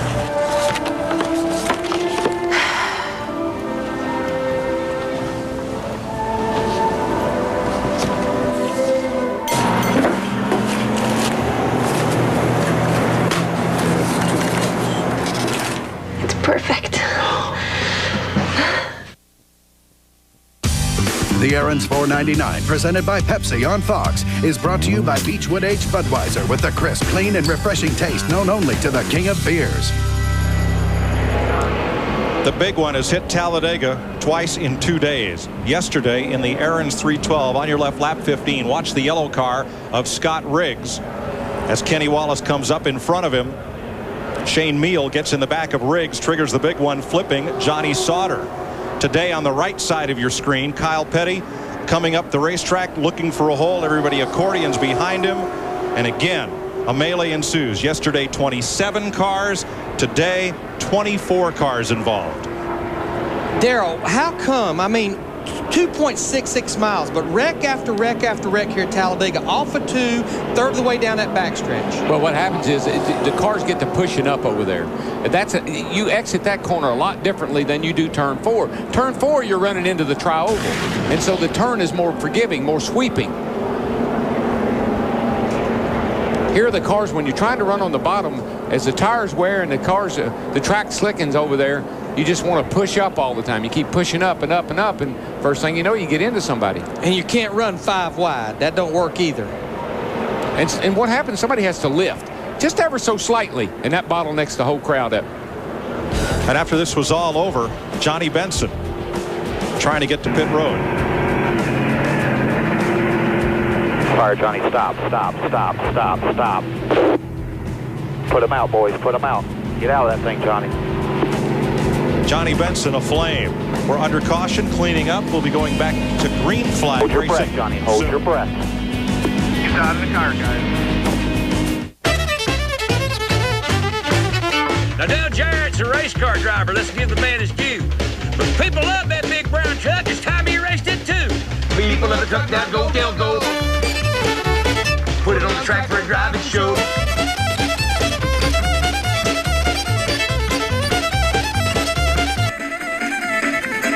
This is really getting out of hand. Race that truck, Dale. As my friend Sergio from Rio says. Excuse me, did you say Sergio? From Rio. Yes? Your darkish, lightish hair? About this high? Heavy set, thin guy? You know Sergio? Yes. Come join us!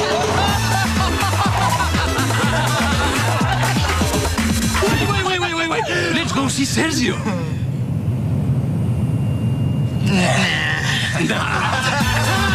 Smirnoff Ice, premium malt beverage. Drink responsibly. Hey, Ricky. Great win today. What was it that put you up front? Just a super race car all day long. This thing handled good. Fat Dr. Swain put a great chassis under us. Yates horsepower under the hood. Just a great car. What else worked for you today? Well, I tell you, right when we needed a great stop, these guys cranked out 12.5 seconds, put us out front, and gosh, after that, we didn't have to look back. Anything else off the top of your head? Well, let me think a minute. I can't think of anything. Give it your all. Give it Haviland. I know I'm forgetting something.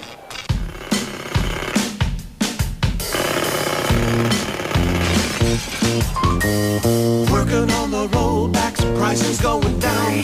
Working on the rollbacks, whoop, another goes down. Working on the rollbacks, prices going down. Working on the rollbacks, whoop, another goes down. Walmart rollbacks. Working hard to save you even more. Working, always. Working. You know, Italian-made suits are among the most fashionable. Of course, our prices have a way of making them look even better. The Men's Warehouse. You're gonna like the way you look. I guarantee it. Men think about women every 5.3 seconds. Men think about soap? Probably never, because they're all the same, except this one. New high-endurance deodorant soap made just for guys. Maybe now women will think about you every 5.3 seconds. New from Old Spice.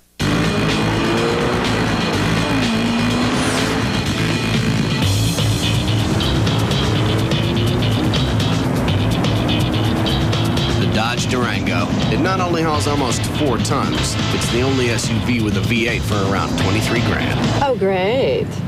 Stuck behind another one of these. Grab Dodge's 7100 powertrain pledge. Ford, GM, Toyota, and Honda don't match it. Welcome back live. 14 laps to go in Talladega. Dale Earnhardt Jr. leading Dale Jarrett. The Aaron's $4.99 on Fox, presented by Pepsi. Aaron's, you can buy, you can lease, and some guys might want to lease a car about now in the place known for having the big one. Unofficially, this is the biggest one in a Winston Cup race. 24 cars involved in this crash, 21 the previous mark on record in 1973. And in the Busch race yesterday, 27 cars involved. Jeff Hammond, let's talk about 3 factors here as to why this takes place. Restrictor plates, the aero package, and the drivers. Which is to blame? Chris, right now, this right here has been basically the culprit, they say, for a lot of this right here. But I don't buy that. Okay. At Darlington, we had 13 cars involved in the wreck there. It was unrestricted. All right. What about the aero package? The aero package, again, they've tried so many different combinations of aero packages, and still they have not been able to get away from the big one. It is this is nature of the beast. Talladega, it's always been this way. So can the drivers, I mean, they're put in a position here where they really, it's too many cars going too fast, 188 miles per hour, and not enough places to go. Closest to the competition, we talked about it earlier in the show. That's usually what gets you in trouble. It's usually driver induced. Somebody makes a mistake. It doesn't mean they did it deliberately, but it's the closest to the competition. All right, amazingly, again, no serious injuries. As we showed you, Johnny Benson treated for some heat, but doing much better, and for some problems with fire on his car. Let's go down now trackside with Dick Bergman. Jeremy Mayfield was one of those 24 drivers involved in the big one this afternoon at Talladega. The crew trying to get the car back together, get it back on the racetrack. Prefabricated radiator brackets all ready to go. They're welded back on again. This is an enormous effort, Jeremy. Why all this work when this race is almost over? Well, I mean, points are everything anymore, and it doesn't take much to get you down or up. So we're going to try hard to get back out there and get a few points back. And just hate it for the Dodge dealers, UAW Dodge today. I mean, it was good car all day. We just kind of got caught up in a mess there. But we'll be back next week, California. We're glad you're okay. To Mike Joy. Frank Kimmel was not in the big one, but he can gain 15 spots if he runs the rest of this race without losing another lap. Let's listen to Dale Earnhardt Jr.'s in-car radio here. I just want some points. Y'all want points? I want points. I want points. A lot of points come with that trophy. I want to win, but I ain't going to end up on my roof. This car means too much to me. Now, I won't read the list, but 20 cars were docked for pitting before the pit road was open and go to the tail end of the line. As we're getting set to go with 14, it'll be 13 laps to go when they come back. And what Dale Jr. is saying is he is not going to cut somebody off or block somebody if they get a run on him to win this race. This puts a real chill on the drivers. They've seen what happened. They're just thankful everybody walked away. And NASCAR's got a dilemma here, guys. There's 200,000 people here to watch this show today. Jimmy Johnson, the 48, he's laying back just a little bit. Just, again, they all trying to time it just right when they get this restart on the green flag. Earnhart Jr., the leader, 9th in the point standings. He has led the most laps, so that's a 10-point bonus. And listen, just because there's 20-some cars wrecked, the intensity is still going to be there. Trust me. Out of the race, John Andretti, Johnny Benson, Elliott Sadler, Bobby Labonte, and Mike Wallace from that crash. Other cars still under repair. Look how far out front Dale Jr. got. Holy smoly. But you know, of those 22 cars on the lead lap, realistically, only 13 don't have damage. I think, good, you know, the cars are good enough to get up there and bid for the win. Deja vu. Saturday's race all over again, but with a lot more cars in contention after the big one. Oh, I wouldn't even say that we're finished yet because, I mean, now we're going for the win, and we've only got a few laps. 12 to go when they come back to the line. And listen, jumping out front a big lead like that is not really a good thing because you're a sitting duck. They've kicked our pole sitter down to the bottom right there. He's going to go from about 3rd to about 7th here before they complete this first lap after the restart. Jeff Gordon right behind his protege Jimmy Johnson. They are 6th and 8th. Right now, Dale Jarrett wants to be right where he is, and he wants everybody to stay right where they are. If Michael would help Dale Jarrett, now that would be something. He might get by Dale Jr., but I don't think Michael would do that. Dale Jarrett sandwiched right between those two DEI cars, Dale Earnhardt Jr. and Michael Waltrip. Oh, here you go. Michael's going to get a run down under him. Now, who will Kurt Busch go with? You're still playing the low lines moving. He stays low. He's going with Michael. Well, Dale Jr.'s doing what I do. He's playing both sides of the street. He doesn't want to, you know, he wants somebody behind him he thinks he can beat. Dale Jarrett don't have a lot of help. Whoa, 99 below the yellow line. Long as he don't gain a position, Darrell, before getting to turn 1, looks like he got back up in line. He did, and the 97 really forced him down there, his teammate. And he lost some momentum trying to do that. Looks like he's hung on the bottom right here. Brett Bodine in that 11 car down to the bottom right here. This is a good run for him. He's running 10th right now. Boy, I can't believe the way Dale Jr. can shoot out there. Look how far out front he got. Chevrolet has not won a race this season, the longest winless streak to start the season since 1992 when Ford won the first 9 races. Here comes our pole setter right down on the bottom underneath Michael.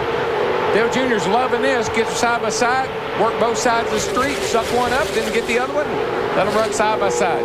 Jimmy Johnson, he's got the help of Kurt Busch in that 97. Sterling Marlin, he's trying to push Michael Waltrip into 15. 10 to go this time. They have the momentum here. It's got the 15 and the 40 in it. Do you need a friend here, Darrell, or is it every man for himself? Oh, yeah. Well, if you're out front, you just want to get somebody behind you that'll work with you. I believe that 15 car would be my choice. Mark Martin's car rolling to a halt on the back straightaway. He had come out from the garage with a lot of damage. Oh, boy, they're still tight coming off that second turn. Jeff Gordon in the 24 car, he's down there at the bottom. He's got a little help from Brett Bodine in the 11.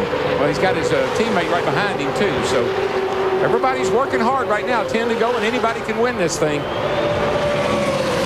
Robbie Gordon down on the apron. Again, damaged in that big crash. Dale Earnhardt Jr., his teammate Michael Waltrip, ducks to the inside as they come off turn 4. This will be 9 to go. Dale Jr.'s just in the driver's seat. I mean, he can go where he wants to, and it affects the cars behind him. He can suck one guy up. Then he moves over and sucks another guy up.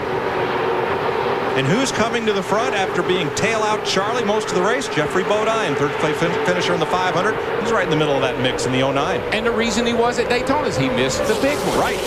They've not even competed in a race since Daytona. Dick Burton. Well, Jeffrey Bodine has not felt well in that car all day. From lap 50 on, he has been dehydrated. He has not felt well on every pit stop. They've given him cold water. He stuffed ice into his uniform. Remember, he has not raced since the Daytona 500. This is a very hot day. Bodine, an incredibly heroic effort just to still be in the car. They were looking for some. There's a caution on the speedway. Mark Martin's car cannot make it back to pit road. That draws the caution. We will get this race restarted, but Dale Earnhardt Jr. will bring them to the caution flag. And we're inside 10 laps to go, so it will be a single file restart. Thank goodness for electronic scoring transponders. I would hate to have to sort out that run to the line to give you a restart order. From about 4th to 20th. Well, the 4th place car was 0.3 of a second behind the lead.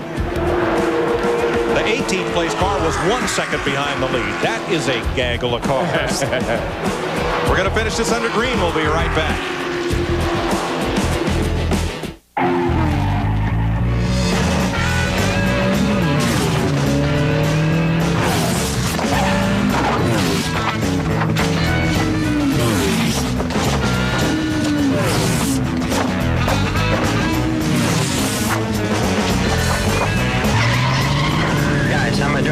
Looking good, Jeff.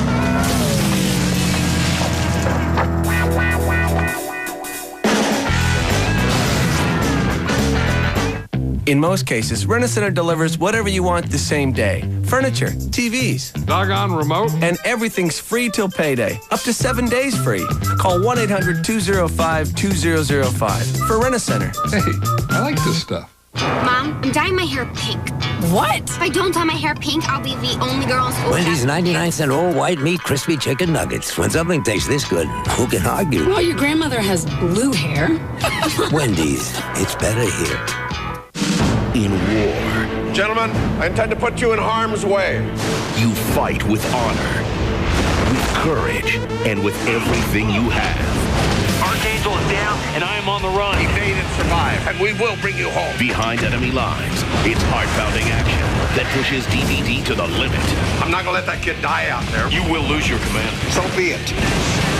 Let's go get our boy back. Behind Enemy Lines. Own the DVD or rent the video Tuesday.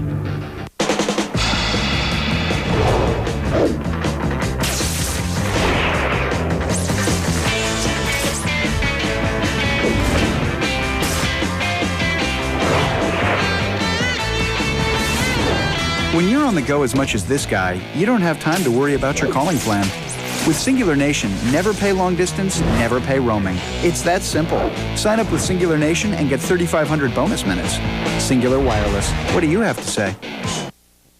The Aaron's $4.99, presented by Pepsi on Fox, is brought to you by Pepsi Cola. Experience the joy of Pepsi. By Singular Wireless. Never pay long distance or roaming again. It's a Singular Nation.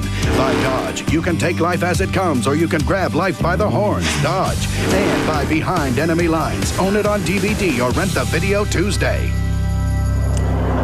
We're set for a shootout at Talladega over these final few laps. Dale Earnhardt Jr. has led more than 2/3 of this race, 126 laps. The last time at Talladega anybody led more than 100 laps was May of 1993. Dale Earnhardt did it, but he did not win. Ernie Irvan led just 3 laps to win it.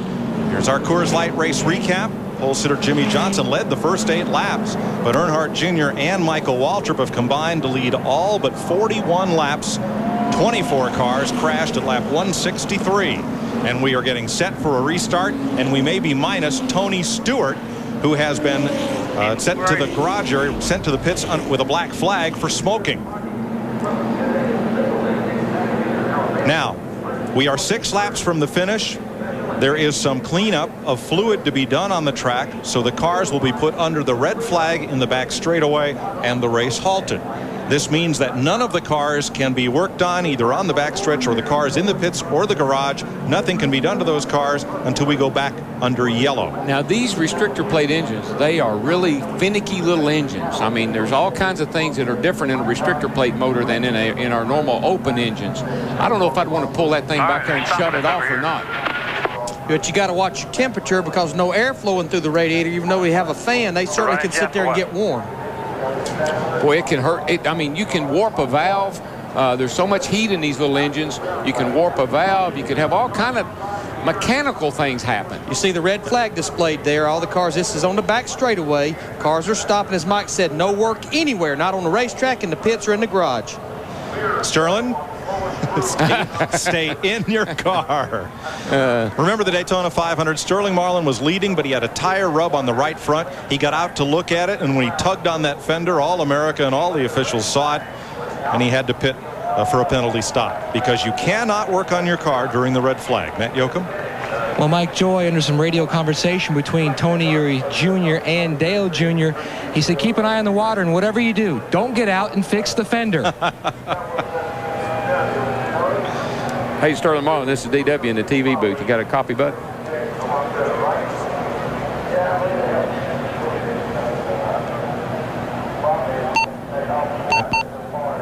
Sterling, this is DW. You got a copy?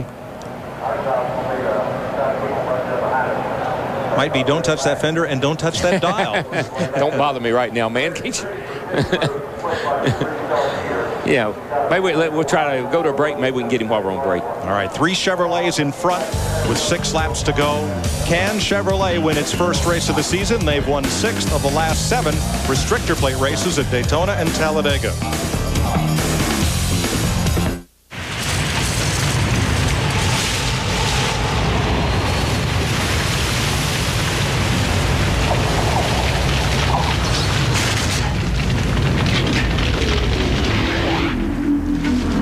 The sleek 200 horsepower Chevy Monte Carlo SS. Green. The side you show the world is up to you.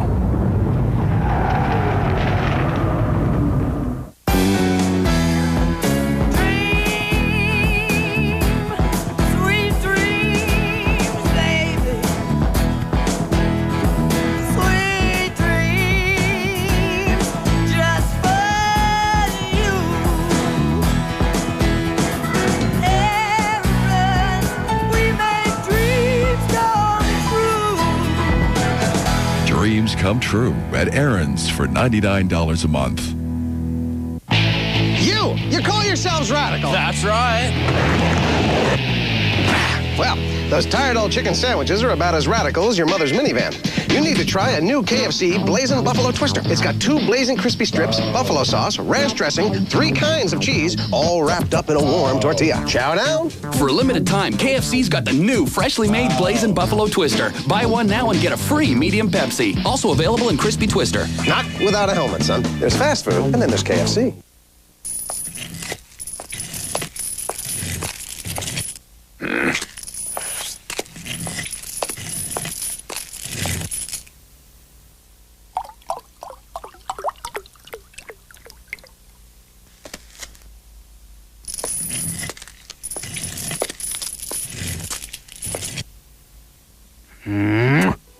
Red Bull. It gives you wings. You want to know why I rent from Enterprise? Because having the right car can make all the difference. Pick Enterprise. We'll pick you up.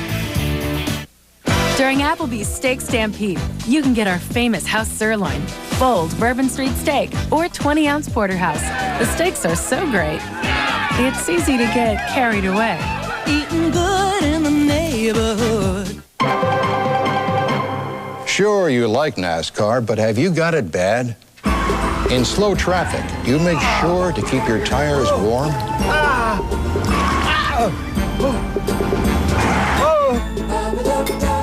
Do you take every opportunity to celebrate the name of your favorite driver?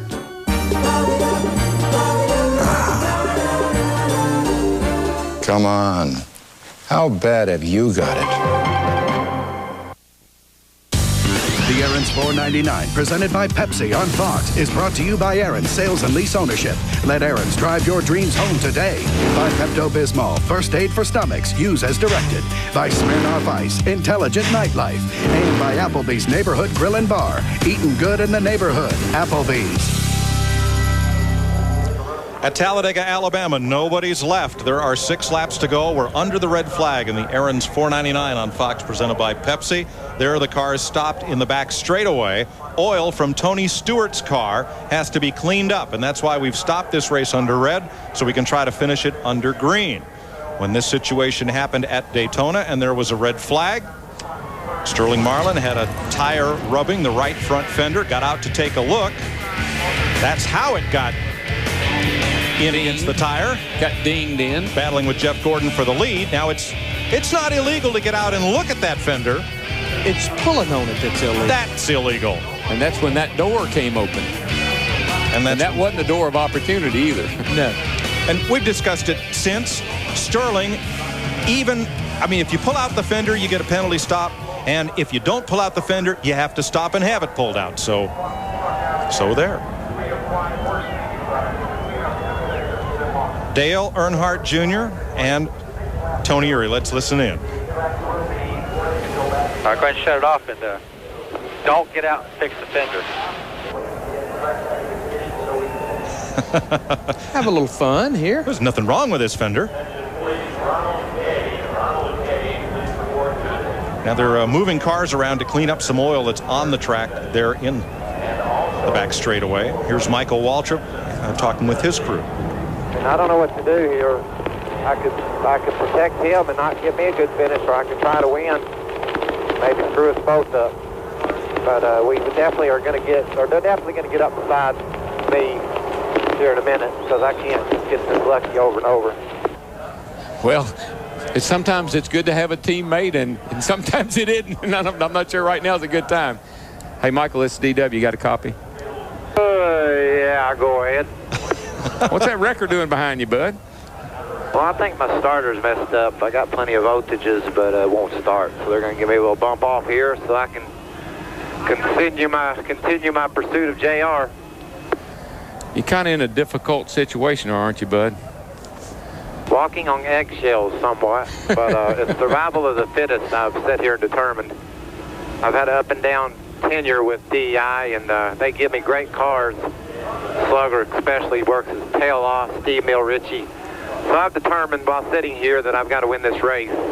That's what my plan is with our Napa Auto Parts Chevrolet, Meister Furniture, Coca-Cola, Ritz Crackers. Everybody works real hard to give us a great car to win with. I got one to win with here. Politics is not going to enter into it. Well, it probably isn't, but that 8 car has shown to be this. It's awfully strong. I mean, he's been out front all day long. Good luck, and I hope everything works out all right for you. Yeah, he told me at the driver's meeting my car was faster than his, but I don't think it is today. I think they're about the same. I got a good car. I had a lot of fun just holding everybody off for him so he could lead there for a long time. That was pretty cool. And now it's my turn to have a little bit more fun. Yeah, I did want to give you an attaboy. That one time when you fell way back there at about 21st and looked like things were going south on you, you turned it around and you worked your way back up there and you did a great job. So let's finish it off. Okay, DW, thanks for the props. Kenny Wallace is doing one fantastic job in mine and Buffy's little Aaron's Dream Machine. It's an Aaron's Dream weekend, and hopefully we can win the Aaron's $4.99. They're making dreams come true for $99. You get it? Why does this sound like C.W. McCall's Convoy movie? You're going to get us both fired if you keep that. CB radio thing, truckers on the highway. It's like that movie in Airplane. Good luck. We're all counting on you. Yeah, right. All right. We're all behind you. Steve Burns. Mike with Slugger Labby, the crew chief for Michael Waltrip. Slugger, Michael just said on the radio it's survival of the fittest. What does that mean? Well, I guess you got no friends out there right now. You know, it's going to be about like a 5-lap shootout, so it's kind of hard when your teammates in front of you, but you got to do what we got to do. And Napa Chevrolet, this team needs a win bad, and that's what, we're going to shoot to do it. We passed them twice today on the racetrack, so let's try to do it 3 times and get the win. All right, good luck. Let's go to Dick Berggren. Well, I've been listening to Earnhardt Jr. in my radio, and so far the only thing he has said is that it's getting mighty hot in that automobile. Tony Uni Sr., his crew chief, is this a bit nerve-wracking sitting around here waiting for the green flag to see if you're going to win this? Yeah, we just got over the last nerve-wracking there, and then they had to put the yellow out again for the oil, but hopefully we can keep that Budweiser Chevy up front there. We played a lot of this race today, run good up front. Guys back in the fab shop did a great job on this car. We destroyed this car in Daytona, knocked the whole body off of it, and we all went home sick. Didn't think we could get it back as good as it was. I'm still not sure it's as good as it was. We're going to take her to the wind tunnel next week and find out. We ain't even had time to get it into the wind tunnel, so we're going to take it next week and see if it's as good as it was. If not, we're going to work on it some more, but hopefully we can win this race, and hopefully Michael will push us home second. He thinks it's his turn, so he might not want to play with us this time. So, well, what's your story? Are we too deep into this thing to have any friends at all? You going to try to work with Michael or anybody else? I don't think you're going to have any friends when this race starts. Ain't no telling who our friend might be. It's going to be a tough restart, I think, and hopefully we can get the start we got the last time. We stay in front of them, and we get her wound up there. I don't know whether they can get by him or not. They definitely going to have to team up on him to get him. So hopefully we can stay out there. Well, one friend that Earnhardt Jr. will surely have is his eyes in the sky, and that's Ty Norris, his spotter, and this guy, his crew chief, who will try to help him win the race this afternoon. I don't know if I like this, Darrell. You got too much time to think of too many plans and too many things that you could do, and then we're going to go out here and race for 4 laps. Yeah, and, you know, and Michael and Dale Jr. are worried about each other. And I tell you, that 48 car right there with Jimmy Johnson, our pole setter, he's there. Jeff Burton's there. Man, I wouldn't just focus on one guy. But, you know, I worked for Richard Childress for 4 years, and he worked with the man that built this dynasty. And trust me, I think I know what the philosophy is here. Don't help somebody else win this race. Don't take each other out, but may the best man win. When I say I don't like it, I mean I don't like it because it's nerve-wracking for everybody, including the drivers. Not I don't like it. I like that we're going to finish this race under green. Well, this is DEI, and you know what that stands for. This is not MWI. Oh, Dale Earnhardt won. Okay. Junior even. No, Dale Earnhardt Incorporated, not Michael Waltrip Incorporated. Right after today's race on Fox, extended post-race coverage comes to you on the Speed Channel. More interviews and race analysis. If you're not getting the Speed Channel, just call 1-888-22-SPEED and get your extended post-race coverage on the Speed Channel. 1, 2, 3, 4. That's right, 4 rooms installed. Now, Dish Network is at Radio Shack, and getting 4 different programs and 4 different rooms is as easy as a $49.99 activation fee. For a limited time, get up to 4 receivers professionally installed in the first 3 months of the digital home plan free at Radio Shack. That's clear digital picture and CD quality sound in up to 4 rooms installed for only $49.99 from Dish Network. Now at Radio Shack.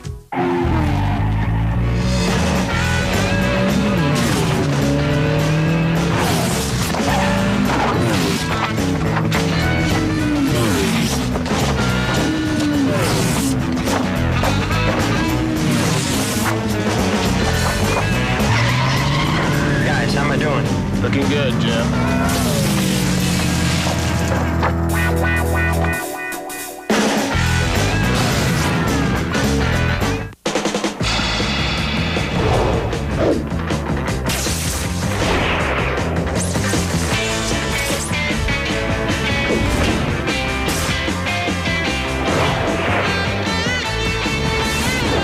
When you're on the go as much as this guy, you don't have time to worry about your calling plan.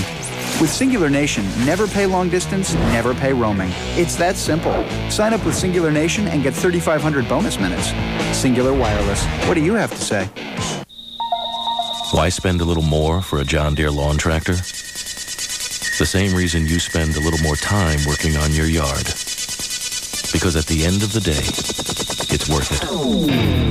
The award-winning John Deere LT Series. Welded frames for durability, professional cut quality, exceptional versatility, and the support of thousands of knowledgeable John Deere professionals nationwide. The John Deere LT Series. Nothing runs like a Deere.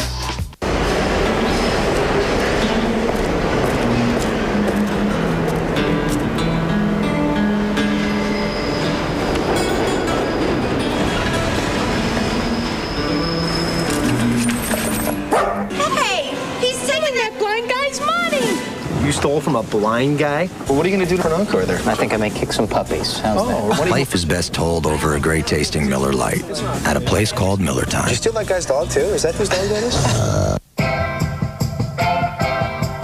is? What makes a great car company is the passion. You know, racing is such an important part of Ford's history, both with the cars themselves, some of the best drivers ever to drive, and then the fans. It's the man or the woman who's got the car in the garage, that tinkers all week, and then takes it to the track on the weekend and lets loose. I love it.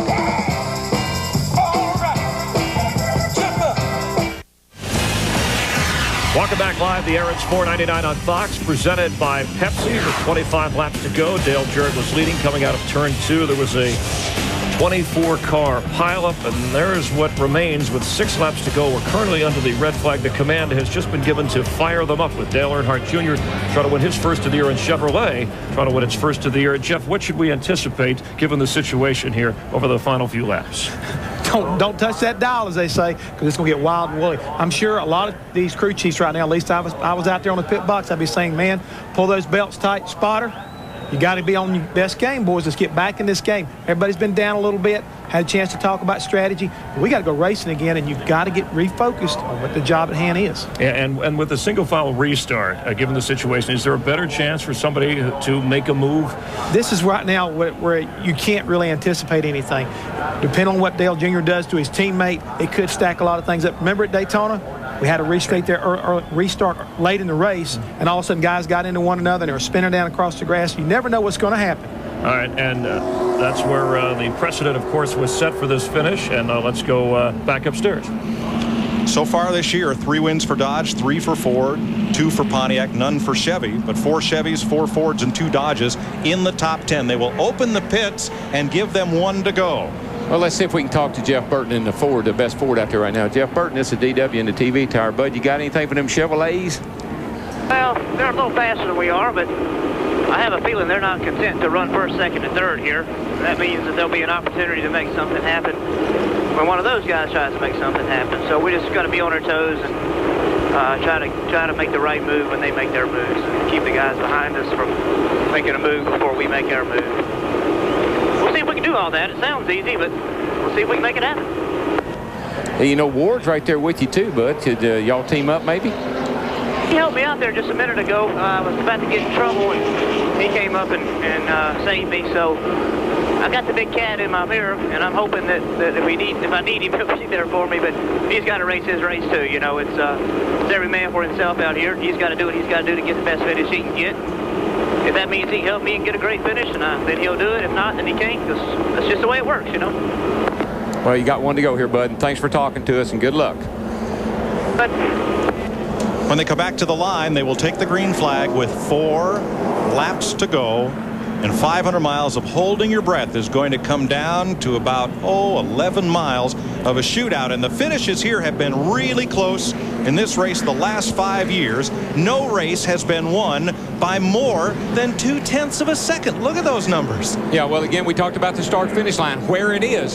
So when they come off of turn 4, nobody's safe. The race starts when you come off of 4. It's a long way down here, almost to turn 1, to where they declare who the winner of this event's going to be. That extra quarter mile can make a big difference. Look how far that is, Larry. Look at that. That's way down here is where we got to go to. Yes, it is. And you mentioned earlier, under 10 laps to go, a down finger restart, only lead lap cars, and there's 21 of them. Single file lead lap cars to the front, so no lap cars to contend with. Now, the last restart, Dale Jr. shot way out there, and that's really great that your car's that fast, but you're a setting duck. Those guys are going to get a run on you, and you may not be able to block them all. So he might want to lay back a little bit and get Michael going with him at the same time. Yesterday in the Busch race, Jason Keller led. Stacy Compton caught him, but could not pass him. If Earnhardt Jr. gets a big jump and they catch him, will they be able to go around? There's a number of cars here. So what's going to happen, whichever way Michael goes, if he decides he wants to race Dale Jr. for the win, whichever way he goes, Jeff Burton or one of those other cars is going to go the other way. And then that's when it's going to get interesting.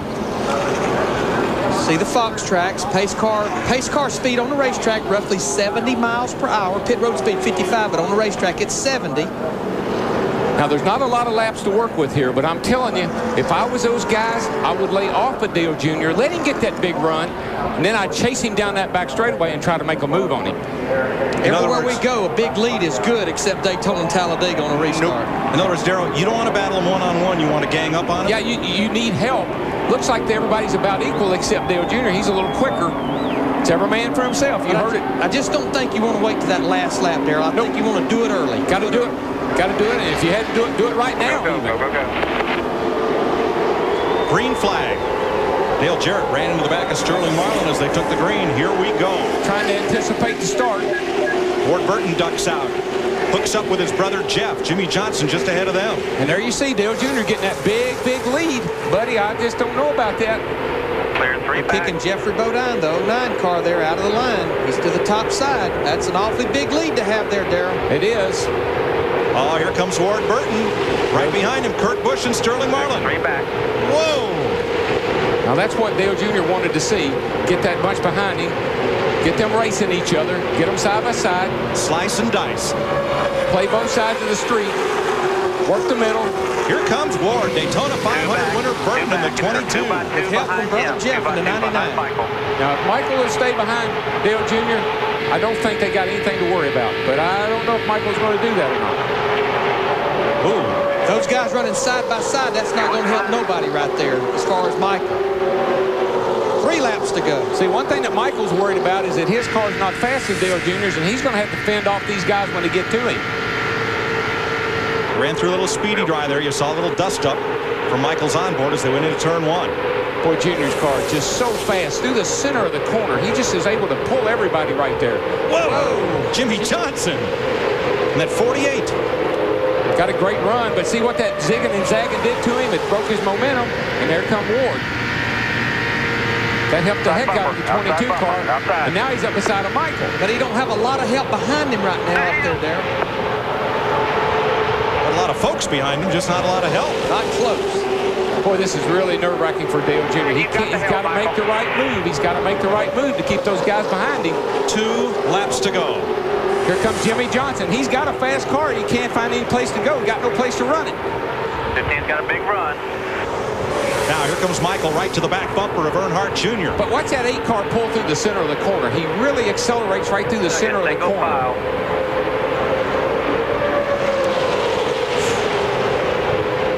Pretty much Dale Earnhardt Jr. spotter, Ty Norris. He's letting him know everything going on behind him. Contact there, Jimmy Johnson, Dale Jarrett. And Dale Jarrett, he's worked himself into the picture, and there's Jeffy Gordon right there with him. Right on his rear bumper, 24 car.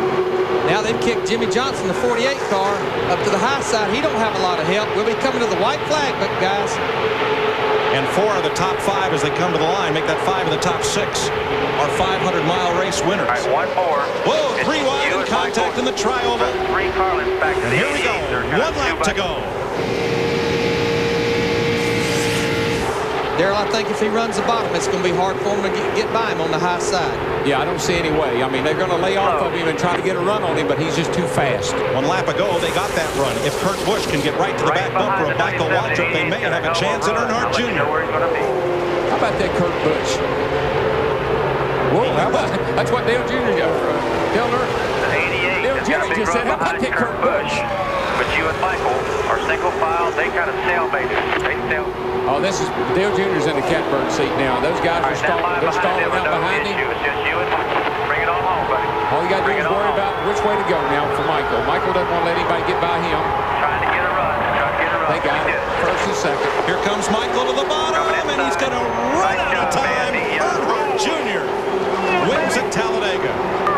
Michael second, Kurt Busch third, Jeff Gordon fourth, Kenny Wallace fifth in that Michael Waltrip. How about that? That's 3 DEI cars, 8, 15, and 98. First, second, and fifth. For Dale Earnhardt Jr., his 2nd straight Talladega win. He's only started 5 Winston Cup races here. He's won 2 of them, and he's won 3 of the last 4 restrictor plate races. Well, I tell you, those guys gave him one fast race car today. I mean, he just had a car that could lead the race. Nobody could pass him. Everybody tried. Led a lot of laps. Dominated this show. Kurt Busch finishes 3rd in this race for the 2nd straight year, and let's go to Dick Berggren. And I'm with Tony Eury Sr. He is on his way to victory lane. How much of today was car, and how much of it was that young man behind the wheel, Tony? Well, definitely he's one hell of a wheel man here, but I think we owe that one right there to Michael Waltrip. This DEI brigade at these speedways has turned into something big. We even had Kenny Wallace coming on there with our old 2000 car, so Steve got messed up in a wreck and he got tore up, but all them DEI cars run good. Richie did one heck of a job in that engine shop there. Fab shop, great job. All their cars ran good this week. They all qualified good, and took 220 people at DEI to win this race. Well, congratulations. Go on to victory lane and celebrate. Hey, look at this. Donuts in the infield. Remember the 98 Daytona 500?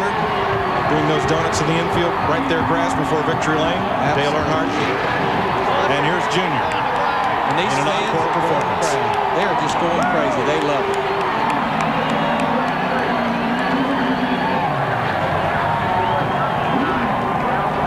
In 9 races this season, quite a group of winners. Dale Earnhardt Jr. has his 5th top 5 finish, first win of the season, 5th win on a super speedway, 6th of his career. And it's the 7th straight Talladega win for Chevrolet. And Chevrolet's first win this year, 2002. Michael Waltrip, Kurt Busch, and Jeff Gordon did a great job of coming fourth. In 9 races, Darrell, he's the 7th different driver to go to victory lane. Look at...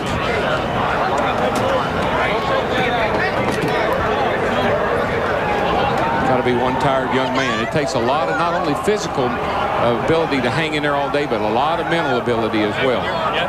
Come on out. It's a physically demanding track, but it's also very mentally demanding. He led 133 of the 188 laps. His dad was the intimidator. Today, Junior was the dominator. Got that right. Matt Yoakum. In a shower of bud, Dale Earnhardt Jr. breaks a winless streak dating back to his win here last fall.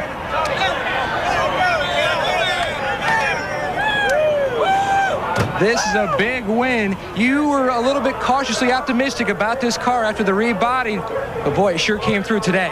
Yeah, it was. It's a good car. We tore the body off at Daytona, so for it to come back and be as good as it was today says a lot about the fabrication department at Dale Earnhardt Incorporated. They work real hard, and I want to thank all them boys. I mean, this is their race, and what a teammate I got in Michael Waltrip. Not many people, I don't care if they are your teammate, are going to do that for you and help you. So he deserves as much credit as anybody for where we are right now. Now, you and Michael were concerned about the pack of wolves behind you because he was doing all he could to hold them off. How concerned were you that maybe they might get by? Well, I mean, all day we led, so it's like, I don't think anybody can beat the car, but, you know, if they gang up on you, leave you by yourself. I think to be honest with you, I think the 48 had wanted a good enough car to run with us. 12 was good, but wasn't nobody help them because they're rookies, and you know, we had about the same car they did. Everybody's seen what we've been able to do on a restrictor place. It ain't no secret. A lot of hard work, and it's paying off. You averaged 26 in your rookie year, 3rd last year, average finish in the plate tracks, 1 for 2 this year. How did you turn it around? Well, we've always ran up front. Even in my rookie season, we were qualifying up front, running up front. Tony Sr. and the guys have always had good plate cars, always. And DEI has got the best motors, you know. I don't want to say too much because they didn't keep working, but I'm real happy with what they've done this year. Richie Gilmore and everybody back at DEI. Just a great win for us. We're going to try for that championship. And, you know, we keep doing this, we'll have it. His 6th career win and 84 career starts. To Steve Burns. All right, thanks, Matt. Michael Waltrip talking to Steve Meal. Michael, tell us about the closing laps. You told DW it was survival of the fittest. Tell us about the end. Well, I was on him, but his car was just faster than mine today. You know, anytime you get a break like he did on the restart and you can't just come flying in on him, you know he's got a fast car. And we just barely crept back to the back of that car with our Napa Auto Parts Chevrolet and couldn't never make a move. And then on the last lap, Kurt got a big push on us and actually pushed me up beside Junior, but little too late, but very proud of Richie Gilmore and all the boys at DI that build these engines and these cars. It's a lot of fun to have a car that you know is just going to be one of the best ones here. Dale Jr. and I talked before the race, and he said, I believe you're the man today. And, you know, he just was a little bit better. So that was fun, though. What about my Aaron Chevy? My boys, Bobby right Kennedy. up there. The Sherrills Ford posse is looking good. We worked out an agreement with the Dirty Mo posse, Junior and him. And so we got a few things working. Y'all got to come up with a better name than the Sherrills Ford posse, though. Well, we're just barely a posse. Let us get our stripes, our colors first, and then we'll get a cool name. You're more of a unit now. We're more of a group. All right, thanks. We're like the volunteer fire department. All right, let's go to Dick Berggren. Well, Kurt Busch's first ever career top 3 came right here at Talladega in this event, and you've matched that again. But I was watching that race, and it just seemed as if you were riding solo out there. How'd you pull out a top 3 running solo when no one wanted to run with you? Having fun, aren't we, Dick? This is awesome. It was kind of like a college test. You go in, you sit down, you're overwhelmed because it's such a big room. There's so many guys taking this test. You're trying to be the best of the best so you can be the teacher's pet, so to speak. And you're making decisions. You're working your way through. You're filling in the right answers. You might stumble across 1 or 2, but you keep your head smart, you keep your head down, and you keep working at it. and we ended up with the top 3 today. We were best in class. I think the Fords were really balanced with the Chevys, the Pontiacs, and the Dodges. There's just nothing we had for those DEI cars. They're strong. We need to figure out what they've got going. So we were best in class today. Just an awesome run. This Rubbermaid team's for real. I'm having a gas. We'll try to get this win for Rubbermaid. We got that win for Sharpie, Rubbermaid. We got some more special paint schemes coming. It's just a great combination going on. And this guy is for real as well. To Mike Joy. Thanks, Dick. Dale Earnhardt Jr. is today's winner. Chevy congratulates Dale in the number 8 Monte Carlo as we welcome you to our Aaron's 499 at Talladega post-race show presented by Pepsi. And Dale will tell you the only thing that comes close to Monte Carlo's reputation on the track is its reputation on the street. More champions depend on Chevy. We'll be there. He led all but 55 laps today.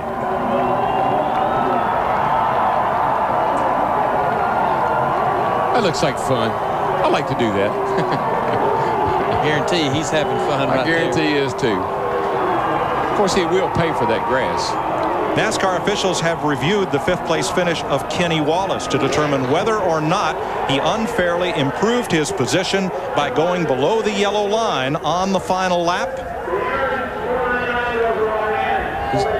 Determination of the officials is that he did benefit by going below the yellow line, and he has been moved from 5th to the last car on the lead lap, 21st. Oh, Michael's not going to like that.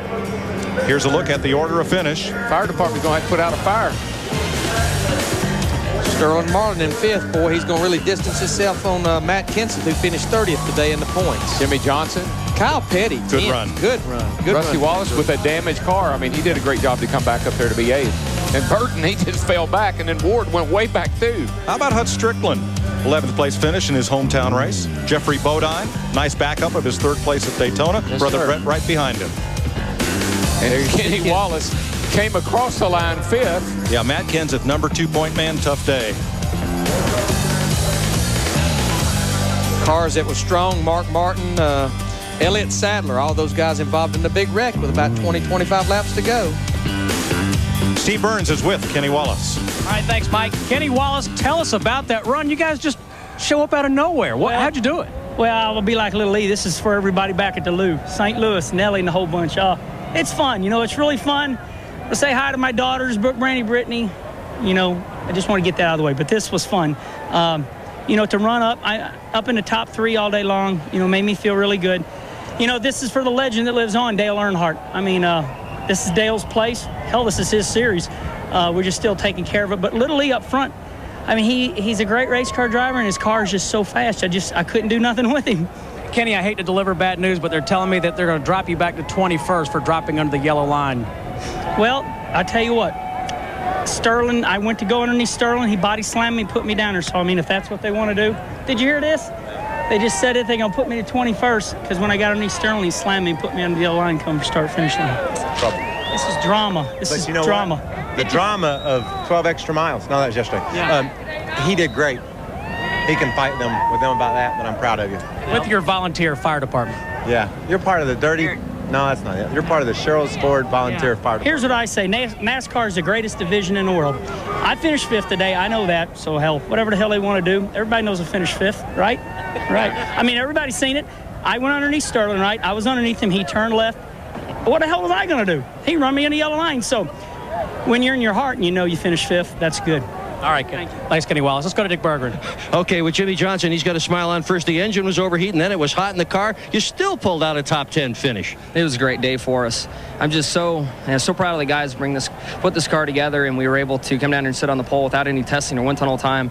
And then to get in the race, I knew I had a lot to learn, and I wasn't sure what I really learned from Daytona. But man, it was cool. I had a blast. Everybody really used their heads out there today, and it was a good time. It was hot for sure.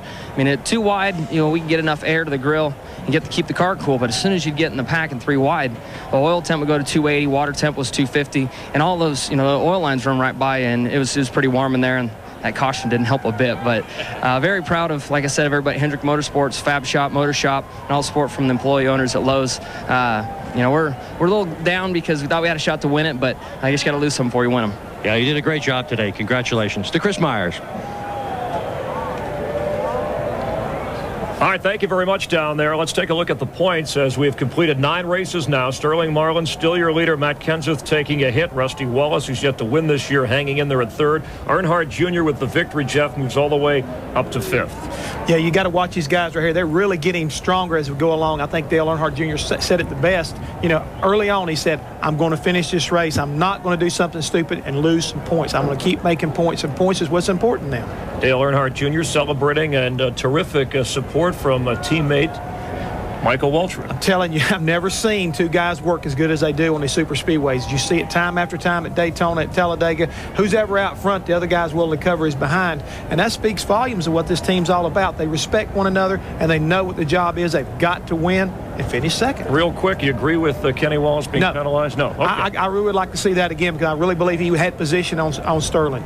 UPS, the official delivery company of NASCAR, delivers a chance to win 4 tickets to the 2003 Daytona 500 on Fox by logging on to foxsports.com, keyword UPS Racing.